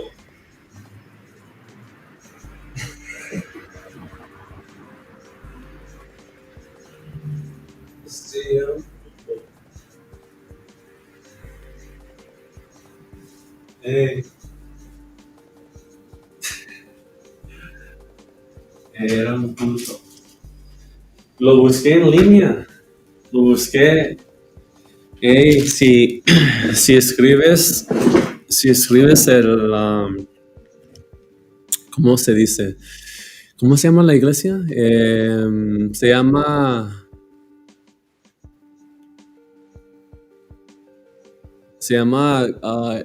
IC, ICC, ICC. En español es ICC. Se llama, se llama Internacional Iglesia de Cristianos. In English is International Church of Christ. Y es un culto. Y es porque te piden mucho dinero. Como ellos querían que yo pagaba como $50 cada domingo. Y luego también querían que pagaba como 800 para una misión que van a ir en no sé dónde. Y si no pagas cada semana, si no pagas los $50 cada semana, te mandan un mensaje y te dicen, oye, ¿por qué no pagaste el domingo?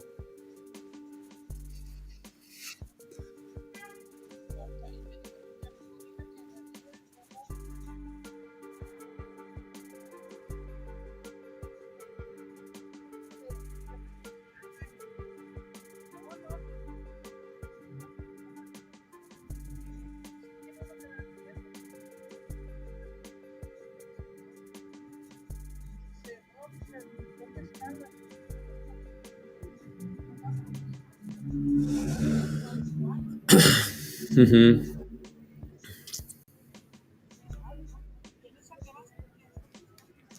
¿Ah?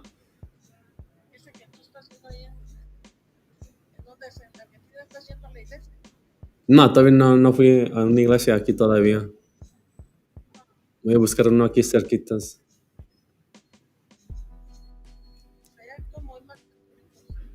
¿No tú crees? Oh, sí. No, no, yo no voy a ir. No. Eh,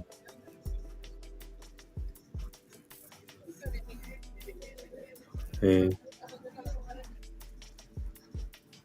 el papá de Canelo. ¿Oh, sí? ¿O contra quién?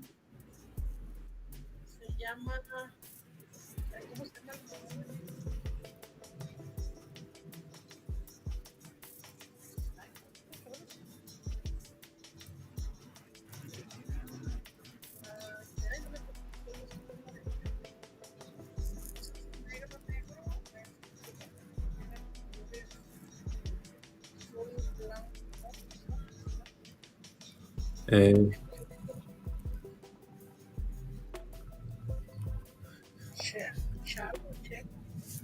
oh, ¿y, dónde está peleando? ¿En México? Oh, eh,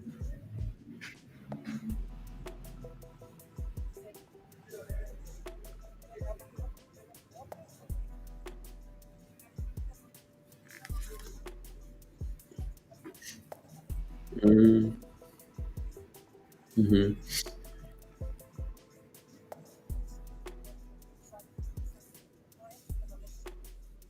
Oh,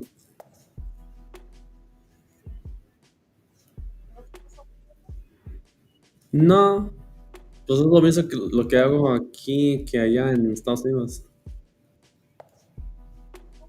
Sí, nomás que camino al gimnasio, me pega más el sol aquí.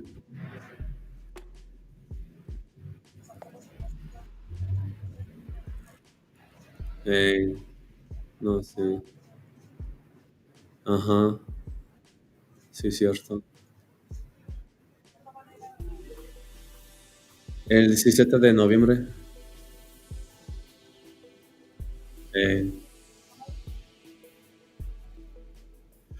sí, le quiero ir quiero ir a Santiago, a Chile, por 2 semanas y luego de ahí a Tailandia.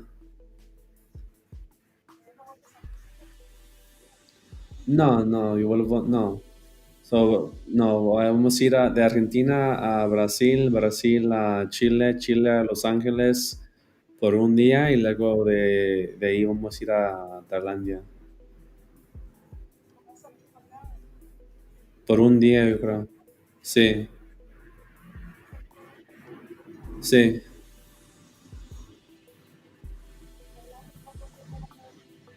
como hasta diciembre 31 como o enero, el 2 de enero. Sí,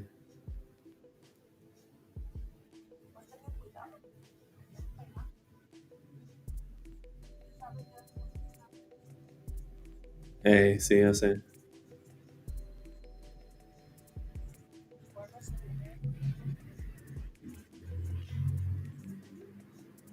Eh, ah,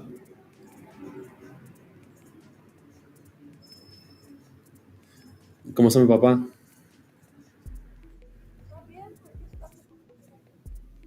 No sé.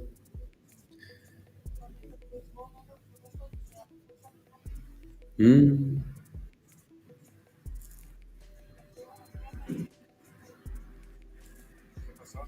¿Cómo estás? Nada, aquí trabajando. Eh, ¿Los dos? ¿Cómo es posible?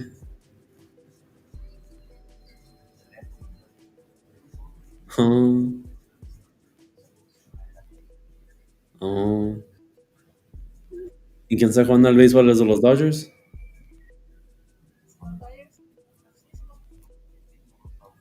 Oh,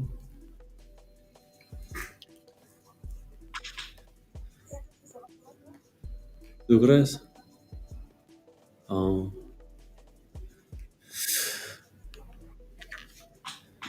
eh,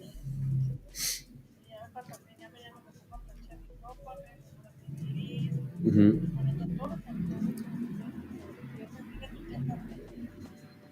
ujú,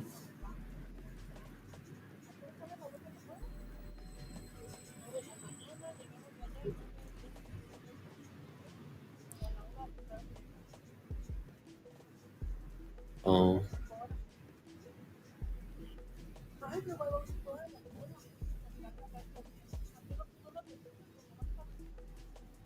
¿21? Poquito, sí. Eh,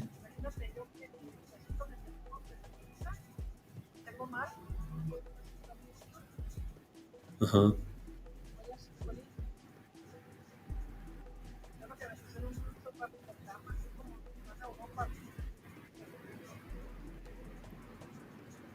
Oh.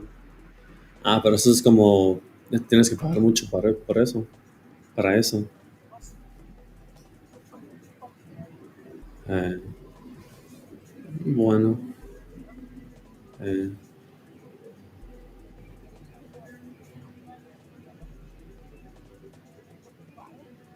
todo bien. Eh, no, no tengo problemas. No, todo bien.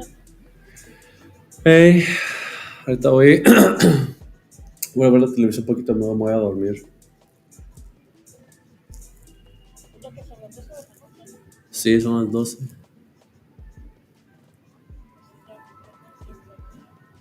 Eh, bueno, ahí te dejo los dos. Ujú. Okay, okay. Love you too. Bye bye. Bye. Love you too. Bye. Bye. Gracias, igual. Bye.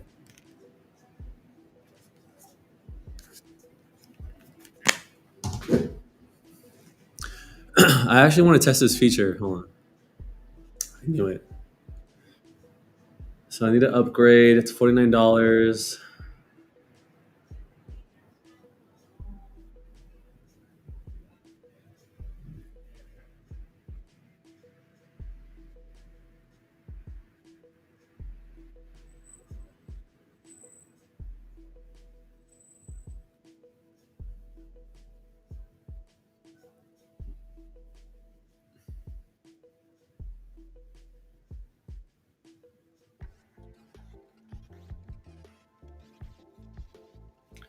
I just love the studio so much.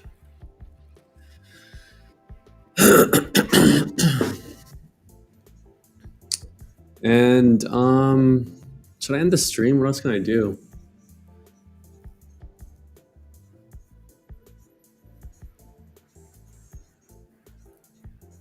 I guess what I can do is I can work on the website. I haven't updated that in a while.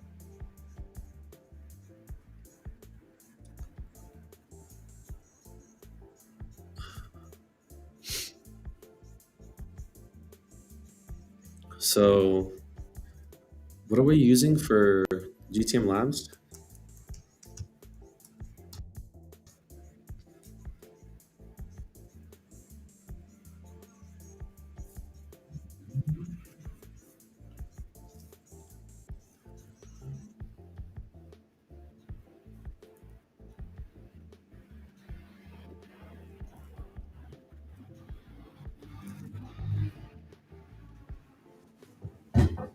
Actually,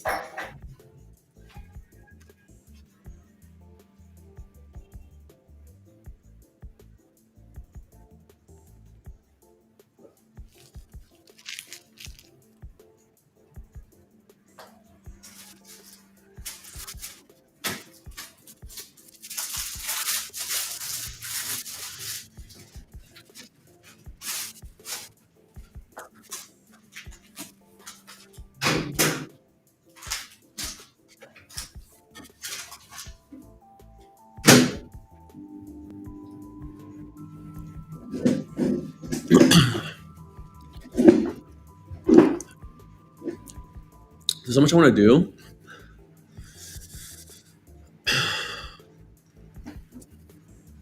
I really want to do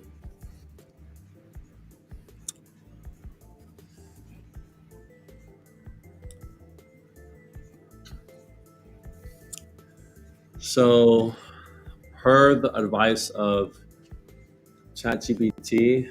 Actually, we can skip this now.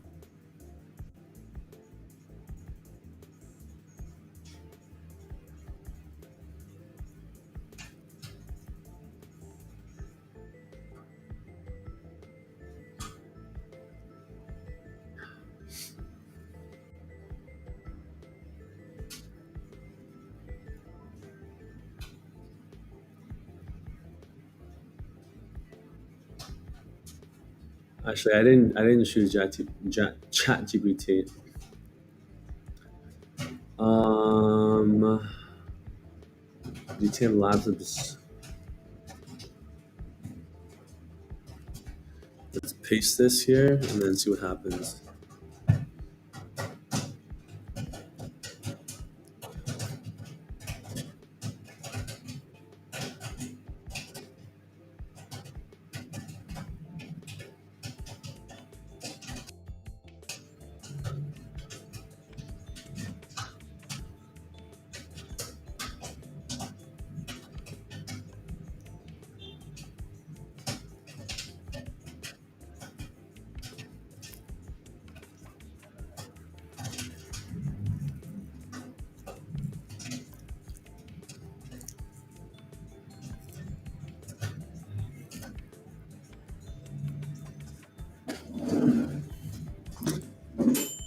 You know what's crazy?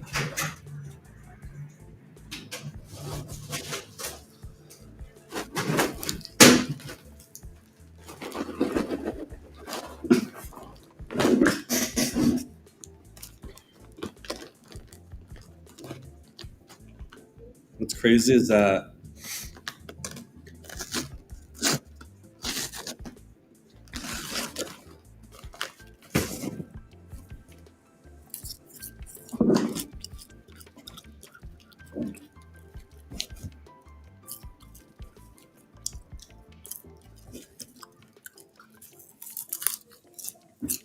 so we need to update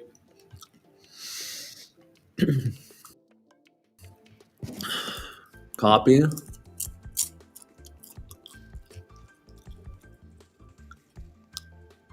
for this product marketing because I realized that basically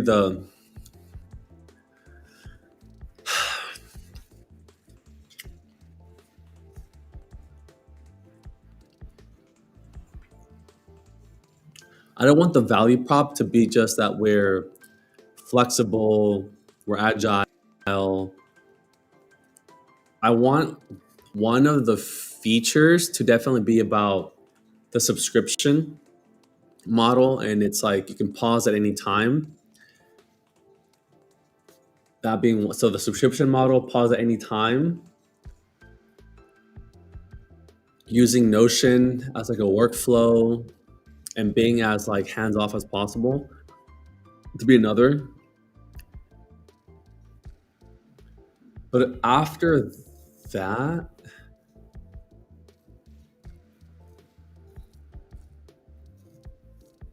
so like this right here, this section, all this section right here, I want to change. Like more about how we can help. Experience of both, the best of both worlds, an agency's expertise and freelancers' flexibility all in one, all in a subscription-based price. Like full in control, manage your tasks effortlessly with a Notion, with a range of integrated tools from Notion workspace to Slack notifications.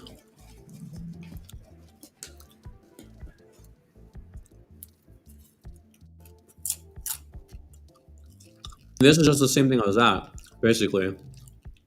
Personal workspace in Notion. I already mentioned that right here. A limited collaboration, designated point person. How's that a benefit?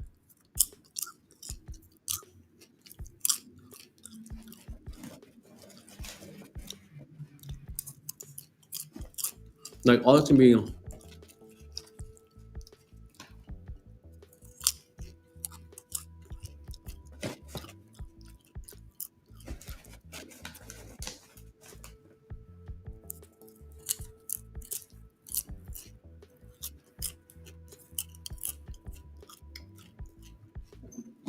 All right, so like I won't change that. All that. I can keep this. That stuff's good. I need to update that. Like all this is cool. Like some of the things I didn't mention here, newsletter. Companies will probably want that. Blog posts, competitive intelligence program, or competitive intelligence newsletter. Competitive intelligence, basically. I did it right here.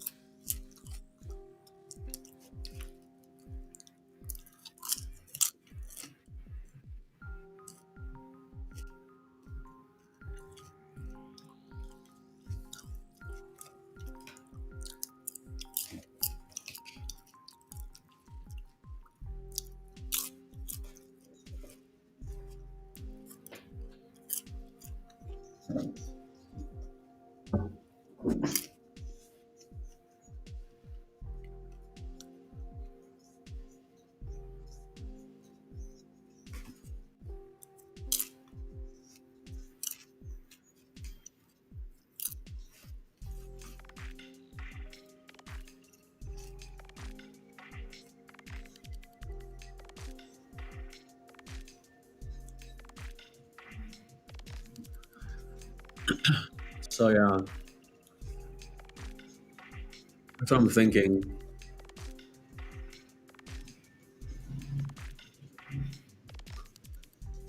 So I already input it into ChatGPT. Let's see what it says.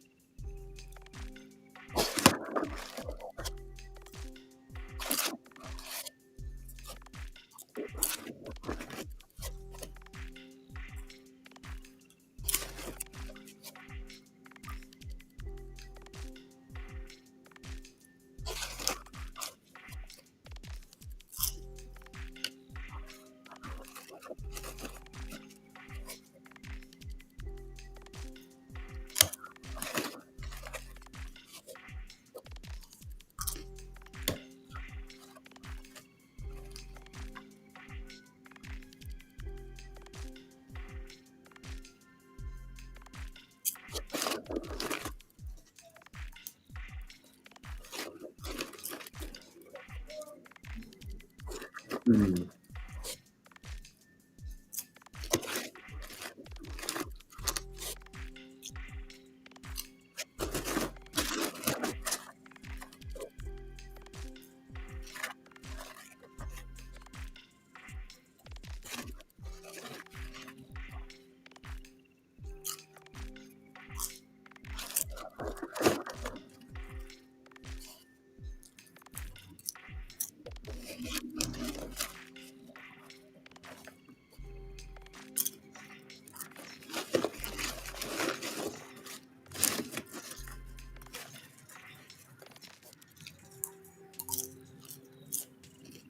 So I basically told ChatGPT.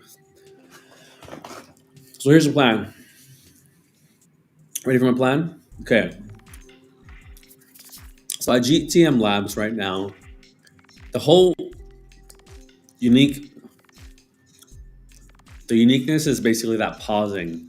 It's basically turning a service into a product because it can purchase at any time, and they can also pause at any time. So that's the uniqueness of the product. But it's really just a service. It's really just hiring a marketing person,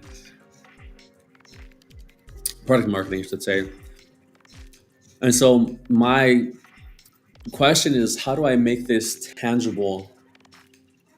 Other than for how to make this tangible for not just startups, but mid-size, mid-market, and enterprise. Because startups is easy. They're trying to find. They're just trying to build like a go-to-market motion. They don't know what they're doing. They're like, they're just trying to like generate leads. they're just focusing on like on their marketing efforts, trying to find product market fit, or maybe they're in the growth stage and they just need to like do what they're doing because it's working. At that point, it's just tactical, right? It's tactical. So with them, it's more so like writing blog posts and coming up with like, the strategy for go to market. For for enterprise companies, I'd say mid market companies are probably it's probably going to be more so on like competitive intelligence, sales enablement, competitive enablement, and so how do we make that tangible for mid market, and that is through competitive newsletters, getting alerts, and then putting those alerts in Slack when a competitor launches a new feature or product. And so basically, it's building out like a competitive intelligence uh, program.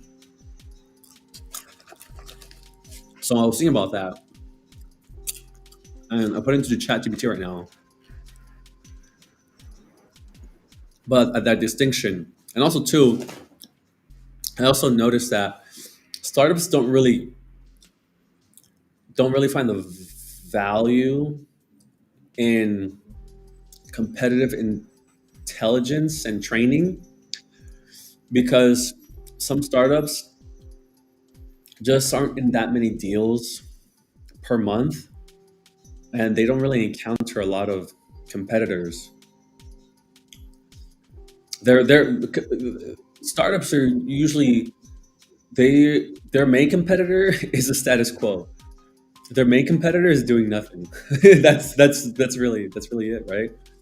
And so there's no need really to compete. There's no need for training. There's no need for battle cards because they're not competitors aren't really seen that often in startups. And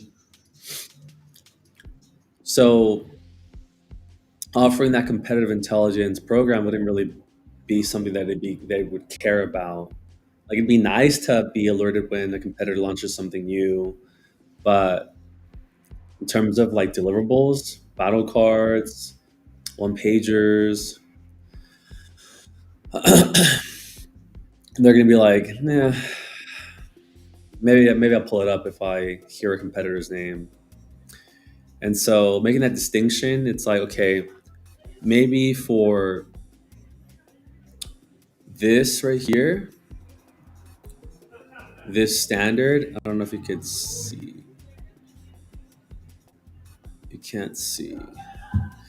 So for the standard one that you can't see right here, this one right here, this is 4,995 per month. So maybe I can call that startup, the startup plan. And that's really like blog posts, like all the stuff that they would care about. And then for the this pro one, change the name to maybe like mid market enterprise. Mm,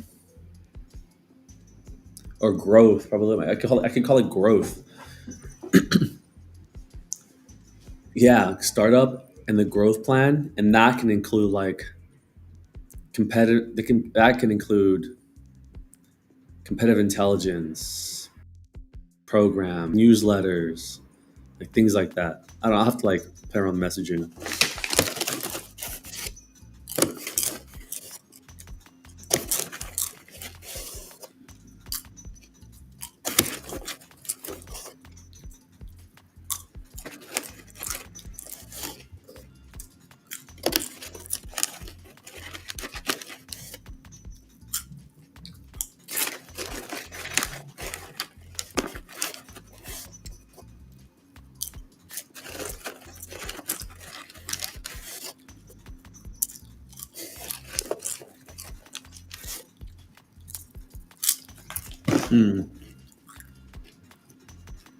So yeah, and so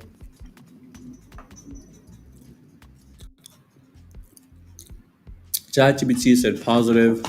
Or here, let me see if I can.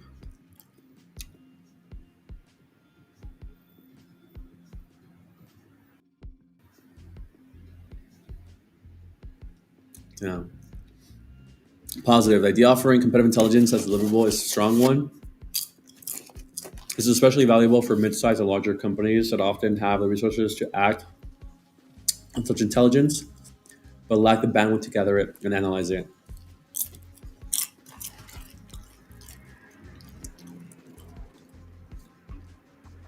Concern for startups, as you pointed out, competitive intelligence might not be as critical, especially if they are trying to find product market fit.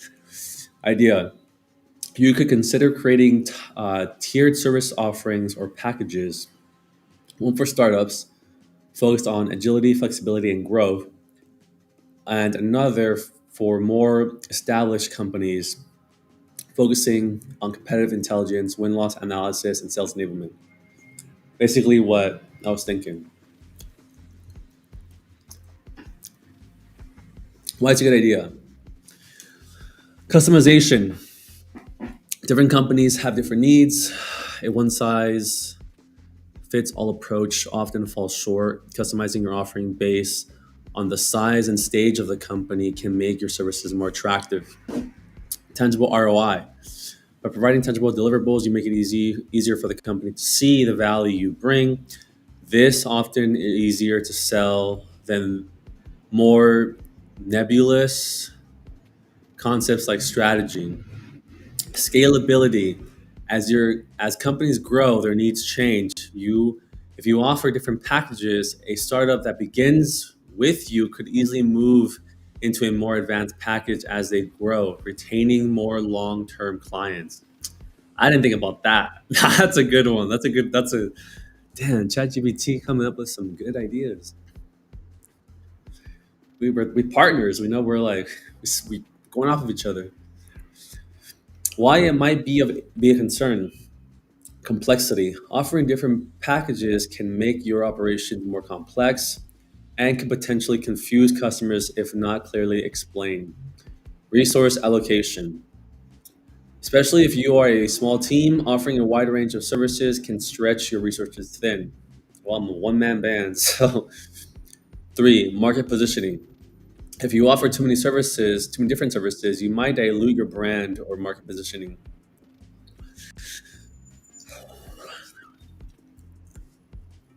I guess one way is like position it as an actual product marketing as a service. That way, it's like everything is a competency of product marketing. So it's like the umbrella to capitalize and capture so many different services because it's like whatever service I throw at it, it's like, oh well, yeah, no, duh, yeah, product marketing does do that. Oh, that makes sense. Okay, yeah, okay, I get it. Yeah, yeah, it makes sense. You do positioning. Yeah, oh yeah, it makes sense. You do sales enablement. Yeah, product marketing. Okay, yeah. Um, Moving forward, website update. The website should clearly articulate those different packages, who they are, and what deliverables they can expect. You might consider creating case studies or success stories for each package.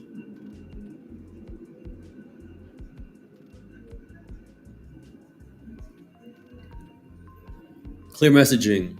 Make sure it's clear that clients can move from one package to another as they grow or need their needs change. CTAs and signups. Consider Consider having different call to actions, CTAs buttons, or sign up forms based on the packages to streamline the onboarding process.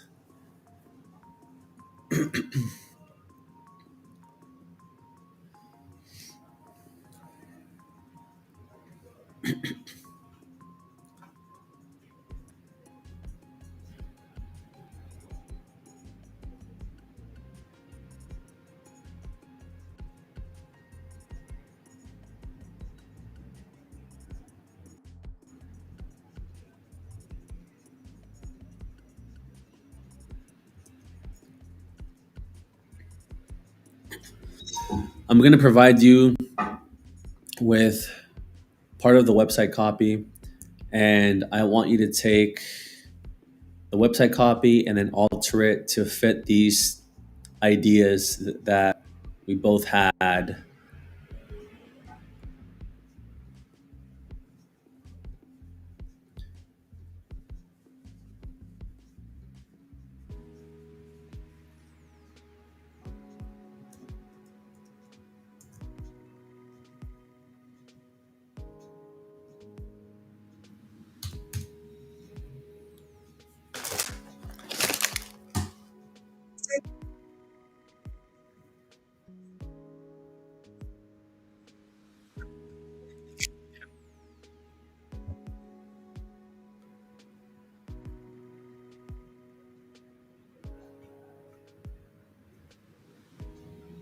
Let's see.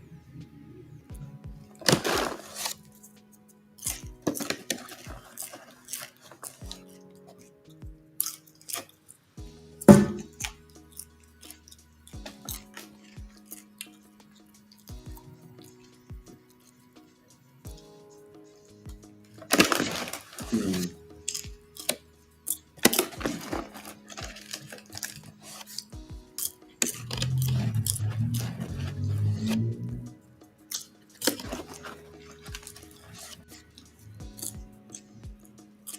So,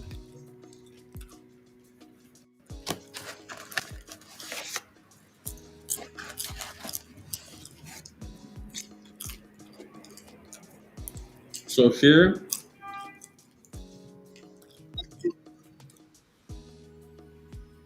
so this here it changed it to product marketing subscription built for agility. Changes that to product marketing subscription built for your stage. Don't really like it.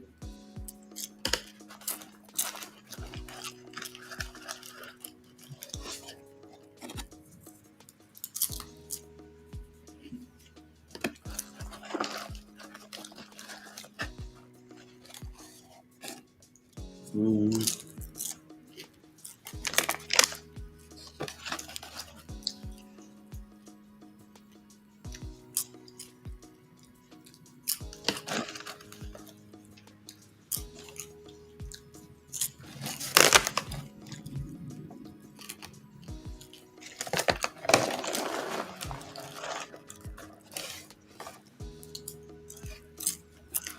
Choose your path, and then here, this will change to choose your path. Agility for startups, competitive edge for scaling businesses.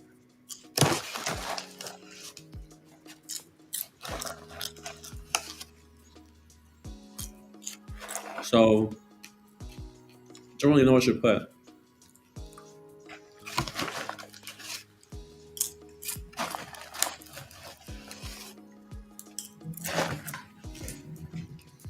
Let's keep going down. So here, this changed to subscribe, strategize, and scale.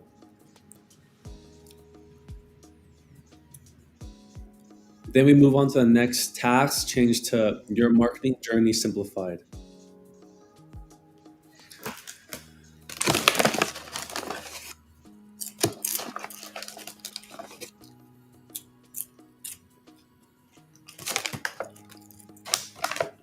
Mm. And then this here, turn to submit unlimited marketing requests, receive tailored deliverables with an average of 72 hours.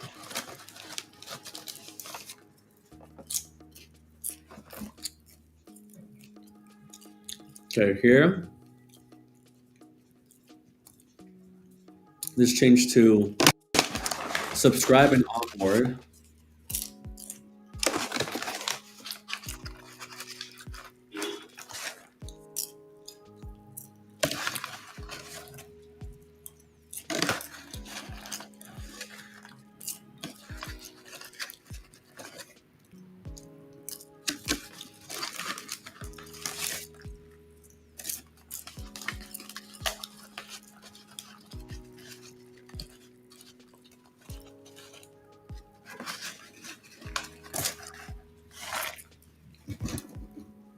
So that changed to subscribe and onboard. Select the plan that aligns with your stage.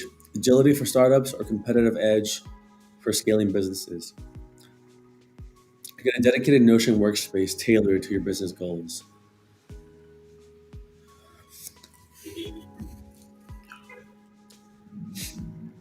This changed to receive deliverables that matter for competitive intelligent reports to go to market strategies, receive tangible assets that drive business growth. I like that one better actually. The newer one is better.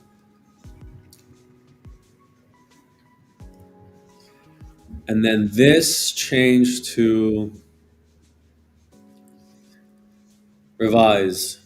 Stay informed, stay aligned.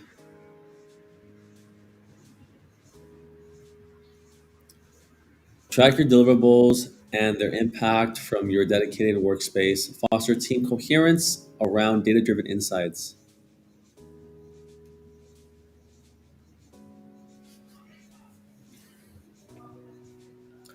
This changed to rapid impact, remarkable speed changed to rapid impact, remarkable speed. And I think there's like it added a sentence down here. Yeah, it added get the speed you need for early stage agility and the deep insights required for scaling effectively. That's actually that's actually damn good. That's actually damn good. I was on the floor. Hold on.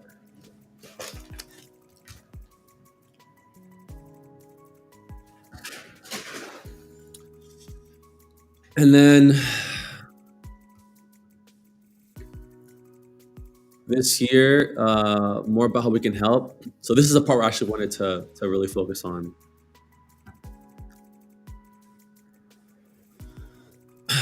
So that changed to more about how we can help. Tailor your needs, whether you're a startup needing agility or a scaling business requiring a competitive edge, we've got you covered. I like that. I like the new one better. Full in control. Own your strategy from real time. So it's just trying to improve what's already there. It's not like thinking outside the box in terms of like, no, let's just get rid of the whole thing. Let's talk about the actual features. Like, what are you gonna get? Like a newsletter. You're gonna get a competitive intelligence program. You're gonna get, daily competitive and market intelligence alerts in a dedicated Slack channel. Like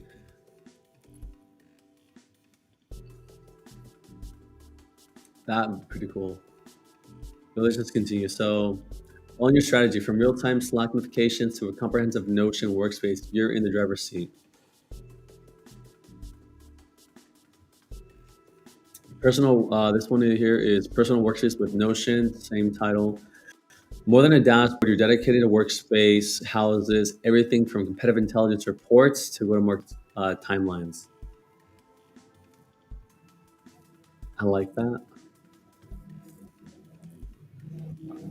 That actually I like the new one too. Project collateral and limited collaboration changed to stay coordinated, design a point person for seamless communication, integrate your Slack for real-time updates.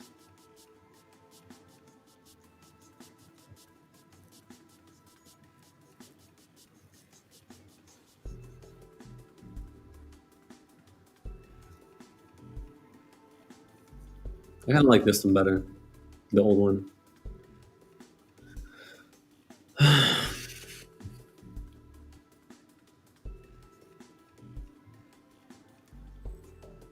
What the thing is that like the only problem with what ChatGPT gave me is that one, it's not getting rid of some of the things that I wanted to get rid of, which was talk more about features. So the what I'm thinking is that the features This is a service, right? It's not an actual product. It's not a tech product. That being said, to convert this service into a product, that means that the competencies of product marketing have to be the features, right? So, for example, one of the competencies of product marketing is, let's just do positioning. Good positioning. That's the feature. It's a service, doing positioning as a service, but because we're converting the service business into a productized business, positioning is now the feature. So, what is the benefit of good positioning? Well, there are many.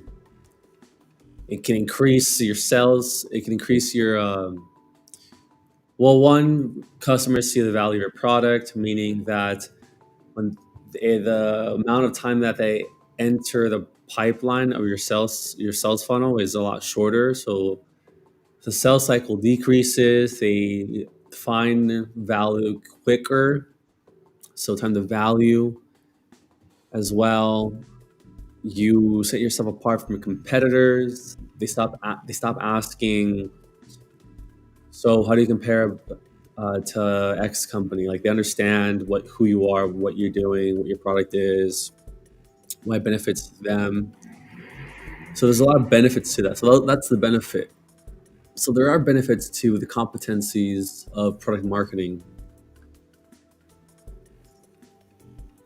Me actually ask ChatGPT that.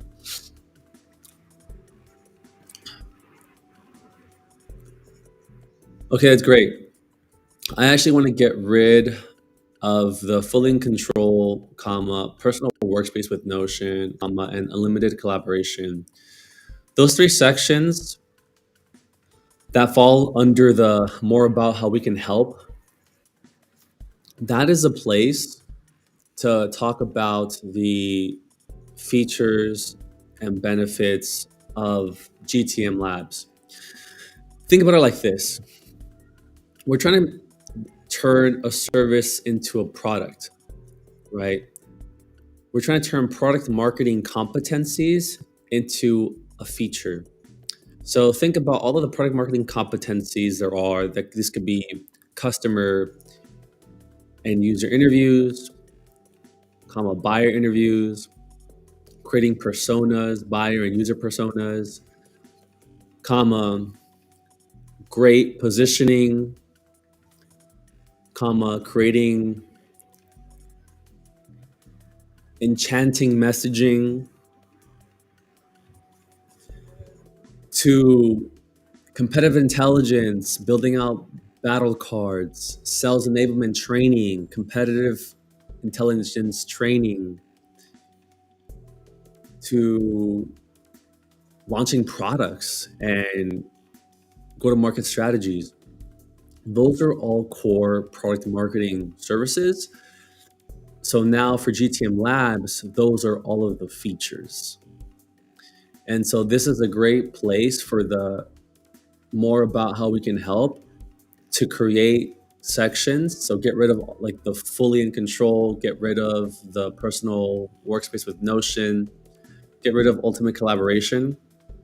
And let's go into all of the features as the, I guess, like the headline, and then the text underneath that would be like the benefit.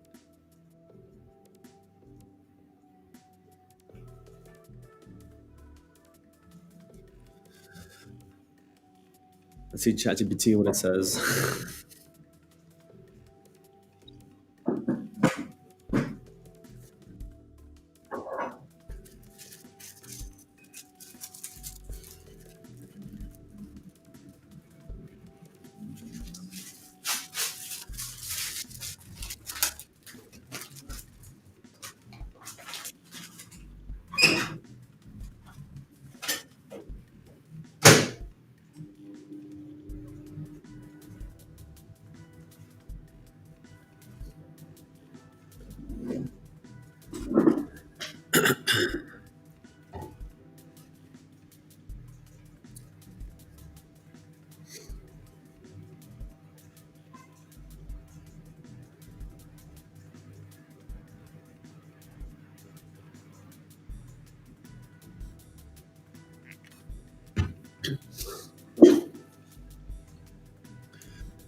And so let's see, what did it come up with?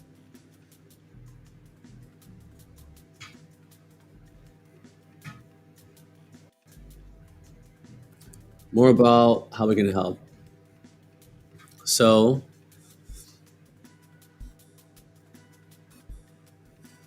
so this text now changes to transform your marketing strategy with features designed to give you a competitive edge.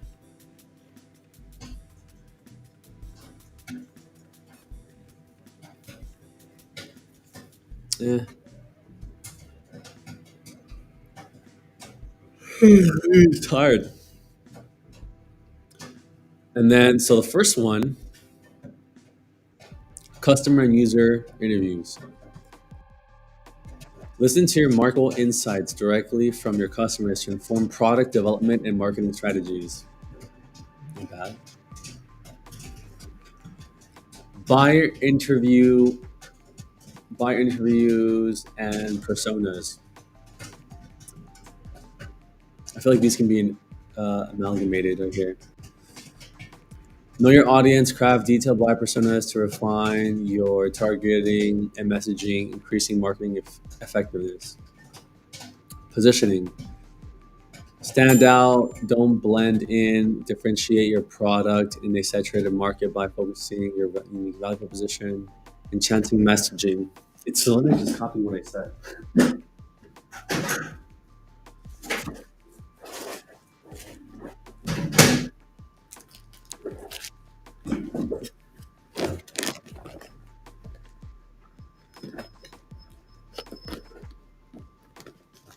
Woo! It's hot.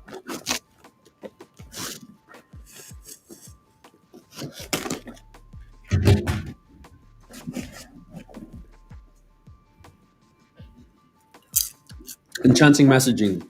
Speak their language. Tailor messaging strategies that resonate with your target audience.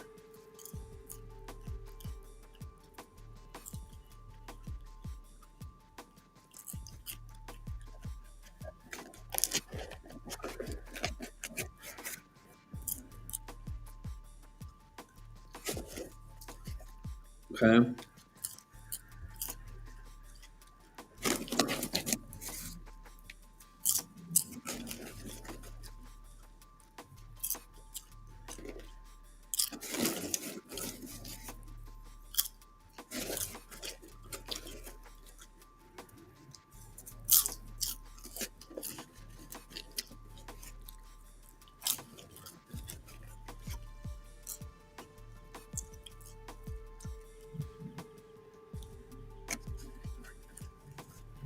Enchanting messaging.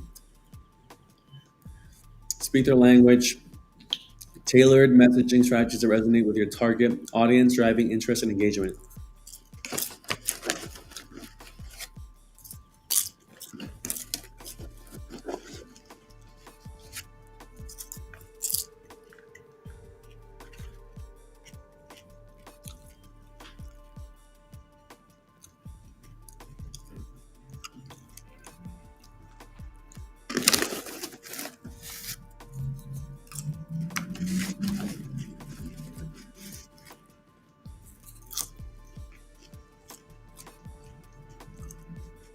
Competitive intelligence. Stay out of the curve. Access real-time updates on competitor moves, empowering you to make informed strategic decisions.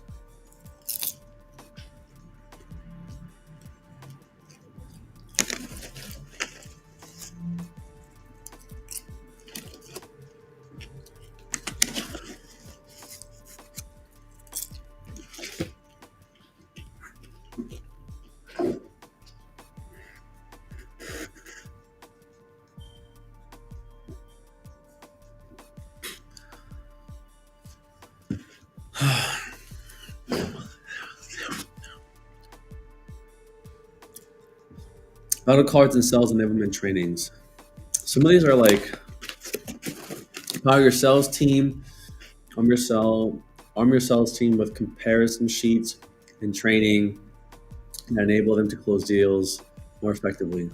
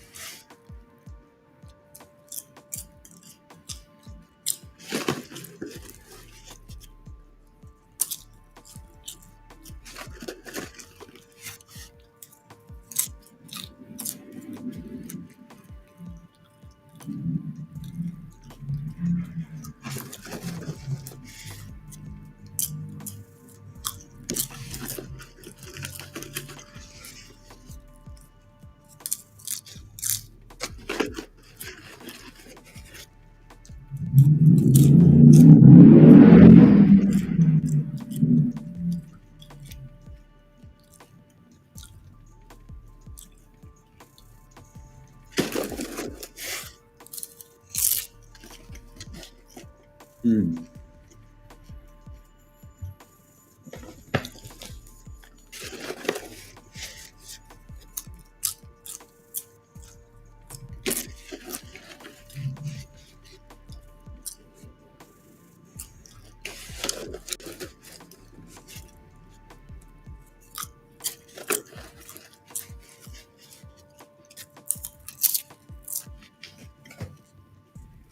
Mm.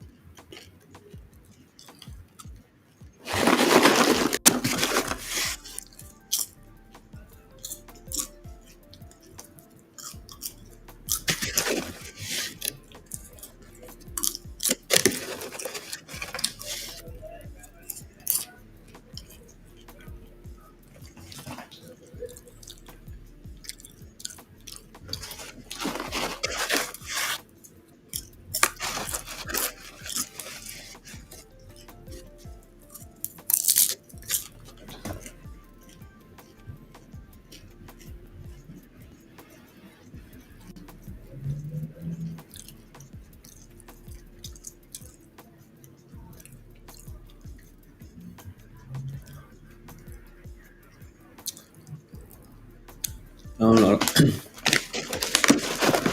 I don't like it.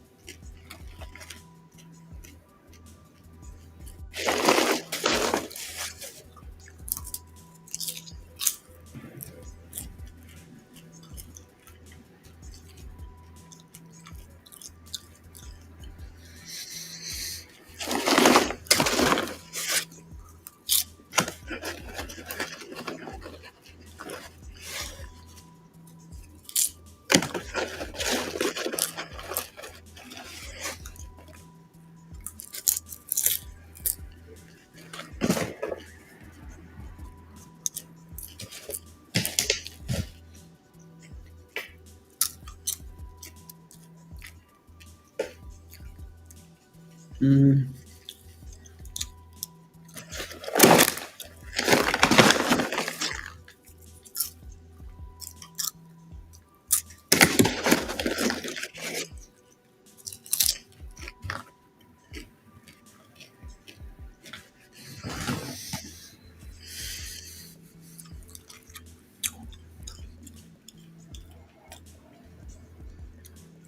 Be like, feel like some of these are kind of the same, and we can amalgamate some of these competencies so we can reduce the amount of sections. And how should we structure it, and how should we break it up? Should we also like should we break it up depending on which group would find it more valuable, a startup versus a company that's looking to scale? What do you think?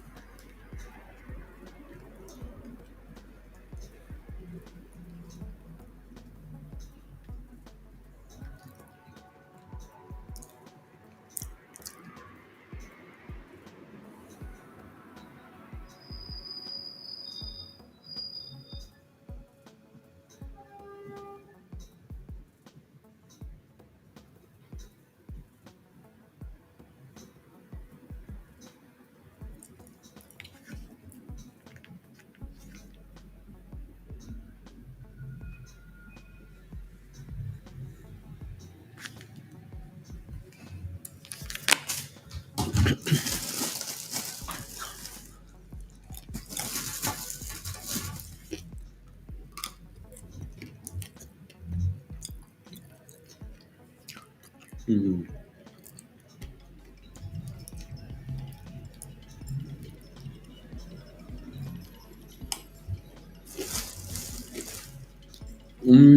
I see.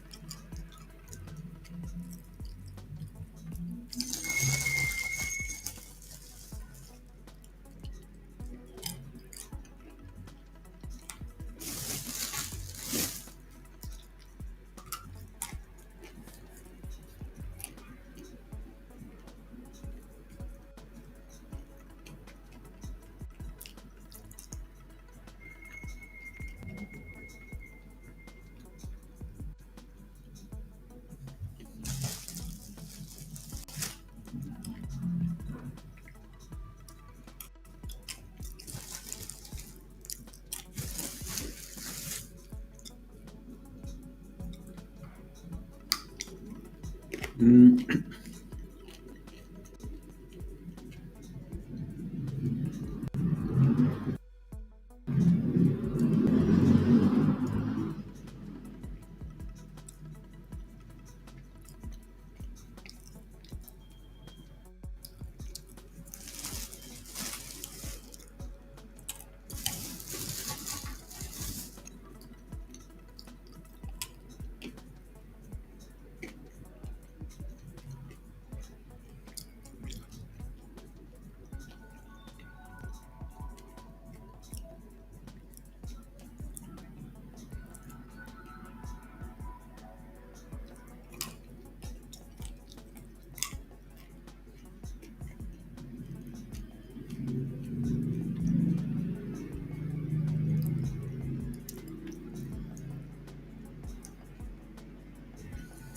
mm,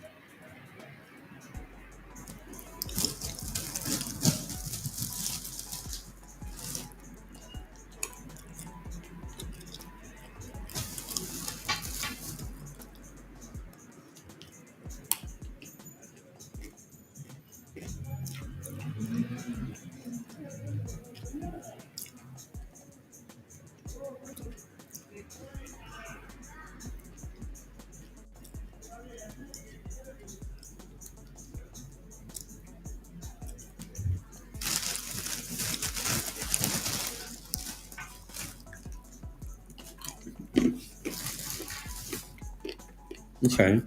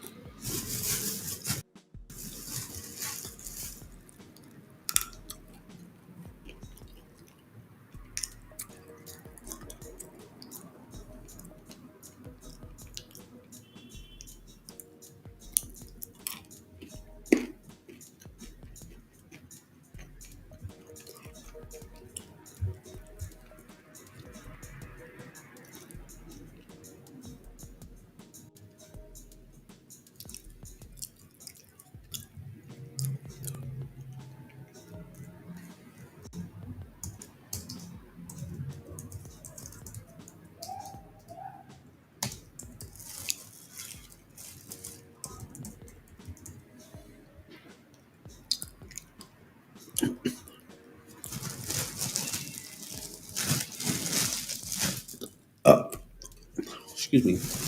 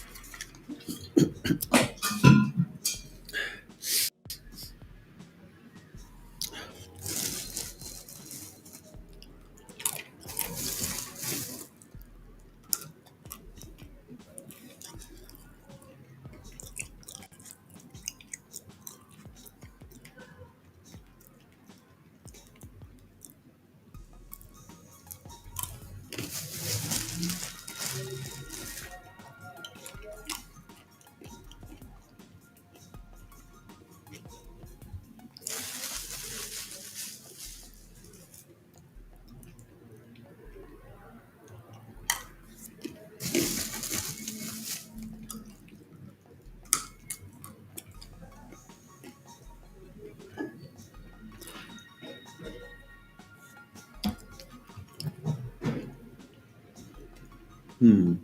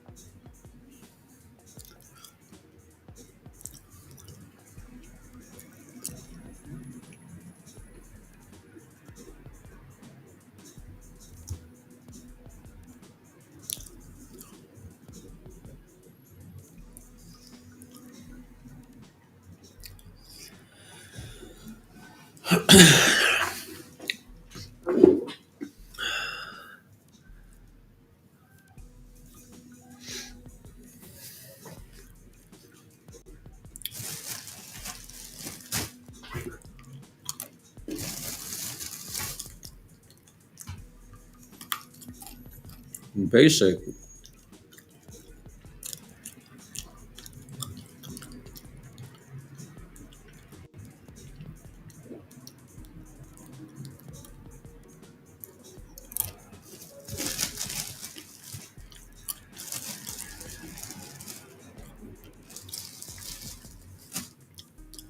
Okay.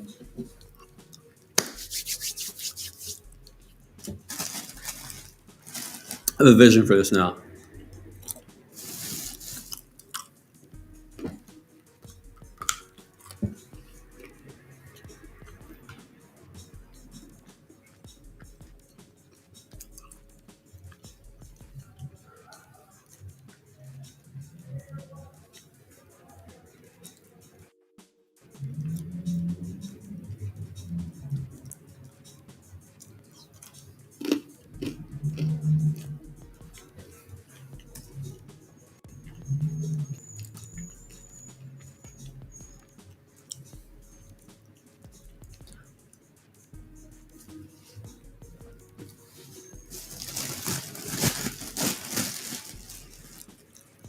What marketing system built for you?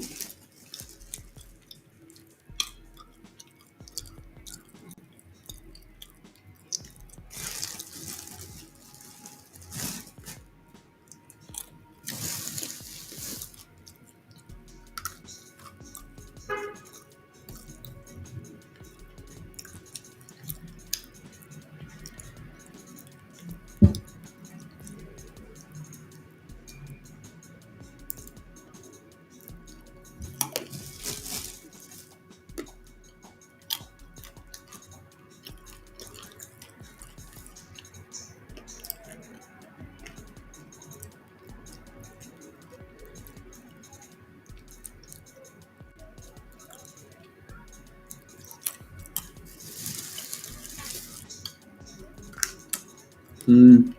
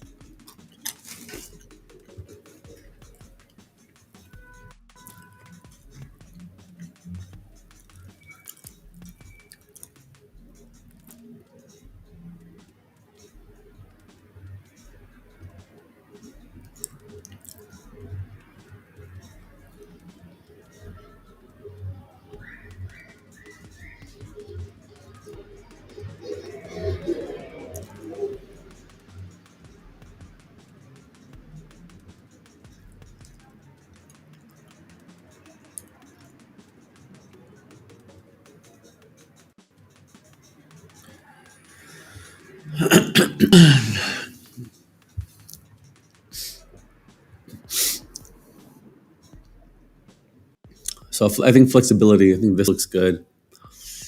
Um, I like that flexibility. Excuse me.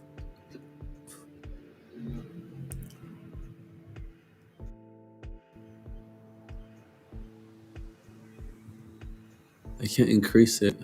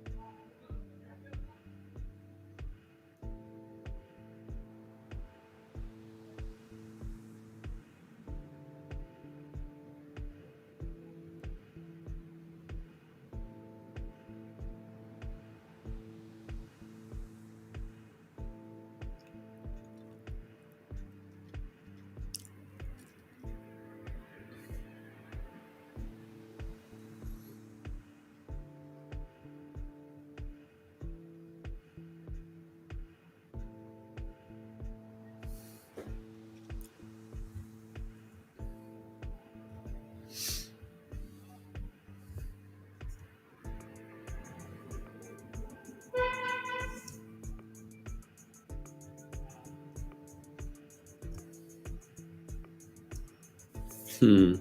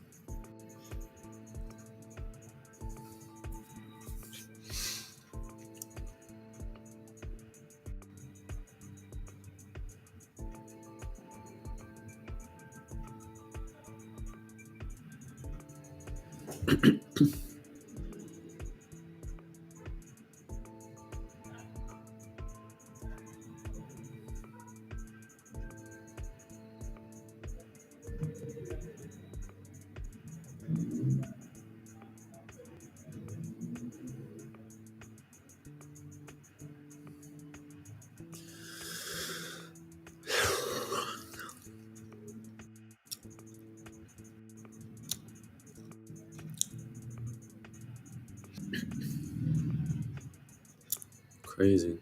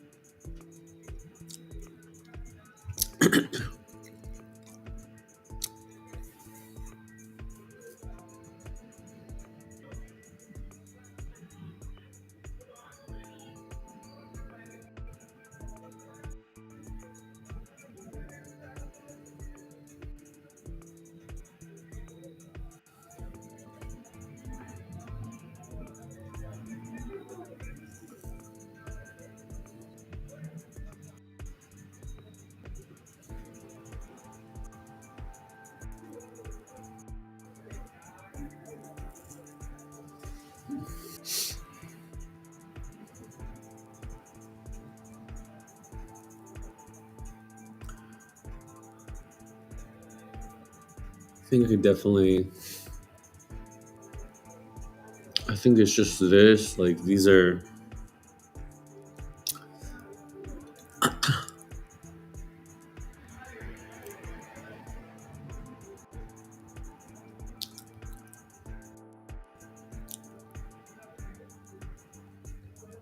much better, right?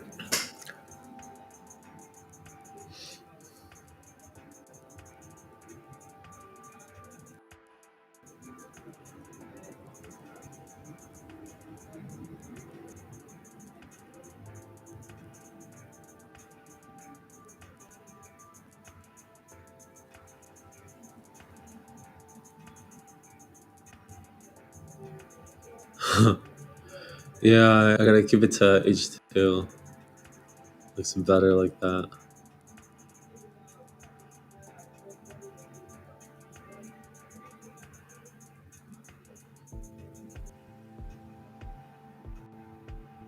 Yeah, it's all H2.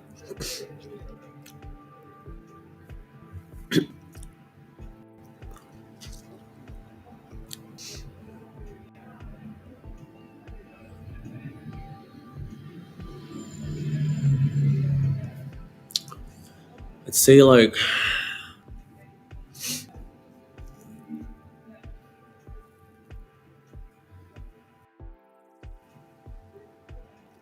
okay, I want you to provide all the copy now.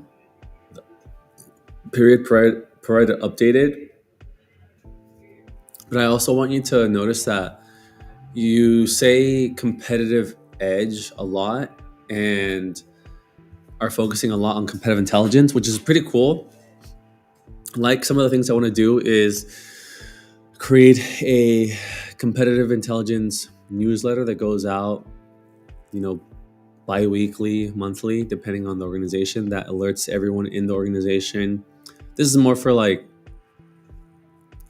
mid-market companies, like bigger companies that have like 500 employees around there, 200 to 500 employees or more, where there's a lot of different teams. And if a competitor does X, Y, and Z, there's an acquisition or a lawsuit, or there's a product launch, like it impacts different teams, like the product team, sales team.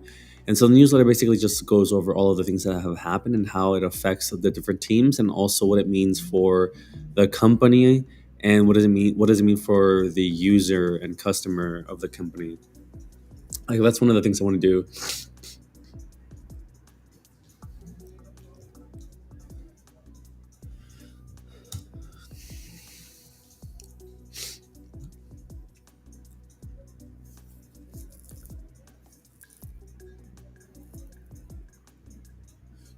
Also, as well as the providing alerts in a designated Slack channel so that everyone's aware, and these alerts are going to be pretty quick as well. So when something happens, everyone will know by like the next day. So I want you to implement that. I don't know, in the features section or something like that. But just be wary that there are other things in product marketing that I can do. And I don't want to sound repetitive on the website by saying competitive edge over again. So let's provide an updated website copy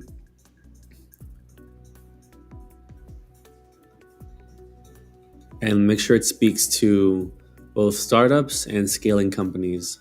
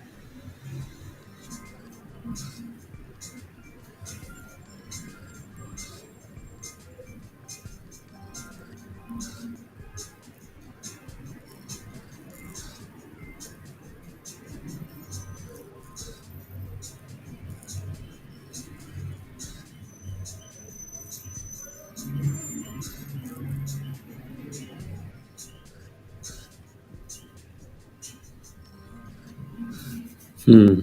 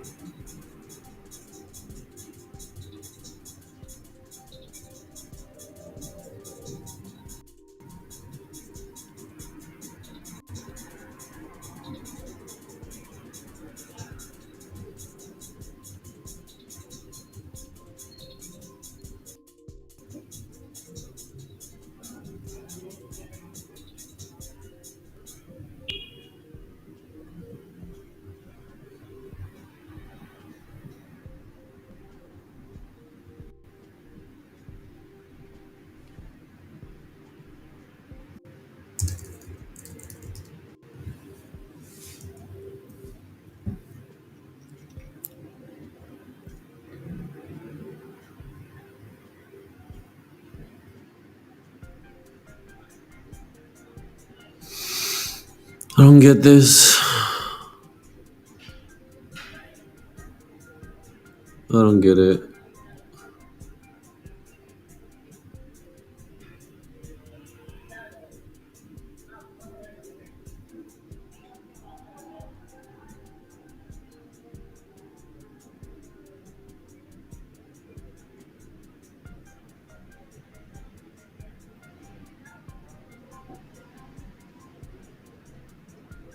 I don't.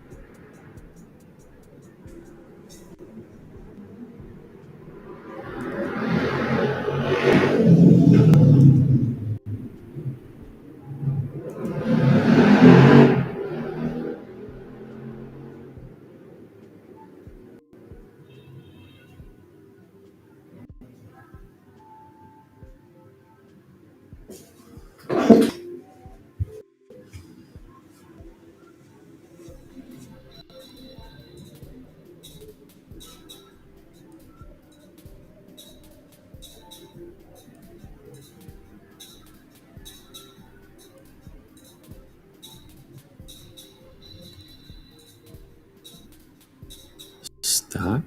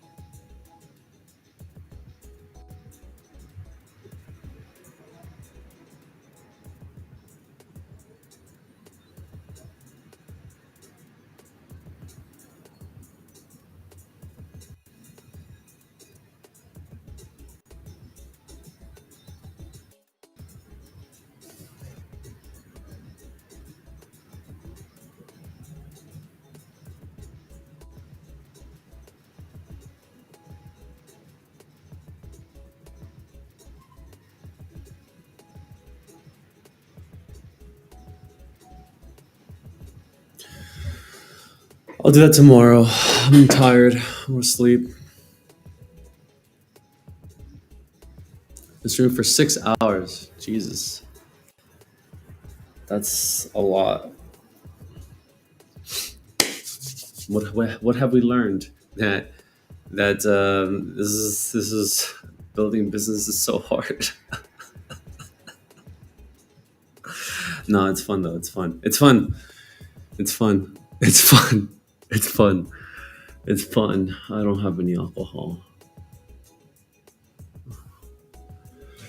It's fun. All right. Good night. Sweet dreams.